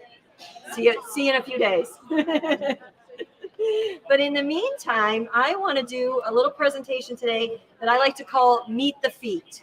So how many of you have gotten, some sort of like box of feet with your machines? And, okay, the book tells you what they are, right? But who looks at the book? You look at the book when you get desperate, right?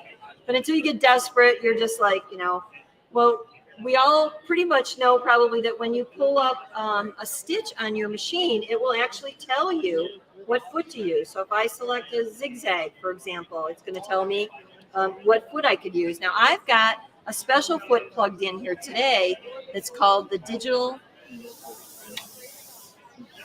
Okay, it's called the digital dual feed foot. And I'm going to talk a little bit about that. But before I do, I want to just go over a few really kind of basic feet. And I want to show you one of the things I love about the way the Brother machines are designed and the engineering that goes into it. Hopefully this is going to work. We've got this beautiful box that comes with the Luminaire. I'm working on the Luminaire 3, which is the Hostess with the Mostest, top of the line. Comes with this whole box of accessories, plus a few more that aren't even like in the box, with space for extra feet. But they think of everything. So look at that. We don't have to worry about losing our feet. If you lose your feet, you're in trouble, right? You don't know what you're going to do. So there's a lot in there. We have feet for overcasting. We have feet for doing a blind hem. We've got feet for doing decorative stitching. In fact, there's a new kit on the block that I'd like to highlight. And that is, let me get into the right spot. Once I find the sweet spot there, that is the new enhanced end foot. Now, if you have a Brother machine that has any amount of stitches whatsoever, in all likelihood, you have the foot known as the N as in nice for decorative stitching. And that foot has a wider side to side so that it can rest on your feed dogs in a solid way, especially when you're doing side motion stitches. This machine has the ability, when we go into decorative stitch mode, that we can actually select stitches that are wider than, no, not with that foot, I'm not going to do it. We'll talk about that in a minute, but wider than what the actual throat plate opening is. So the stitch walks from side to side. We can use that even just for mending. Ooh, is that a bad word? Okay, we don't necessarily want to do much of that. But if we are doing something where we need to sew maybe bag straps on or get into areas that are difficult, that instead of pivoting, we can actually sew sideways if we want to. So with decorative stitches, that foot is designed to also sew sideways.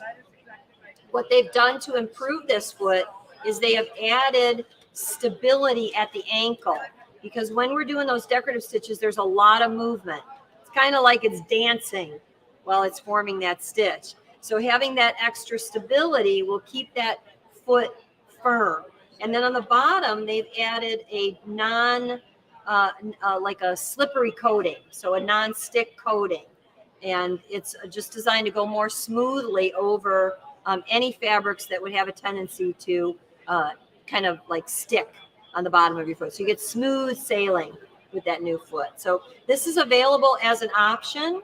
So you can purchase that foot and just snap it right onto your machine. And you definitely want to consider that if you do much in the way of decorative stitching. It's an add-on separate foot. Works for all the Brother machines. All right, so that's one of my new favorites. I want to show you a few samples of some feet that maybe aren't, all right, we won't even bother doing that maybe aren't commonly known to you, and show you a few samples. So we're going to talk in a minute about the digital dual feed foot, but that's an option on certain models. How many of you have a digital dual feed foot option for your machine? Okay. How many of you have used it? Okay. How many of you have extra accessories for it? All right. We're gonna talk about some of those today, but if you have that capability, that's wonderful, because it's a foot that is belt driven, and when we select that foot and we go to when we go to our setting mode on the machine, we can see that we have a whole new menu option here. Oh, my arm's in the way.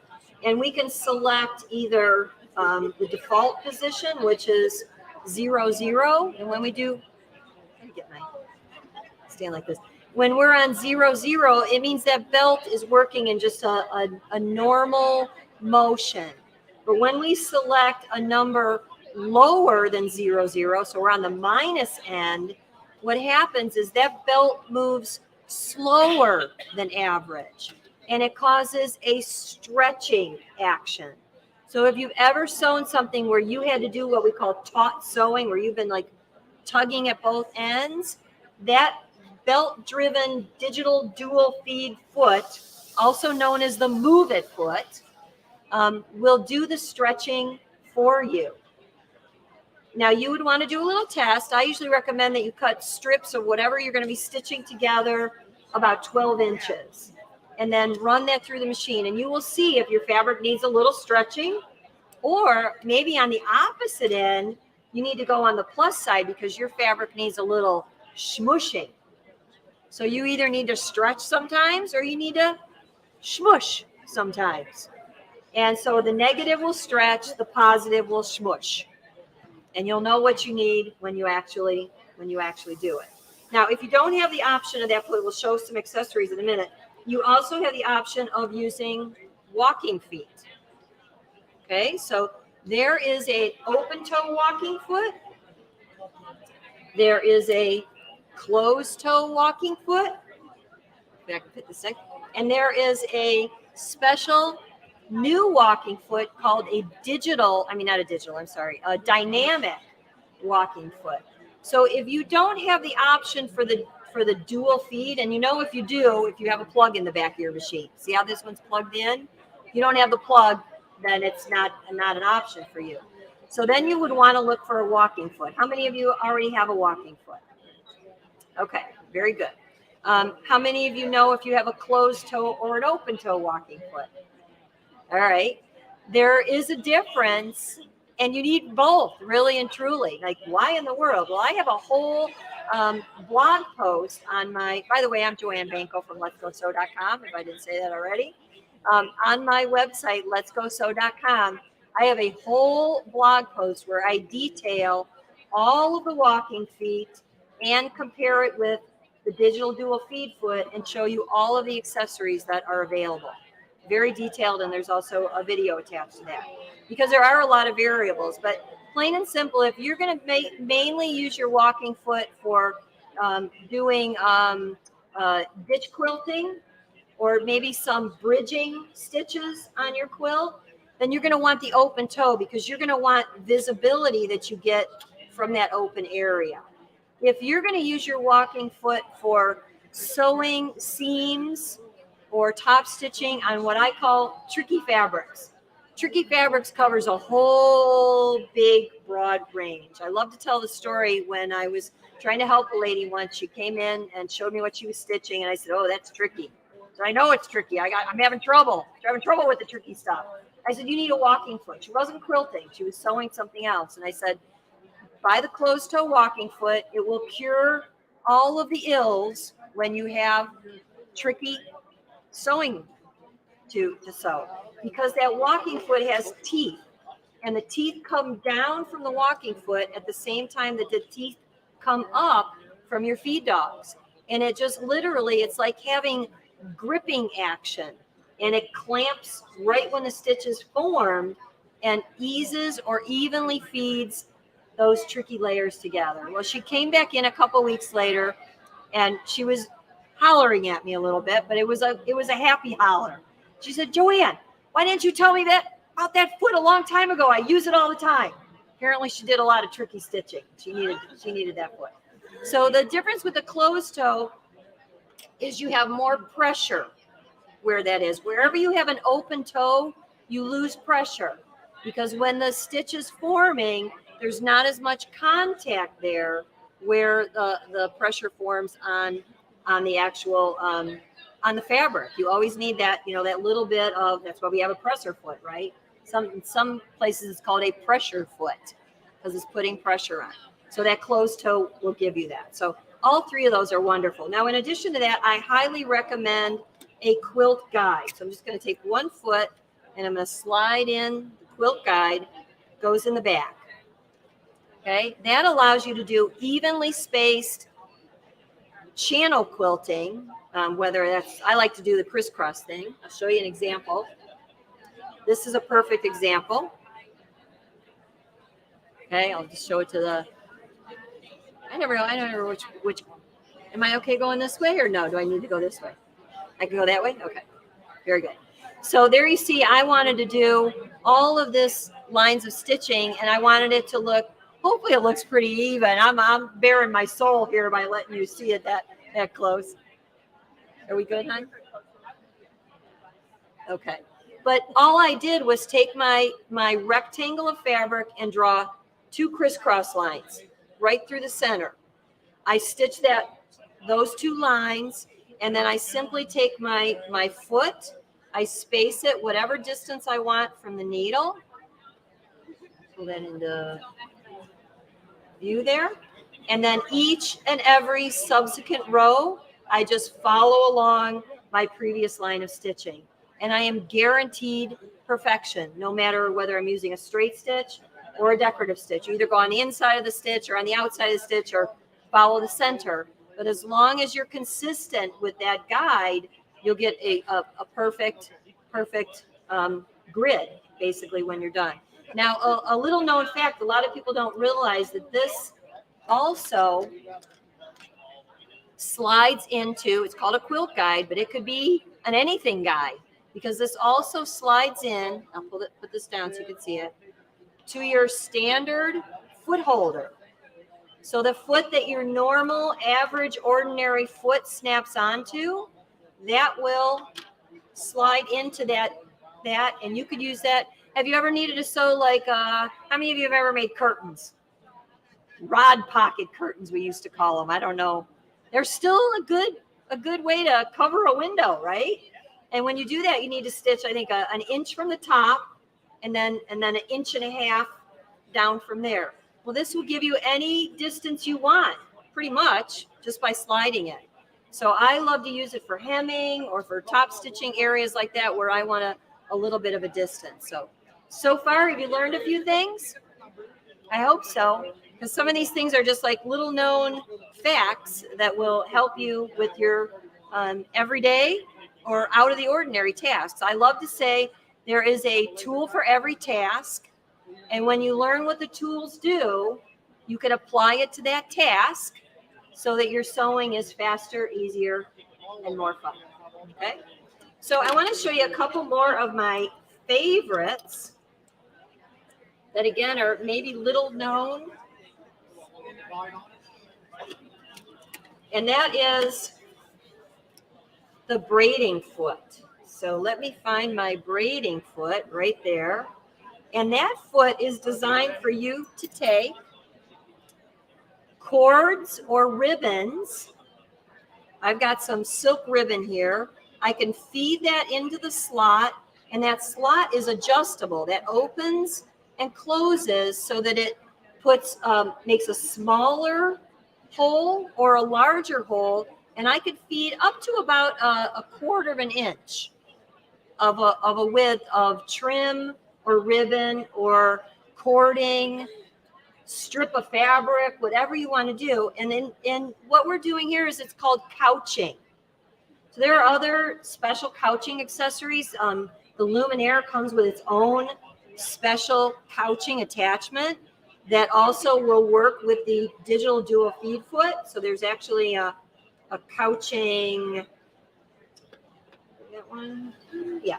There's actually a couching foot for that also has a hole that you can feed it. So you can use that with the digital dual feed foot. But if you don't, again, I like to present all the options because if you have this, I want you to know how to use it. If you don't have it, I want you to know how you can substitute and some of the other ways that you can accomplish either the same thing or something similar. And I want you to know this may be your someday machine, right? If it's not your not now machine, it could be your someday machine. And then you know what you can do. So very, very fun technique. You can use monofilament thread if you want to make your thread disappear on the trim, or you can use contrast colors if you want to make that stand out. So you can have a lot of fun with that. Another one of my favorites, I'll just use this corner so you can see it better on the color, is the adjustable bias binder foot. So this again is adjustable so that I can put different widths of bias binding, or I can actually use this to feed in ribbons that would be wider right through that slot, and I can adjust that. So I can use that for applying something very precise and very accurate. I'll show you just another quick example of when I might use the braiding foot. This is one of my popular pashminas, and that is from my book, Wrapped in Embroidery. Okay, and that shows you how to make 9 machine embroidered wraps and scarves. But aside from the embroidery, there's very many times when what I want to do is tie the color scheme together. So you can see here, I use the braiding foot and silk ribbon, and just simply chose a silk ribbon that matched my pashmina, matched my embroidery thread. And when you create something like this, you now have an expensive look. Very simply, very easily, you have just taken something rather ordinary and turned it into something extraordinary. Okay.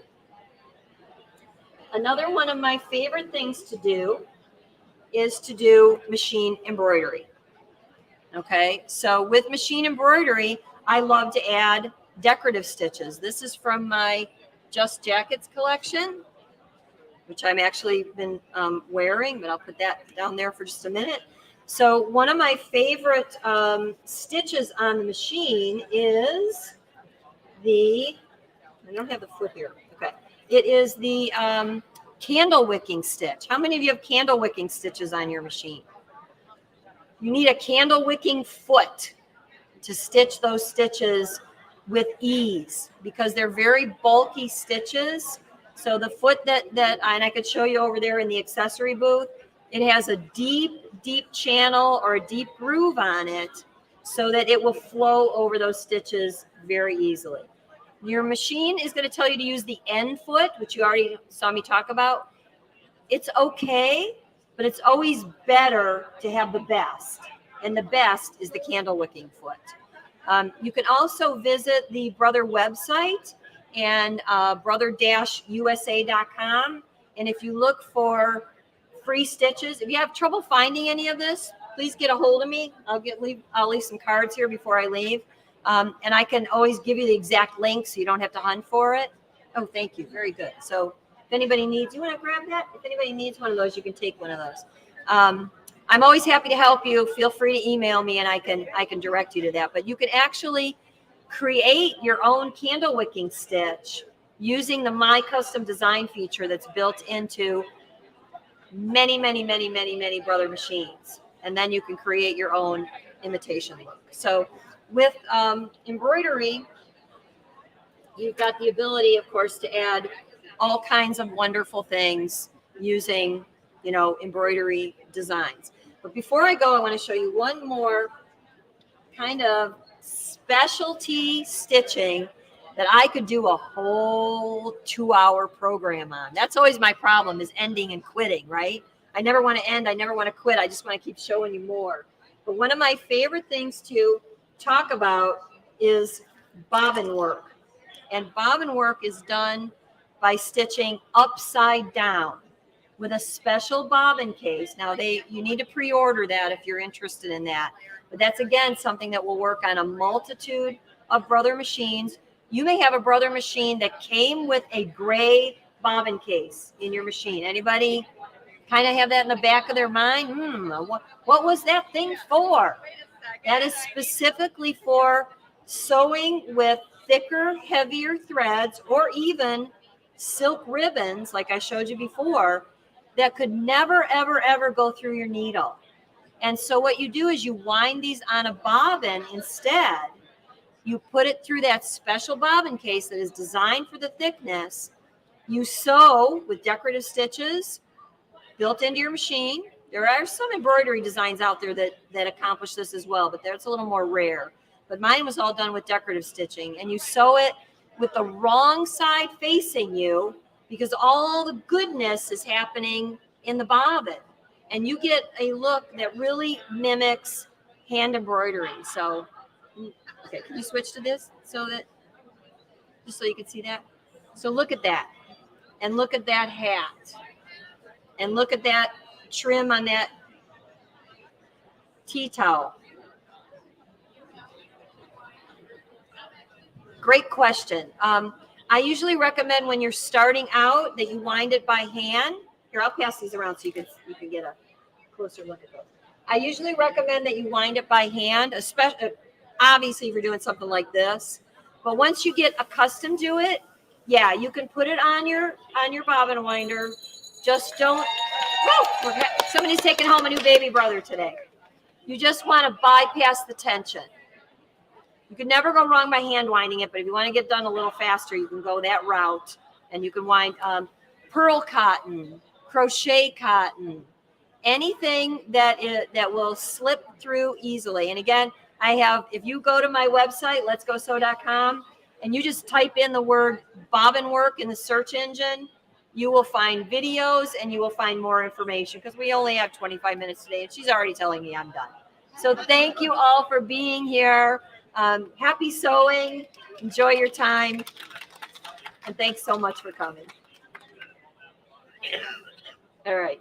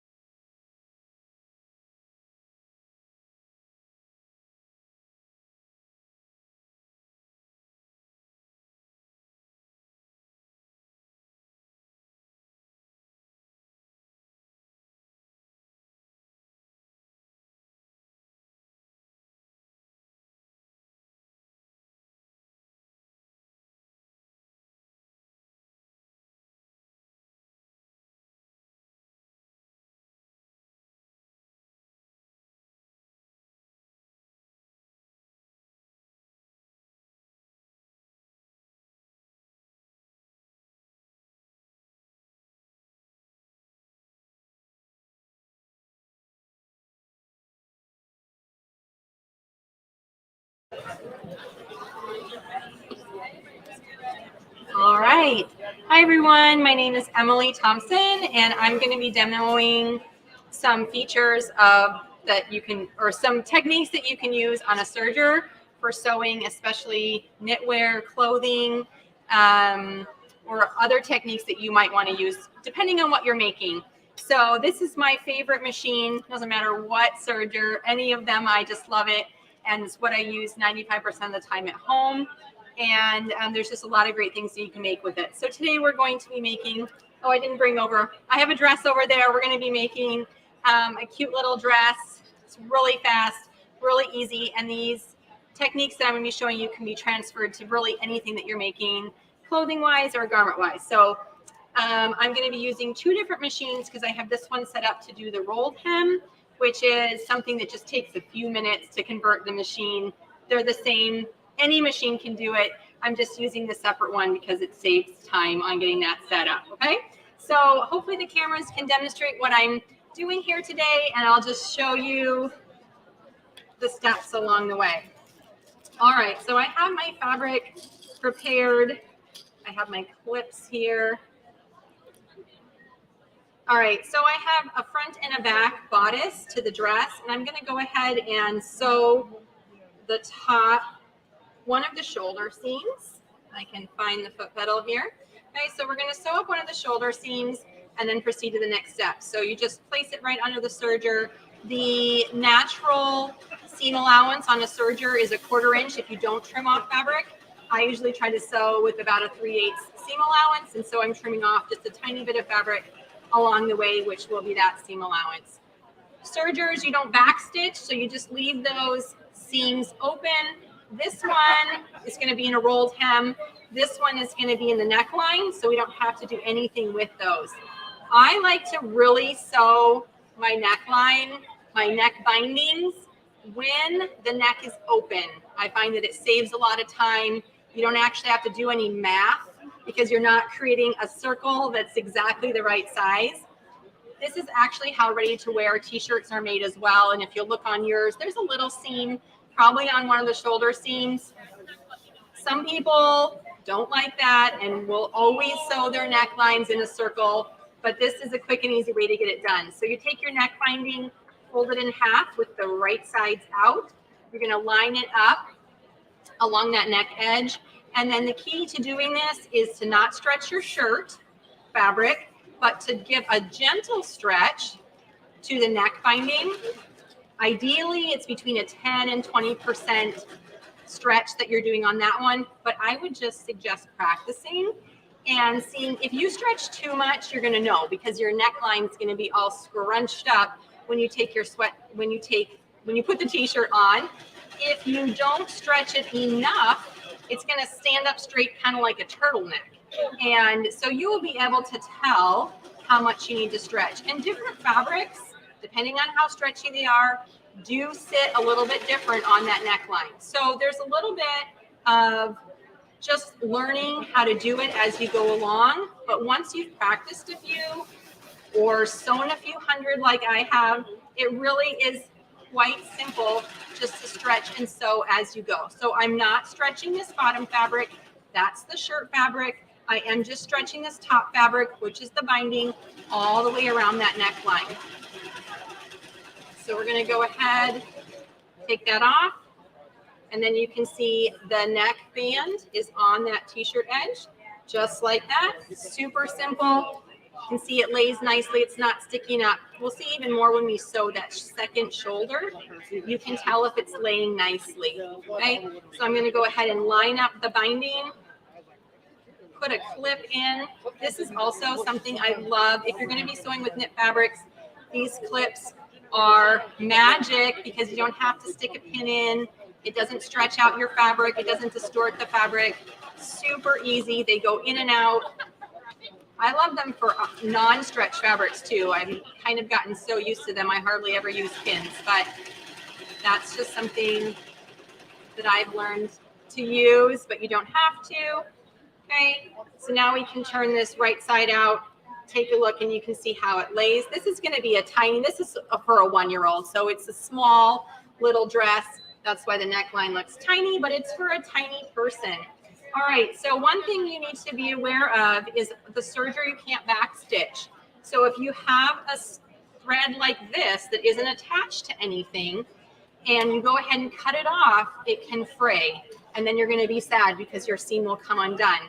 So what I like to use is this darning needle. It's pretty blunt on one side and it has a large eye on the other. And I go ahead and slide that right in my stitch. Okay. And then I put the tail, leave a couple inches, slide it in that hole. And I usually pull it so it's loose. And then at least an inch, I'm gonna slide it into the seam. I like to pull it so that it's laying in there nice and flat. My scissors out here.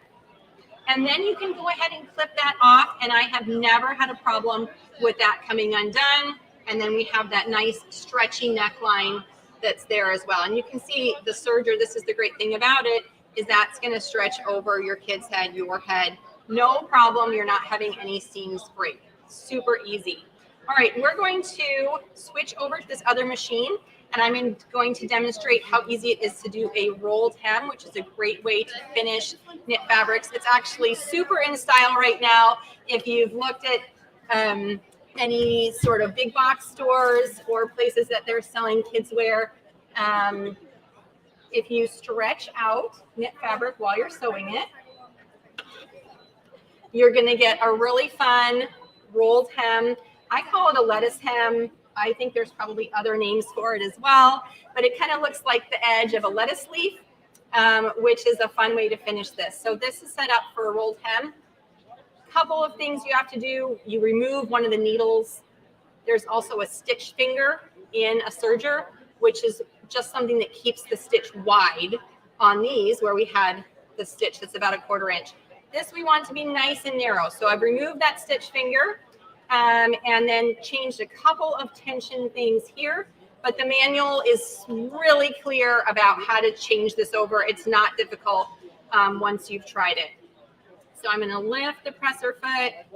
Because the rolled hem is using such a narrow bite of the fabric, and by bite of the fabric, meaning it's only got one needle, you're not taking a big chunk. You wanna make sure you trim off some of that fabric when you're sewing so that you're on the very edge. Now this, to get that lettuce feel, you're actually gonna stretch out the fabric, which goes against probably everything most of you have in you because you've always been taught not to stretch out your fabric. So as I'm sewing, I'm gonna stretch that out, pulling, trimming just a little bit of the fabric off. And this is one where you will see the thread. So you wanna make sure that you've got a color in there that you like. And if you think I would never finish sleeves like this, I wouldn't use this. So you can see how it's got a little, oops, I'm not sure where I am, lettucey hem here. See that? So it's really cute on the edge there. But this is also how you could finish chiffon or tulle or any fancy dress fabric without having to hem it. You just do a rolled hem in coordinating fabrics and it works great for formal wear as well. I will shorten dresses for people and I just run the same thread as the fabric. And it's a great way to do that without the stretching. You're not stretching it out. You're just finishing that edge. All right, let's switch back over to the other machine.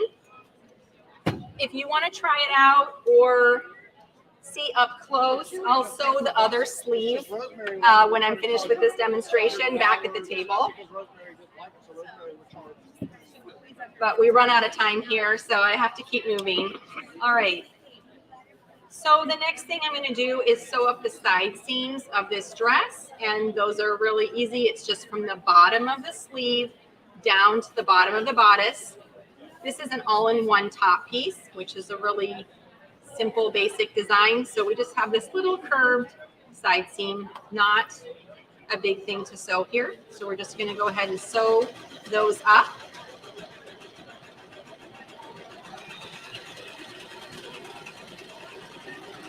Okay, this one on the edge of the sleeve, you are going to want to finish with the darning needle like I did on the neckline because we're not hemming that sleeve. if you were going to turn under a small sleeve hem, then you would go ahead and you wouldn't have to finish the serger edge. You could just go ahead and turn it under and hem it. And then that serger edge or the seam would be finished as well. I'm not worried about these on the bottom because they're going to be caught into the waist where we're adding the skirt. All right, so here's another really fun thing you can do on a serger. You can gather fabric, okay? Perfect gathers every time.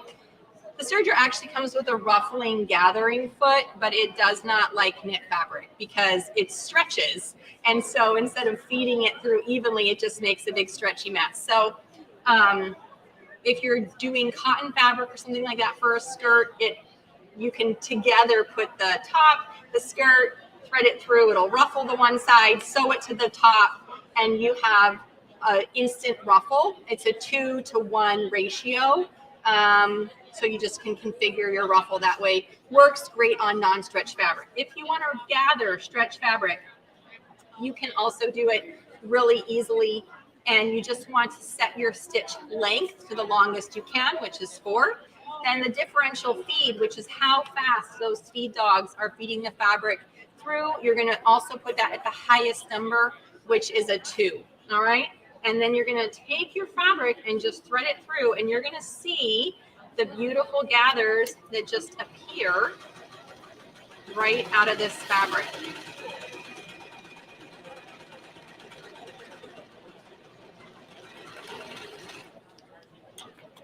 Okay, so you can see here, it just instantly gathered that level and cute.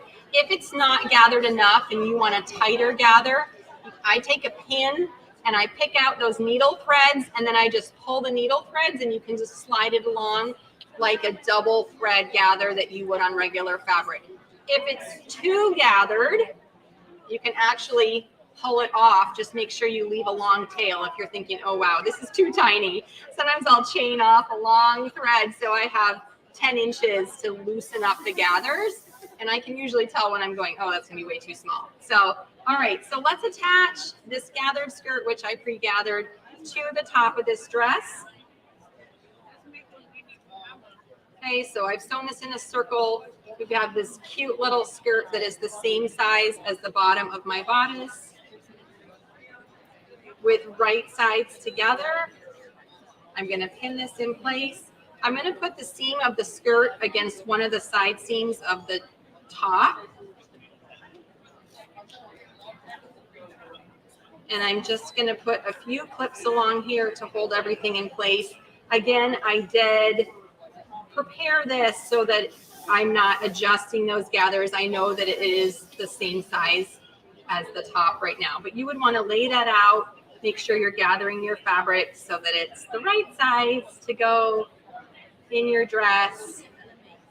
Tuck in all those gathers, and then we're going to stitch it. I like to sew, and I think this is pretty much how we sew, whether it's knit or woven fabric, is we like to sew with the gathers up so that we can make sure the gathers are laying nicely. So I have that gathered edge of the fabric, and I almost did it. You've got to change the settings back. I don't want to gather it again. So turn those dials back. You'd see pretty quickly, it's getting tighter. And then you're going to sew those 2 layers of fabric.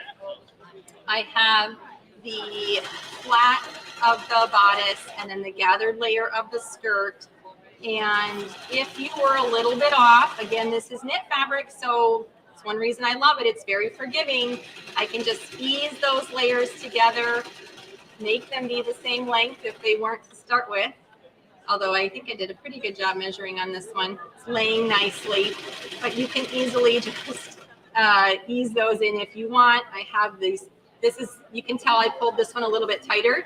These are those needle threads that I pulled out a little bit to tighten up the gathers. So we're just going to sew around. I do like to usually trim a little bit of that gathering thread, which was that serger seam that I sewed earlier. Trim a little bit of it off, because if it's still sewing or showing when I turn this right side out, then I have to pick out, just like a gathering stitch, sometimes you still have to pick out those threads. So if you trim it off while you're sewing, then you don't have to do that later. Up to you. Okay, so we're back around. Now, if you are sewing something in a circle like I am here with the serger, and you overlap about 1 inch on your stitches, you don't have to do anything to finish that seam. There's no back stitching, there's no threading it through with the needle. It is already bound off, and that overlap will keep it. So I can cut it really nice and close, and I don't have to do anything more to the seam. Okay, so then I can go ahead and turn this right side out, and we have a super cute little dress that's pretty much ready to go. Okay, so I would do the same thing on the other sleeve, add that lettuce hem. The bottom, I actually just like to usually leave raw with playwear like this. It's light and airy. You can do a rolled hem, you could do a narrow hem. Just make sure you use a stretch stitch on your sewing machine or use a cover stitch on there. You don't have to pre-finish it. There's no need to serge or finish that edge. This fabric isn't going to fray. And it actually, this kind of fabric doesn't even really roll. So if you'll see, I have a pink or a green dress version back there of the same thing. And it's probably already been worn 20 times by my daughter because she loves it. It's super soft. You can tell the bottom edge looks just the same as this one that's brand new. So if you want to come check out, see how the fabric wears without a hem, it really is pretty easy to do. You can also top stitch your neckline if you want to add a little detail around there. You can use a zigzag, you can use a twin needle on your regular sewing machine, or a cover stitch to add that top stitching around the neckline. Those are some things that sometimes I would do, but not using the serger. But you can pretty much construct a lot of the basic lines of garments, especially with knit fabric, just using the serger. Are there any questions? Yeah. Different feet? Yes. So like I said, there's a gathering foot that would come with it that is great for woven fabrics, your regular cotton fabrics, not so much for knit fabrics. Usually there's a blind hem foot, and then there's sometimes like a piping blind hem. It usually comes with 2 or 3 different feet, yeah, that you can use it for. Yeah.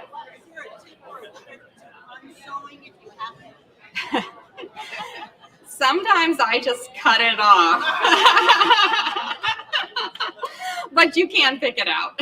So I will just usually try to get it started and then just cut through both the needle threads with your seam ripper at the same time, pick it out.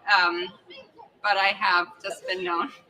It can be a slightly smaller t-shirt, it's okay. Thank you very much. I'll be doing this again tomorrow. I'll be back by the sergers if you have any questions along the way. Thank you.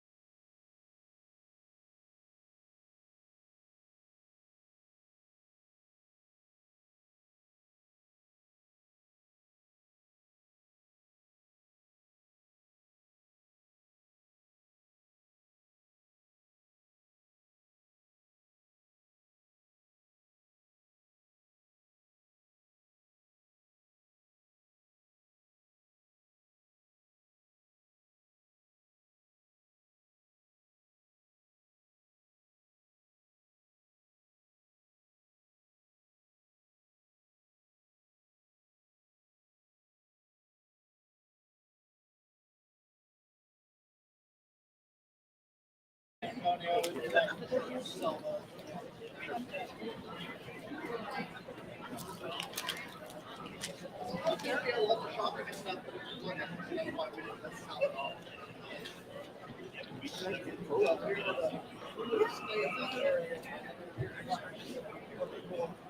you ready?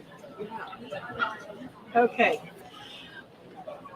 Well, welcome back. If you were here yesterday, I gave away a lot of stuff, and it appears that you're all going to be winners today, unless we get some joiners here. So don't talk too loud, okay? Okay, I won't talk too loud then. So I'm Donnell McAdams. I'm with So Steady. I'm one of their accredited teachers, and we are excited to be in the AllBrands booth right down here on my left, your right. And I wanted to show you this in case you haven't seen it yet.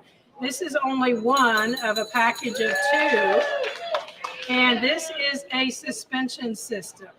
Now, when I have it in the booth, I have it hooked onto my So Steady table, but you can hook it on like this. And you can see I've got a lot of space to unwind yet if I need it to be higher.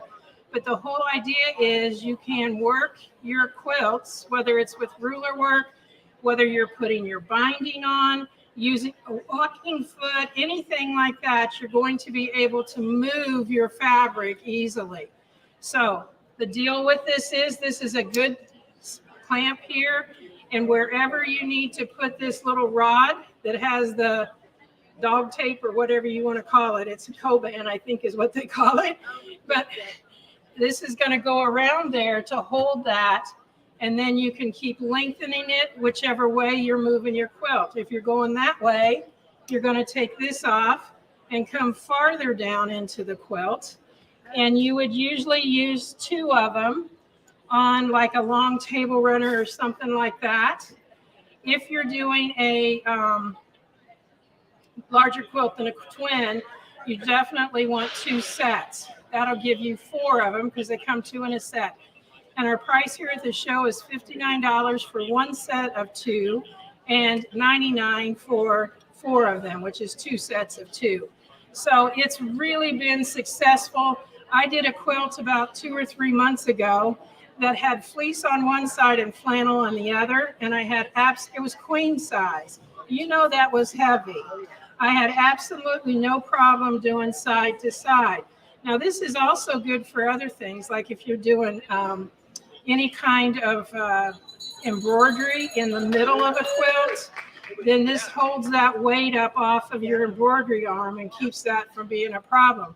And so I just want to bring your attention to it so you can stop down and actually see it on the table.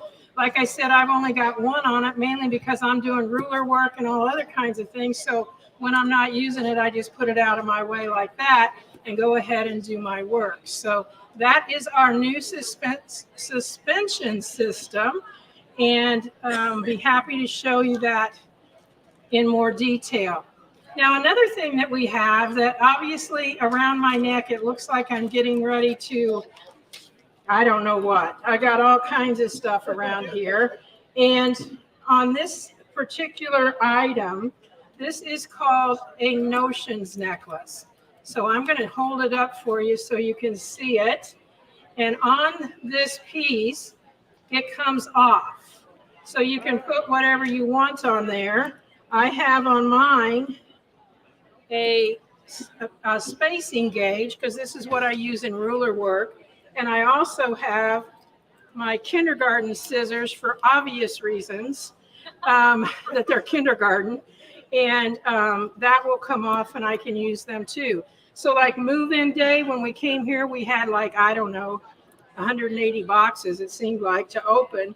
I actually had my little box cutter on one of these that I could just take off and use very easily. So that is a notions necklace. So we didn't hand out numbers or anything, so I'm going to give it away in a different way. Who's come the farthest to Quilt Market? Anybody yet farther than Charleston?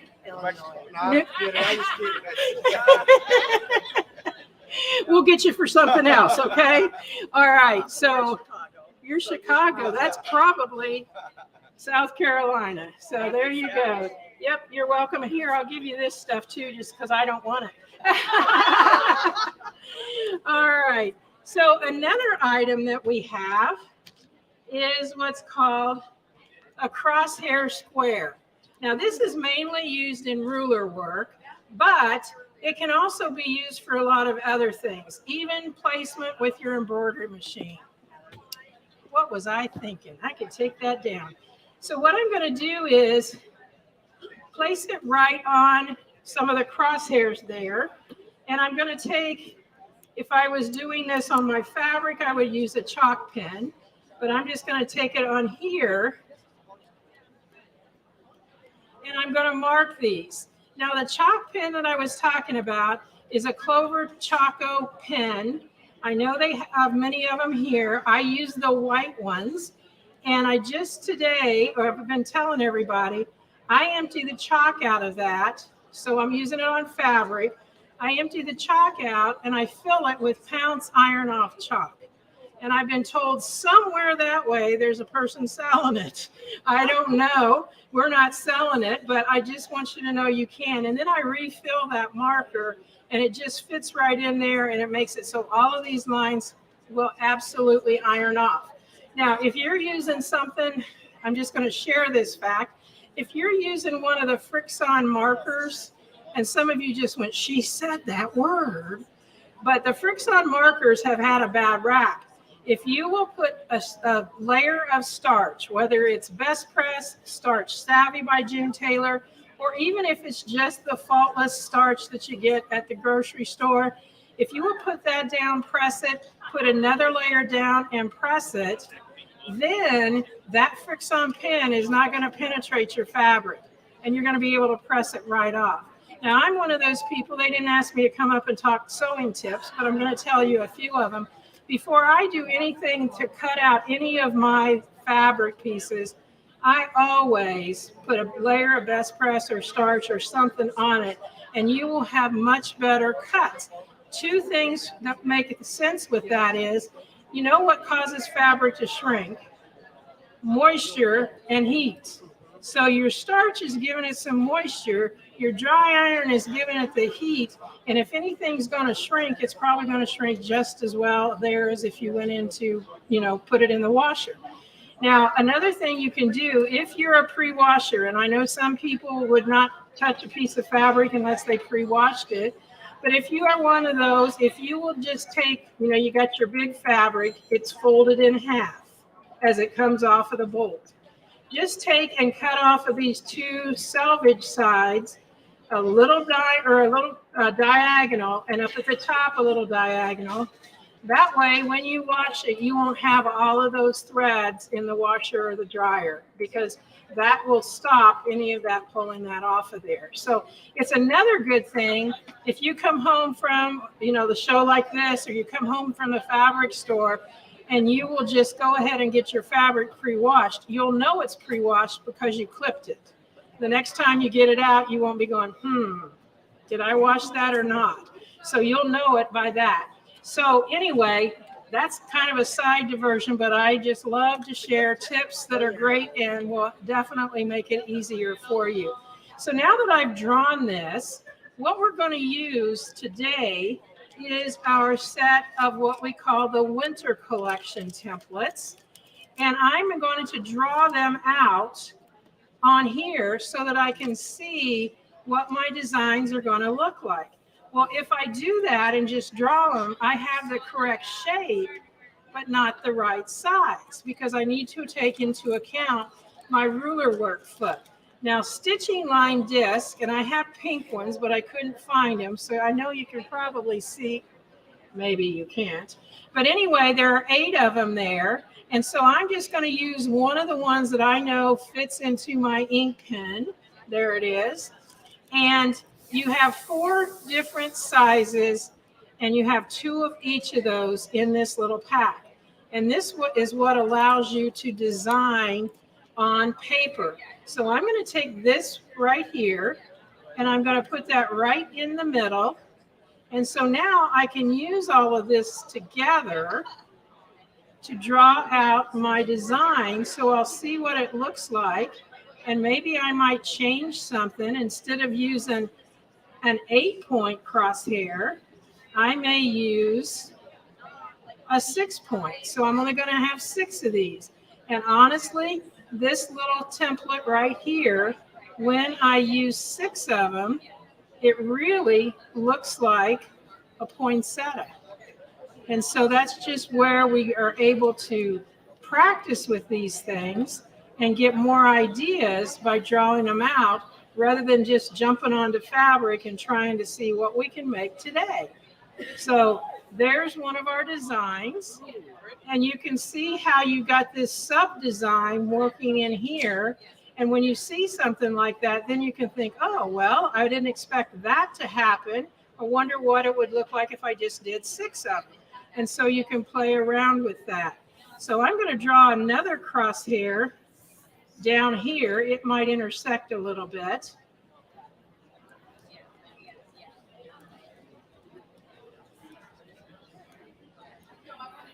And when I'm using this with my chalk marker, rather than it fitting in that little circle, I just take this and connect these lines so that then I have that crossing like that. So let's show you one that is really cool that is in this set. And it's called Wreath 18. And so you can see that it's kind of a funny little shape right here. Maybe if I do that, there you can see it probably better. And so what we're going to do with it is we're going to start right there in the center. And I didn't bring my thumbtack. Oh, yes, I did. This is one that rotates on a thumbtack.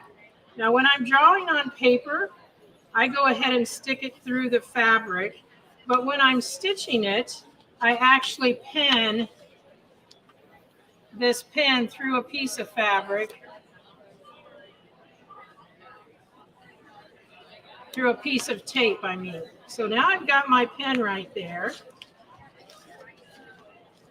And this particular template with that little hole right there in the middle. So I'm going to start here and come to here and back up and move over.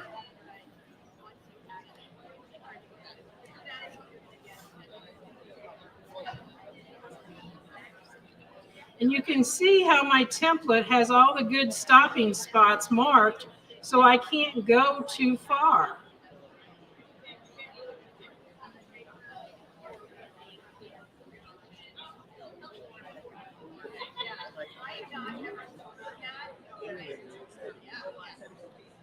So your grandkids catch you and they say, Grandma's playing games.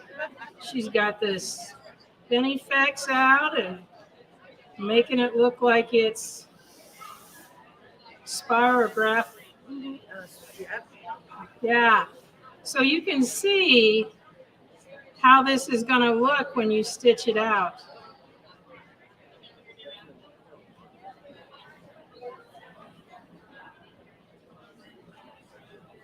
And then I can come back, since I didn't match it exactly, I can come back and stitch just that little part. But you get that wreath effect.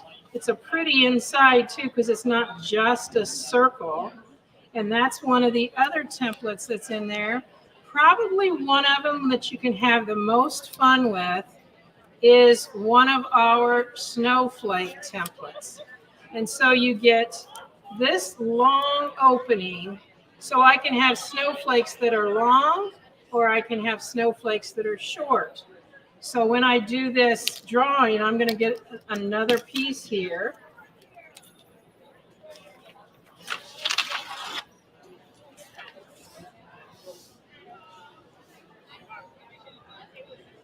And I'm going to take my crosshair again. And if your lines are not long enough, it's pretty easy to extend them. So all you have to do is take it and go out. I should be good with this. And we have gates. And so I'm just going to put this gate in here. And the first ones around are going to be the shorter ones. So I'm just going to take that gate and tape it in place. Got it upside down. This is actually like a little puzzle piece there.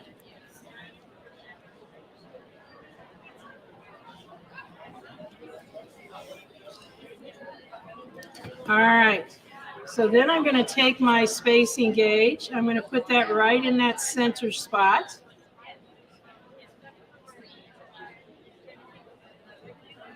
Whoa, I got too close to the wrong side. And then I'm going to skip one.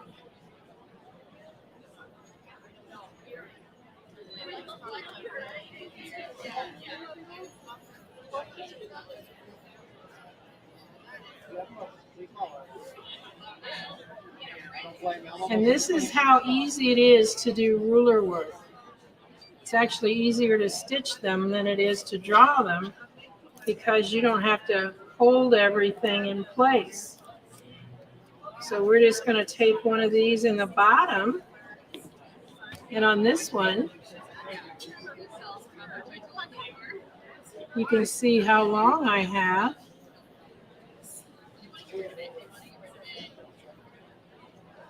And some of you are wondering, what in the world is she doing? That's even out of balance. Well, I got more things up my sleeve here.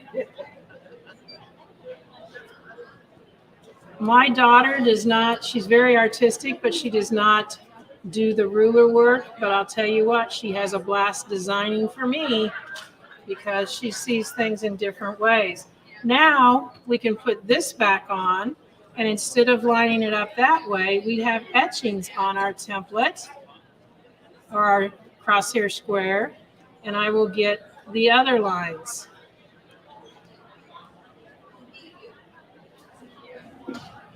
So then I can get one of these spaces in between and make another size. So I'm going to get my crosshair center here.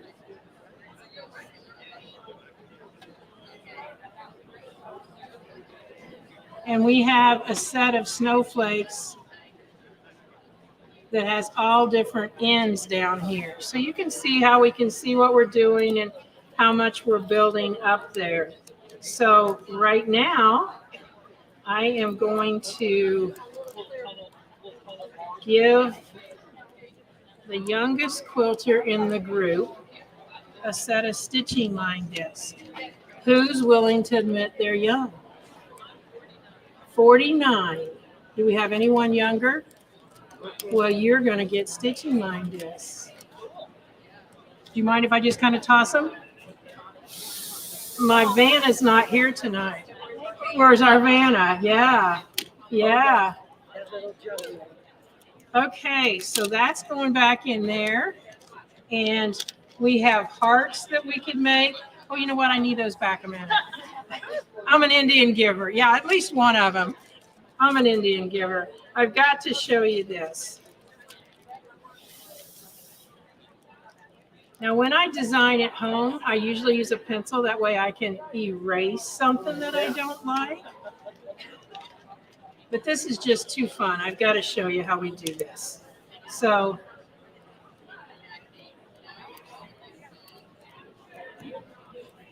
I had a lady once tell me she didn't need this. She would just do those lines herself. I'm like, go for it. Just go for it. Okay, so I need that thumbtack again. And I'm just simply going to turn this over.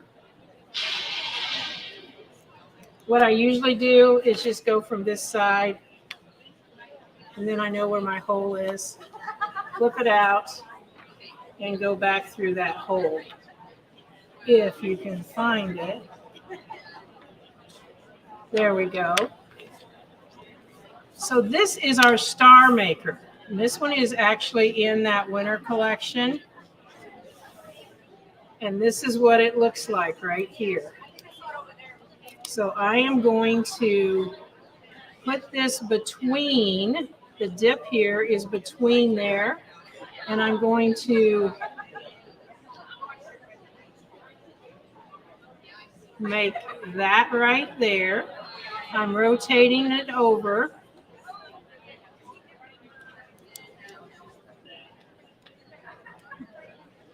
And that's why I usually use a pencil.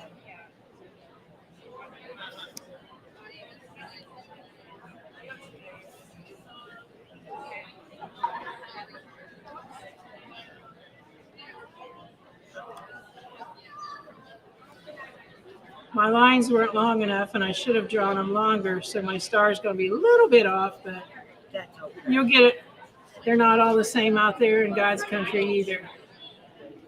But you can see how you can draw stars.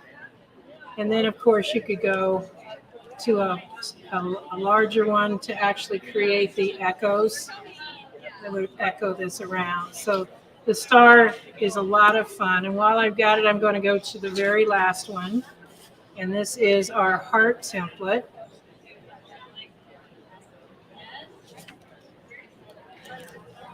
I should have started at the bottom, so all I'm going to do this time is move it up here and come back down.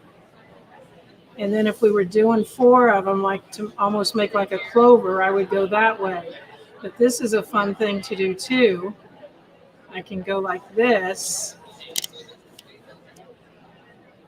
flip it over, and I'm making a border with this fun little swirl at the bottom.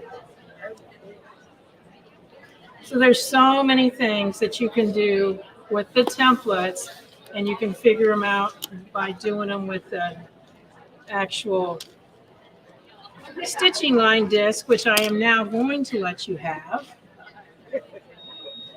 And yeah.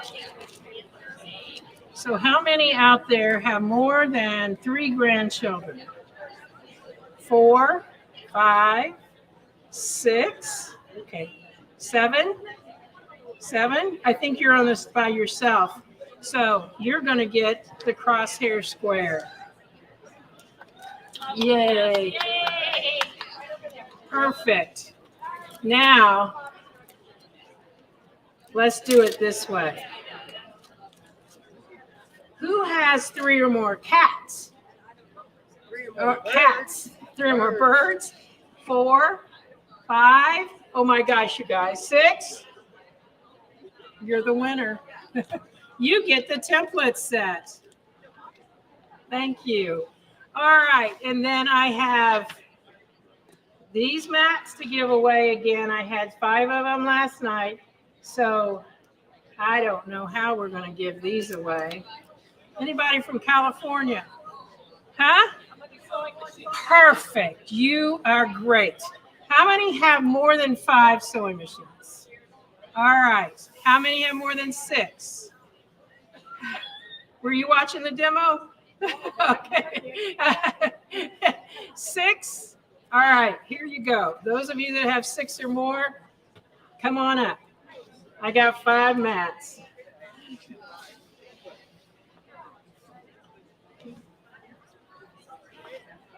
So tomorrow night at 5 again, if you're here, I'm going to be back with more what we call win-win-win. So we will have... Max, they asked if we have more than 6 sewing machines? Yeah. Oh, I got more than 6. I got 10. Were you watching the demo? All right, then you'll have to come down to our booth, and I'll give you one. So thank you all for coming up, and we'll see you at the booth either today or tomorrow. All right, thank you.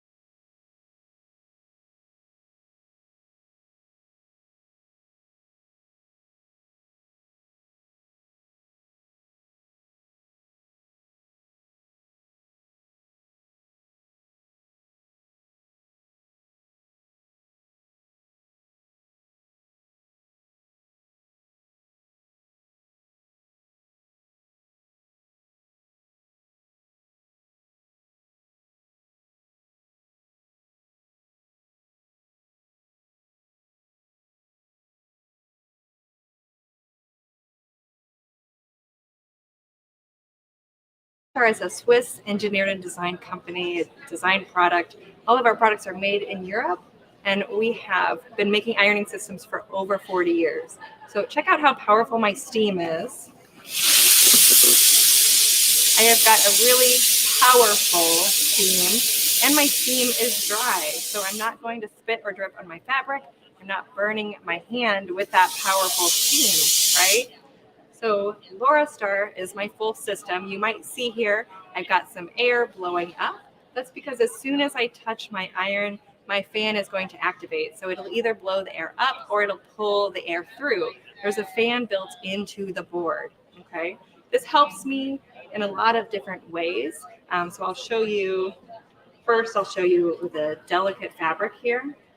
So if I have a silk shirt and I pick up the handle of my LauraStar iron, look at that. I've got a cushion of air that's created immediately. I don't have to turn that on or off. So that powerful steam that I have, I can simply hover this over my silk shirt. It is a really powerful steam, and those wrinkles are gone in just an instant. And I haven't had to press or touch the fabric with my iron. What do you think? Does the sleeve look kind of like a disaster? Okay. I'm going to show you the secret of the LauraStar really powerful dry steam, because I can simply blow that steam through my sleeve. I always love that reaction. That is so great. Thank you. But look at that. So those wrinkles in that silk shirt are totally removed because my steam is so powerful to really remove those wrinkles. Okay. I know we're at a quilt show, but do any of you iron clothes at home? You might if you had this ironing system. I'm going to show you some quilting techniques here in a minute, but I've got the stage for a little while, so I can spend some time here. Do you iron the button area? Do you have to go kind of in between the buttons? Whew, yeah, I know. I don't have to do that anymore, because if I put my buttons face down, I can change the direction of my fan so that now my fan is pulling the air through my board and it's holding my shirt in place. So again, this is a silk shirt, but I can iron this. I can iron right over the back of the buttons. And look at that. It's perfect. So I know my shirt's not perfect yet, but I've shown you how to do the back, how to do the sleeves and the button area. So really quickly, I could have a shirt totally pressed or totally wrinkle-free, but my steam is also hygienic, okay? So I have a hygienic steam. It's gonna kill 99.9% of bacteria, germs, dust mites, bed bugs, odor-causing bacteria. So I can refresh my garments in between wearing them, so I can prolong trips to the dry cleaner, or I don't have to throw it in the laundry and that harsh washer over and over, because my steam is going to refresh my garments. Okay, so this was pretty impressive that I can get wrinkles out of a lightweight silk garment. But what about cotton, right? Because cotton is a really absorbent fabric. So it's the fabric that's going to hold the moisture a little bit longer. And when you iron or steam that, right, the wrinkles kind of just come right back. But even with a cotton shirt, right, I can change the direction back to blowing this up, and I've got this nice cushion of steam. So here I can really press and steam the back of my cotton garment, right? And I've kind of over-exaggerated that. I've used a lot of steam, but my cotton shirt that's normally really absorbent and traps all that moisture, it's totally dry. Okay, because my steam is really dry and that fan is helping me not trap all that moisture in my shirt. So again, I can cut through my ironing a lot faster. And again, I'm a quilter. I don't really do a lot of ironing with my clothes at home. And on that silk blouse, we don't want that crease in our sleeve, right? We want to see a totally wrinkle-free or crisp, no crisp seams in there. So blowing the air through the sleeve is great to get those wrinkles out. But on a sleeve like this, sometimes I do want that really crisp press. So again, I can change the direction of my fan and I can iron that cotton sleeve. And this crisp press is so stiff that I can stand my shirt up like that, right? I've got a really crisp press where I need it for those cotton shirts as well. So LauraStar ironing systems are really great for pressing and ironing your clothing, but who's here to see how I can use this for quilting, right? Okay, so let's show you that stuff, because behind me I've got quite a few things.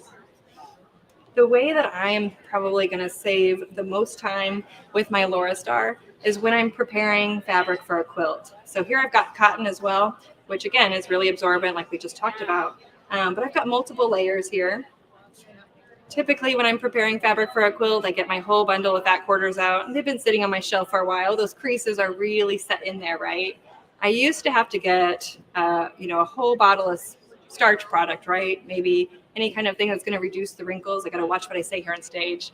But I used to have to soak my fabric one layer at a time, take the heat of my iron and remove those wrinkles, right? And then I have to clear an area in my sewing studio to let that fabric dry because it's usually still pretty wet. But again, because I have my really powerful steam, I've got multiple layers here and that fan is pulling the air through my fabric.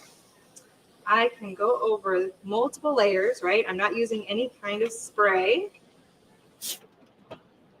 That's pretty wrinkle free, right? Even with multiple layers here, I can get wrinkles removed throughout. But again, because my fan is pulling that air through my fabric is dry. So my fabric is ready to use. I'm ready to cut it, ready to take it to the cutting table, and ready to start my quilt, okay? So I'm saving a lot of time with that. Let's see, I think I might have a fat quarter here to really show you, okay? So we're used to seeing this all the time. Do you have a question?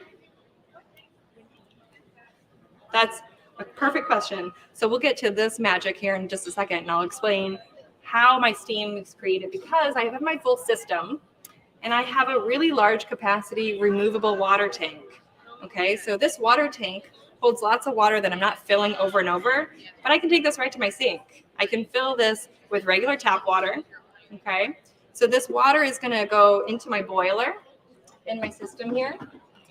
So it's going to go into my boiler. It's going to heat to a really hot temperature and create a really fine steam. So that fine steam already is going to travel up through my hose, and it's actually heated a second time as it exits my iron. Okay, so the steam just comes from water, but because it's heated twice, the particle of steam is really fine. It's twice heated. So it's much more like a gas than it is a steam.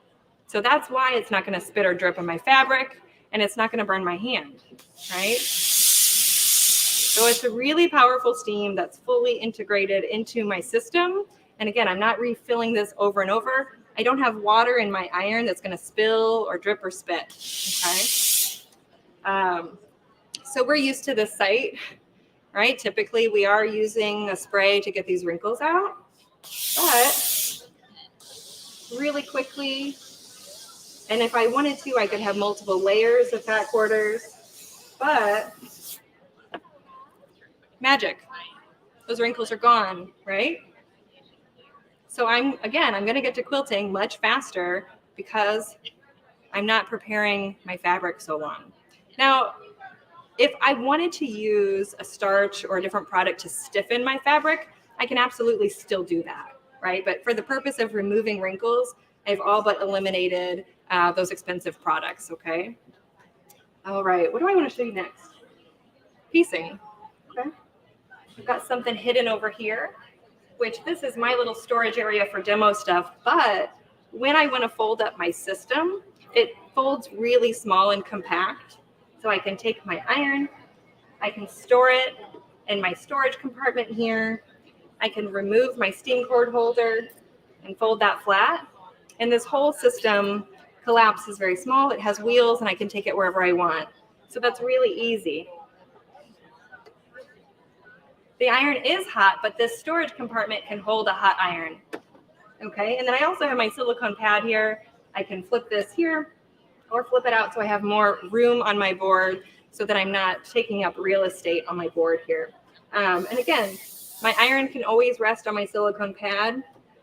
It's 2.2 pounds, so it's the perfect weight to really do all the work for me. So it glides seamlessly on my board. I'm never putting pressure or weight on my iron because it really is an ideal weight to do all of that hard work for me, okay? I do have steam controls on the right and left hand side, and I can also adjust this so I can stand on either side of the board, whether I'm right or left-handed, okay? But piecing, right? Sometimes when we use steam with piecing, we could shrink or distort our blocks. And we don't want that, right? But because my steam is really dry and fine, I'm not gonna shrink or distort my fabric, right? So I get a really flat press, really fast. So if I have a whole stack of quilt blocks and I'm trying to press my seams open or press them to the dark side, typically I would have to grab one piece, press my seam open, and I'd flip over every single block in my stack, right? But because I have a fan built into my board that's pulling the air through, my seam is pressed and set all at the same time.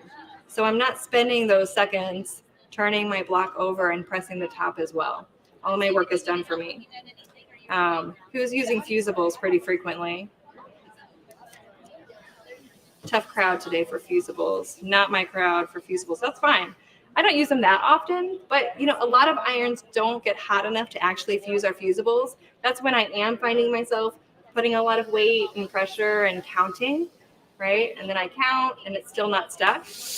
But in just 1 second, that Laura Star fuses my fusible solid, okay? So this is my steam seam. Maybe I have a fusible woven or a poly mesh or gentle touch backing, a Pellon interfacing.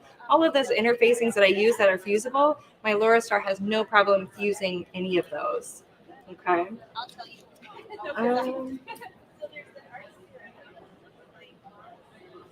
If you come to the Laura Star booth, which is just to the stage here, and you ask for a special freebie, we might be able to get you something exciting because we've got some tote bags over here and they come pretty wrinkly, and I'm not worried about that because with my Laura Star, even through that 2 layers, those wrinkles are gone. That was really fast, right?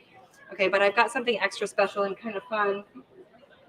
I've got these really cool Laura Star patches, okay? So you can deck out your bag any way you want. I'm going to put my Laura Star patch right here kind of vertically. How long do you think it's going to take this really heavy duty patch to fuse on this bag? Pretty quick. So with just a couple passes here,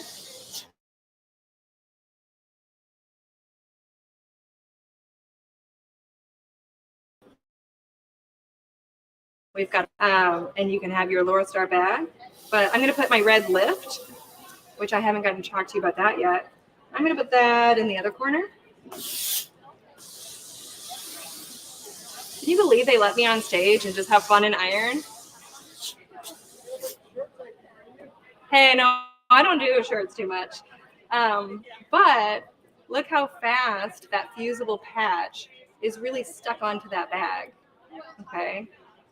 Usually when this bag goes out in the world, those patches just come right off in an instant. So this is really fun. So again, this is my full system from Laura Star. It's my Smart U. It's my top of the line system. It has my fan built in, a large capacity water tank, and some other features that I haven't got to show you. But I want to also show you my lift, okay? So I have the same powerful steam, just the same powerful steam that I have here, the twice heated dry steam. I have that in my lift as well. So maybe you already have an ironing board you love. Maybe you want something portable to kill germs around your home, or maybe next to your long arm so you can get the wrinkles out of your wrinkly quilt backing as you're loading your frame. The lift is a great companion as well. I've got this one at home and I've got this one, right? There are uses to have both. But the Laura Star lift is a great entryway into our powerful steam.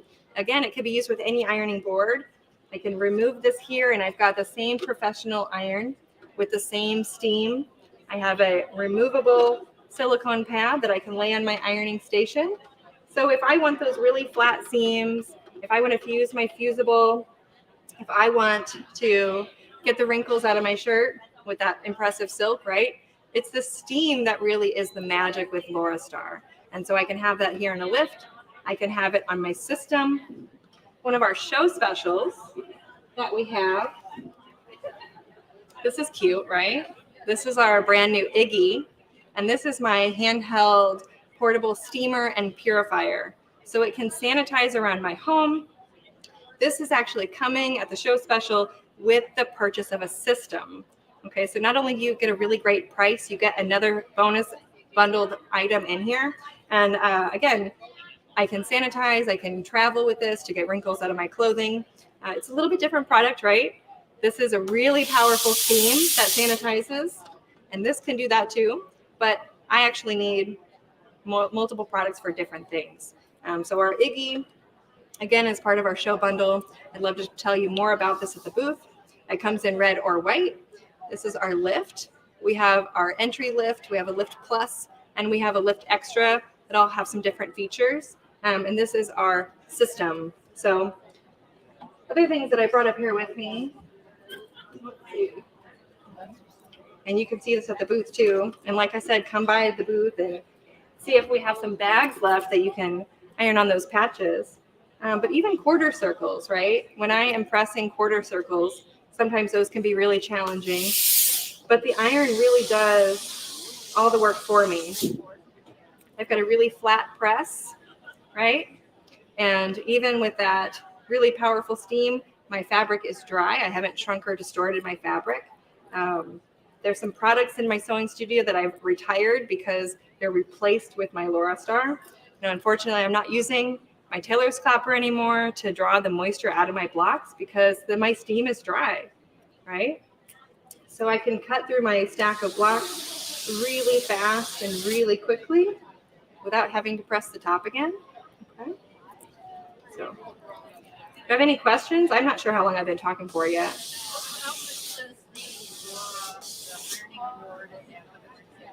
Can I tell them pricing on my show? Should they come to the booth?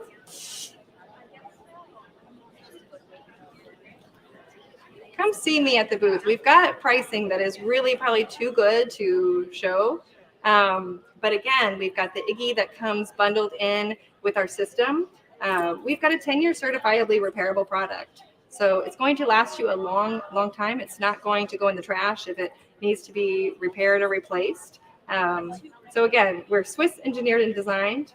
And again, our booth is just right next door, and Kristen is still over there, so she can answer those questions as well, because we have been having a really exciting time here at Houston Festival, getting people introduced to the Laura Star Dry Microfine Steam, and just showing them how exciting this could be for their quilting, embroidery, and their sewing. So, all right. Do you have any questions for me? All right, wonderful.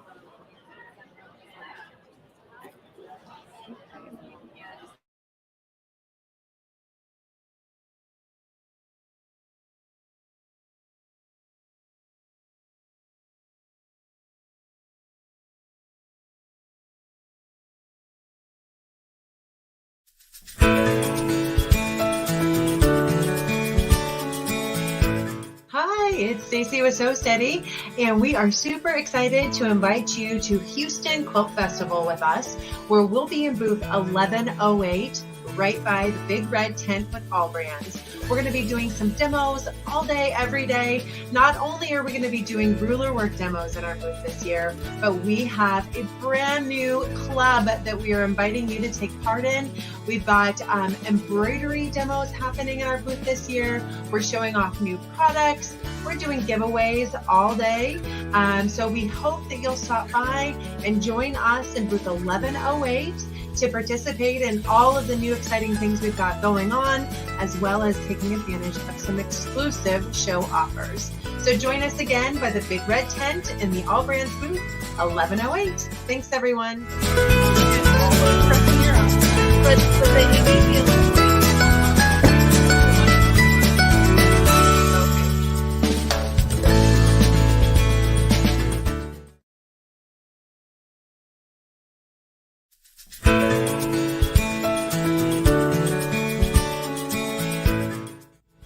Hey everybody, Barbara from AllBrands here, and I'm so excited that we're going to be at the 2022 Houston International Quilt Festival.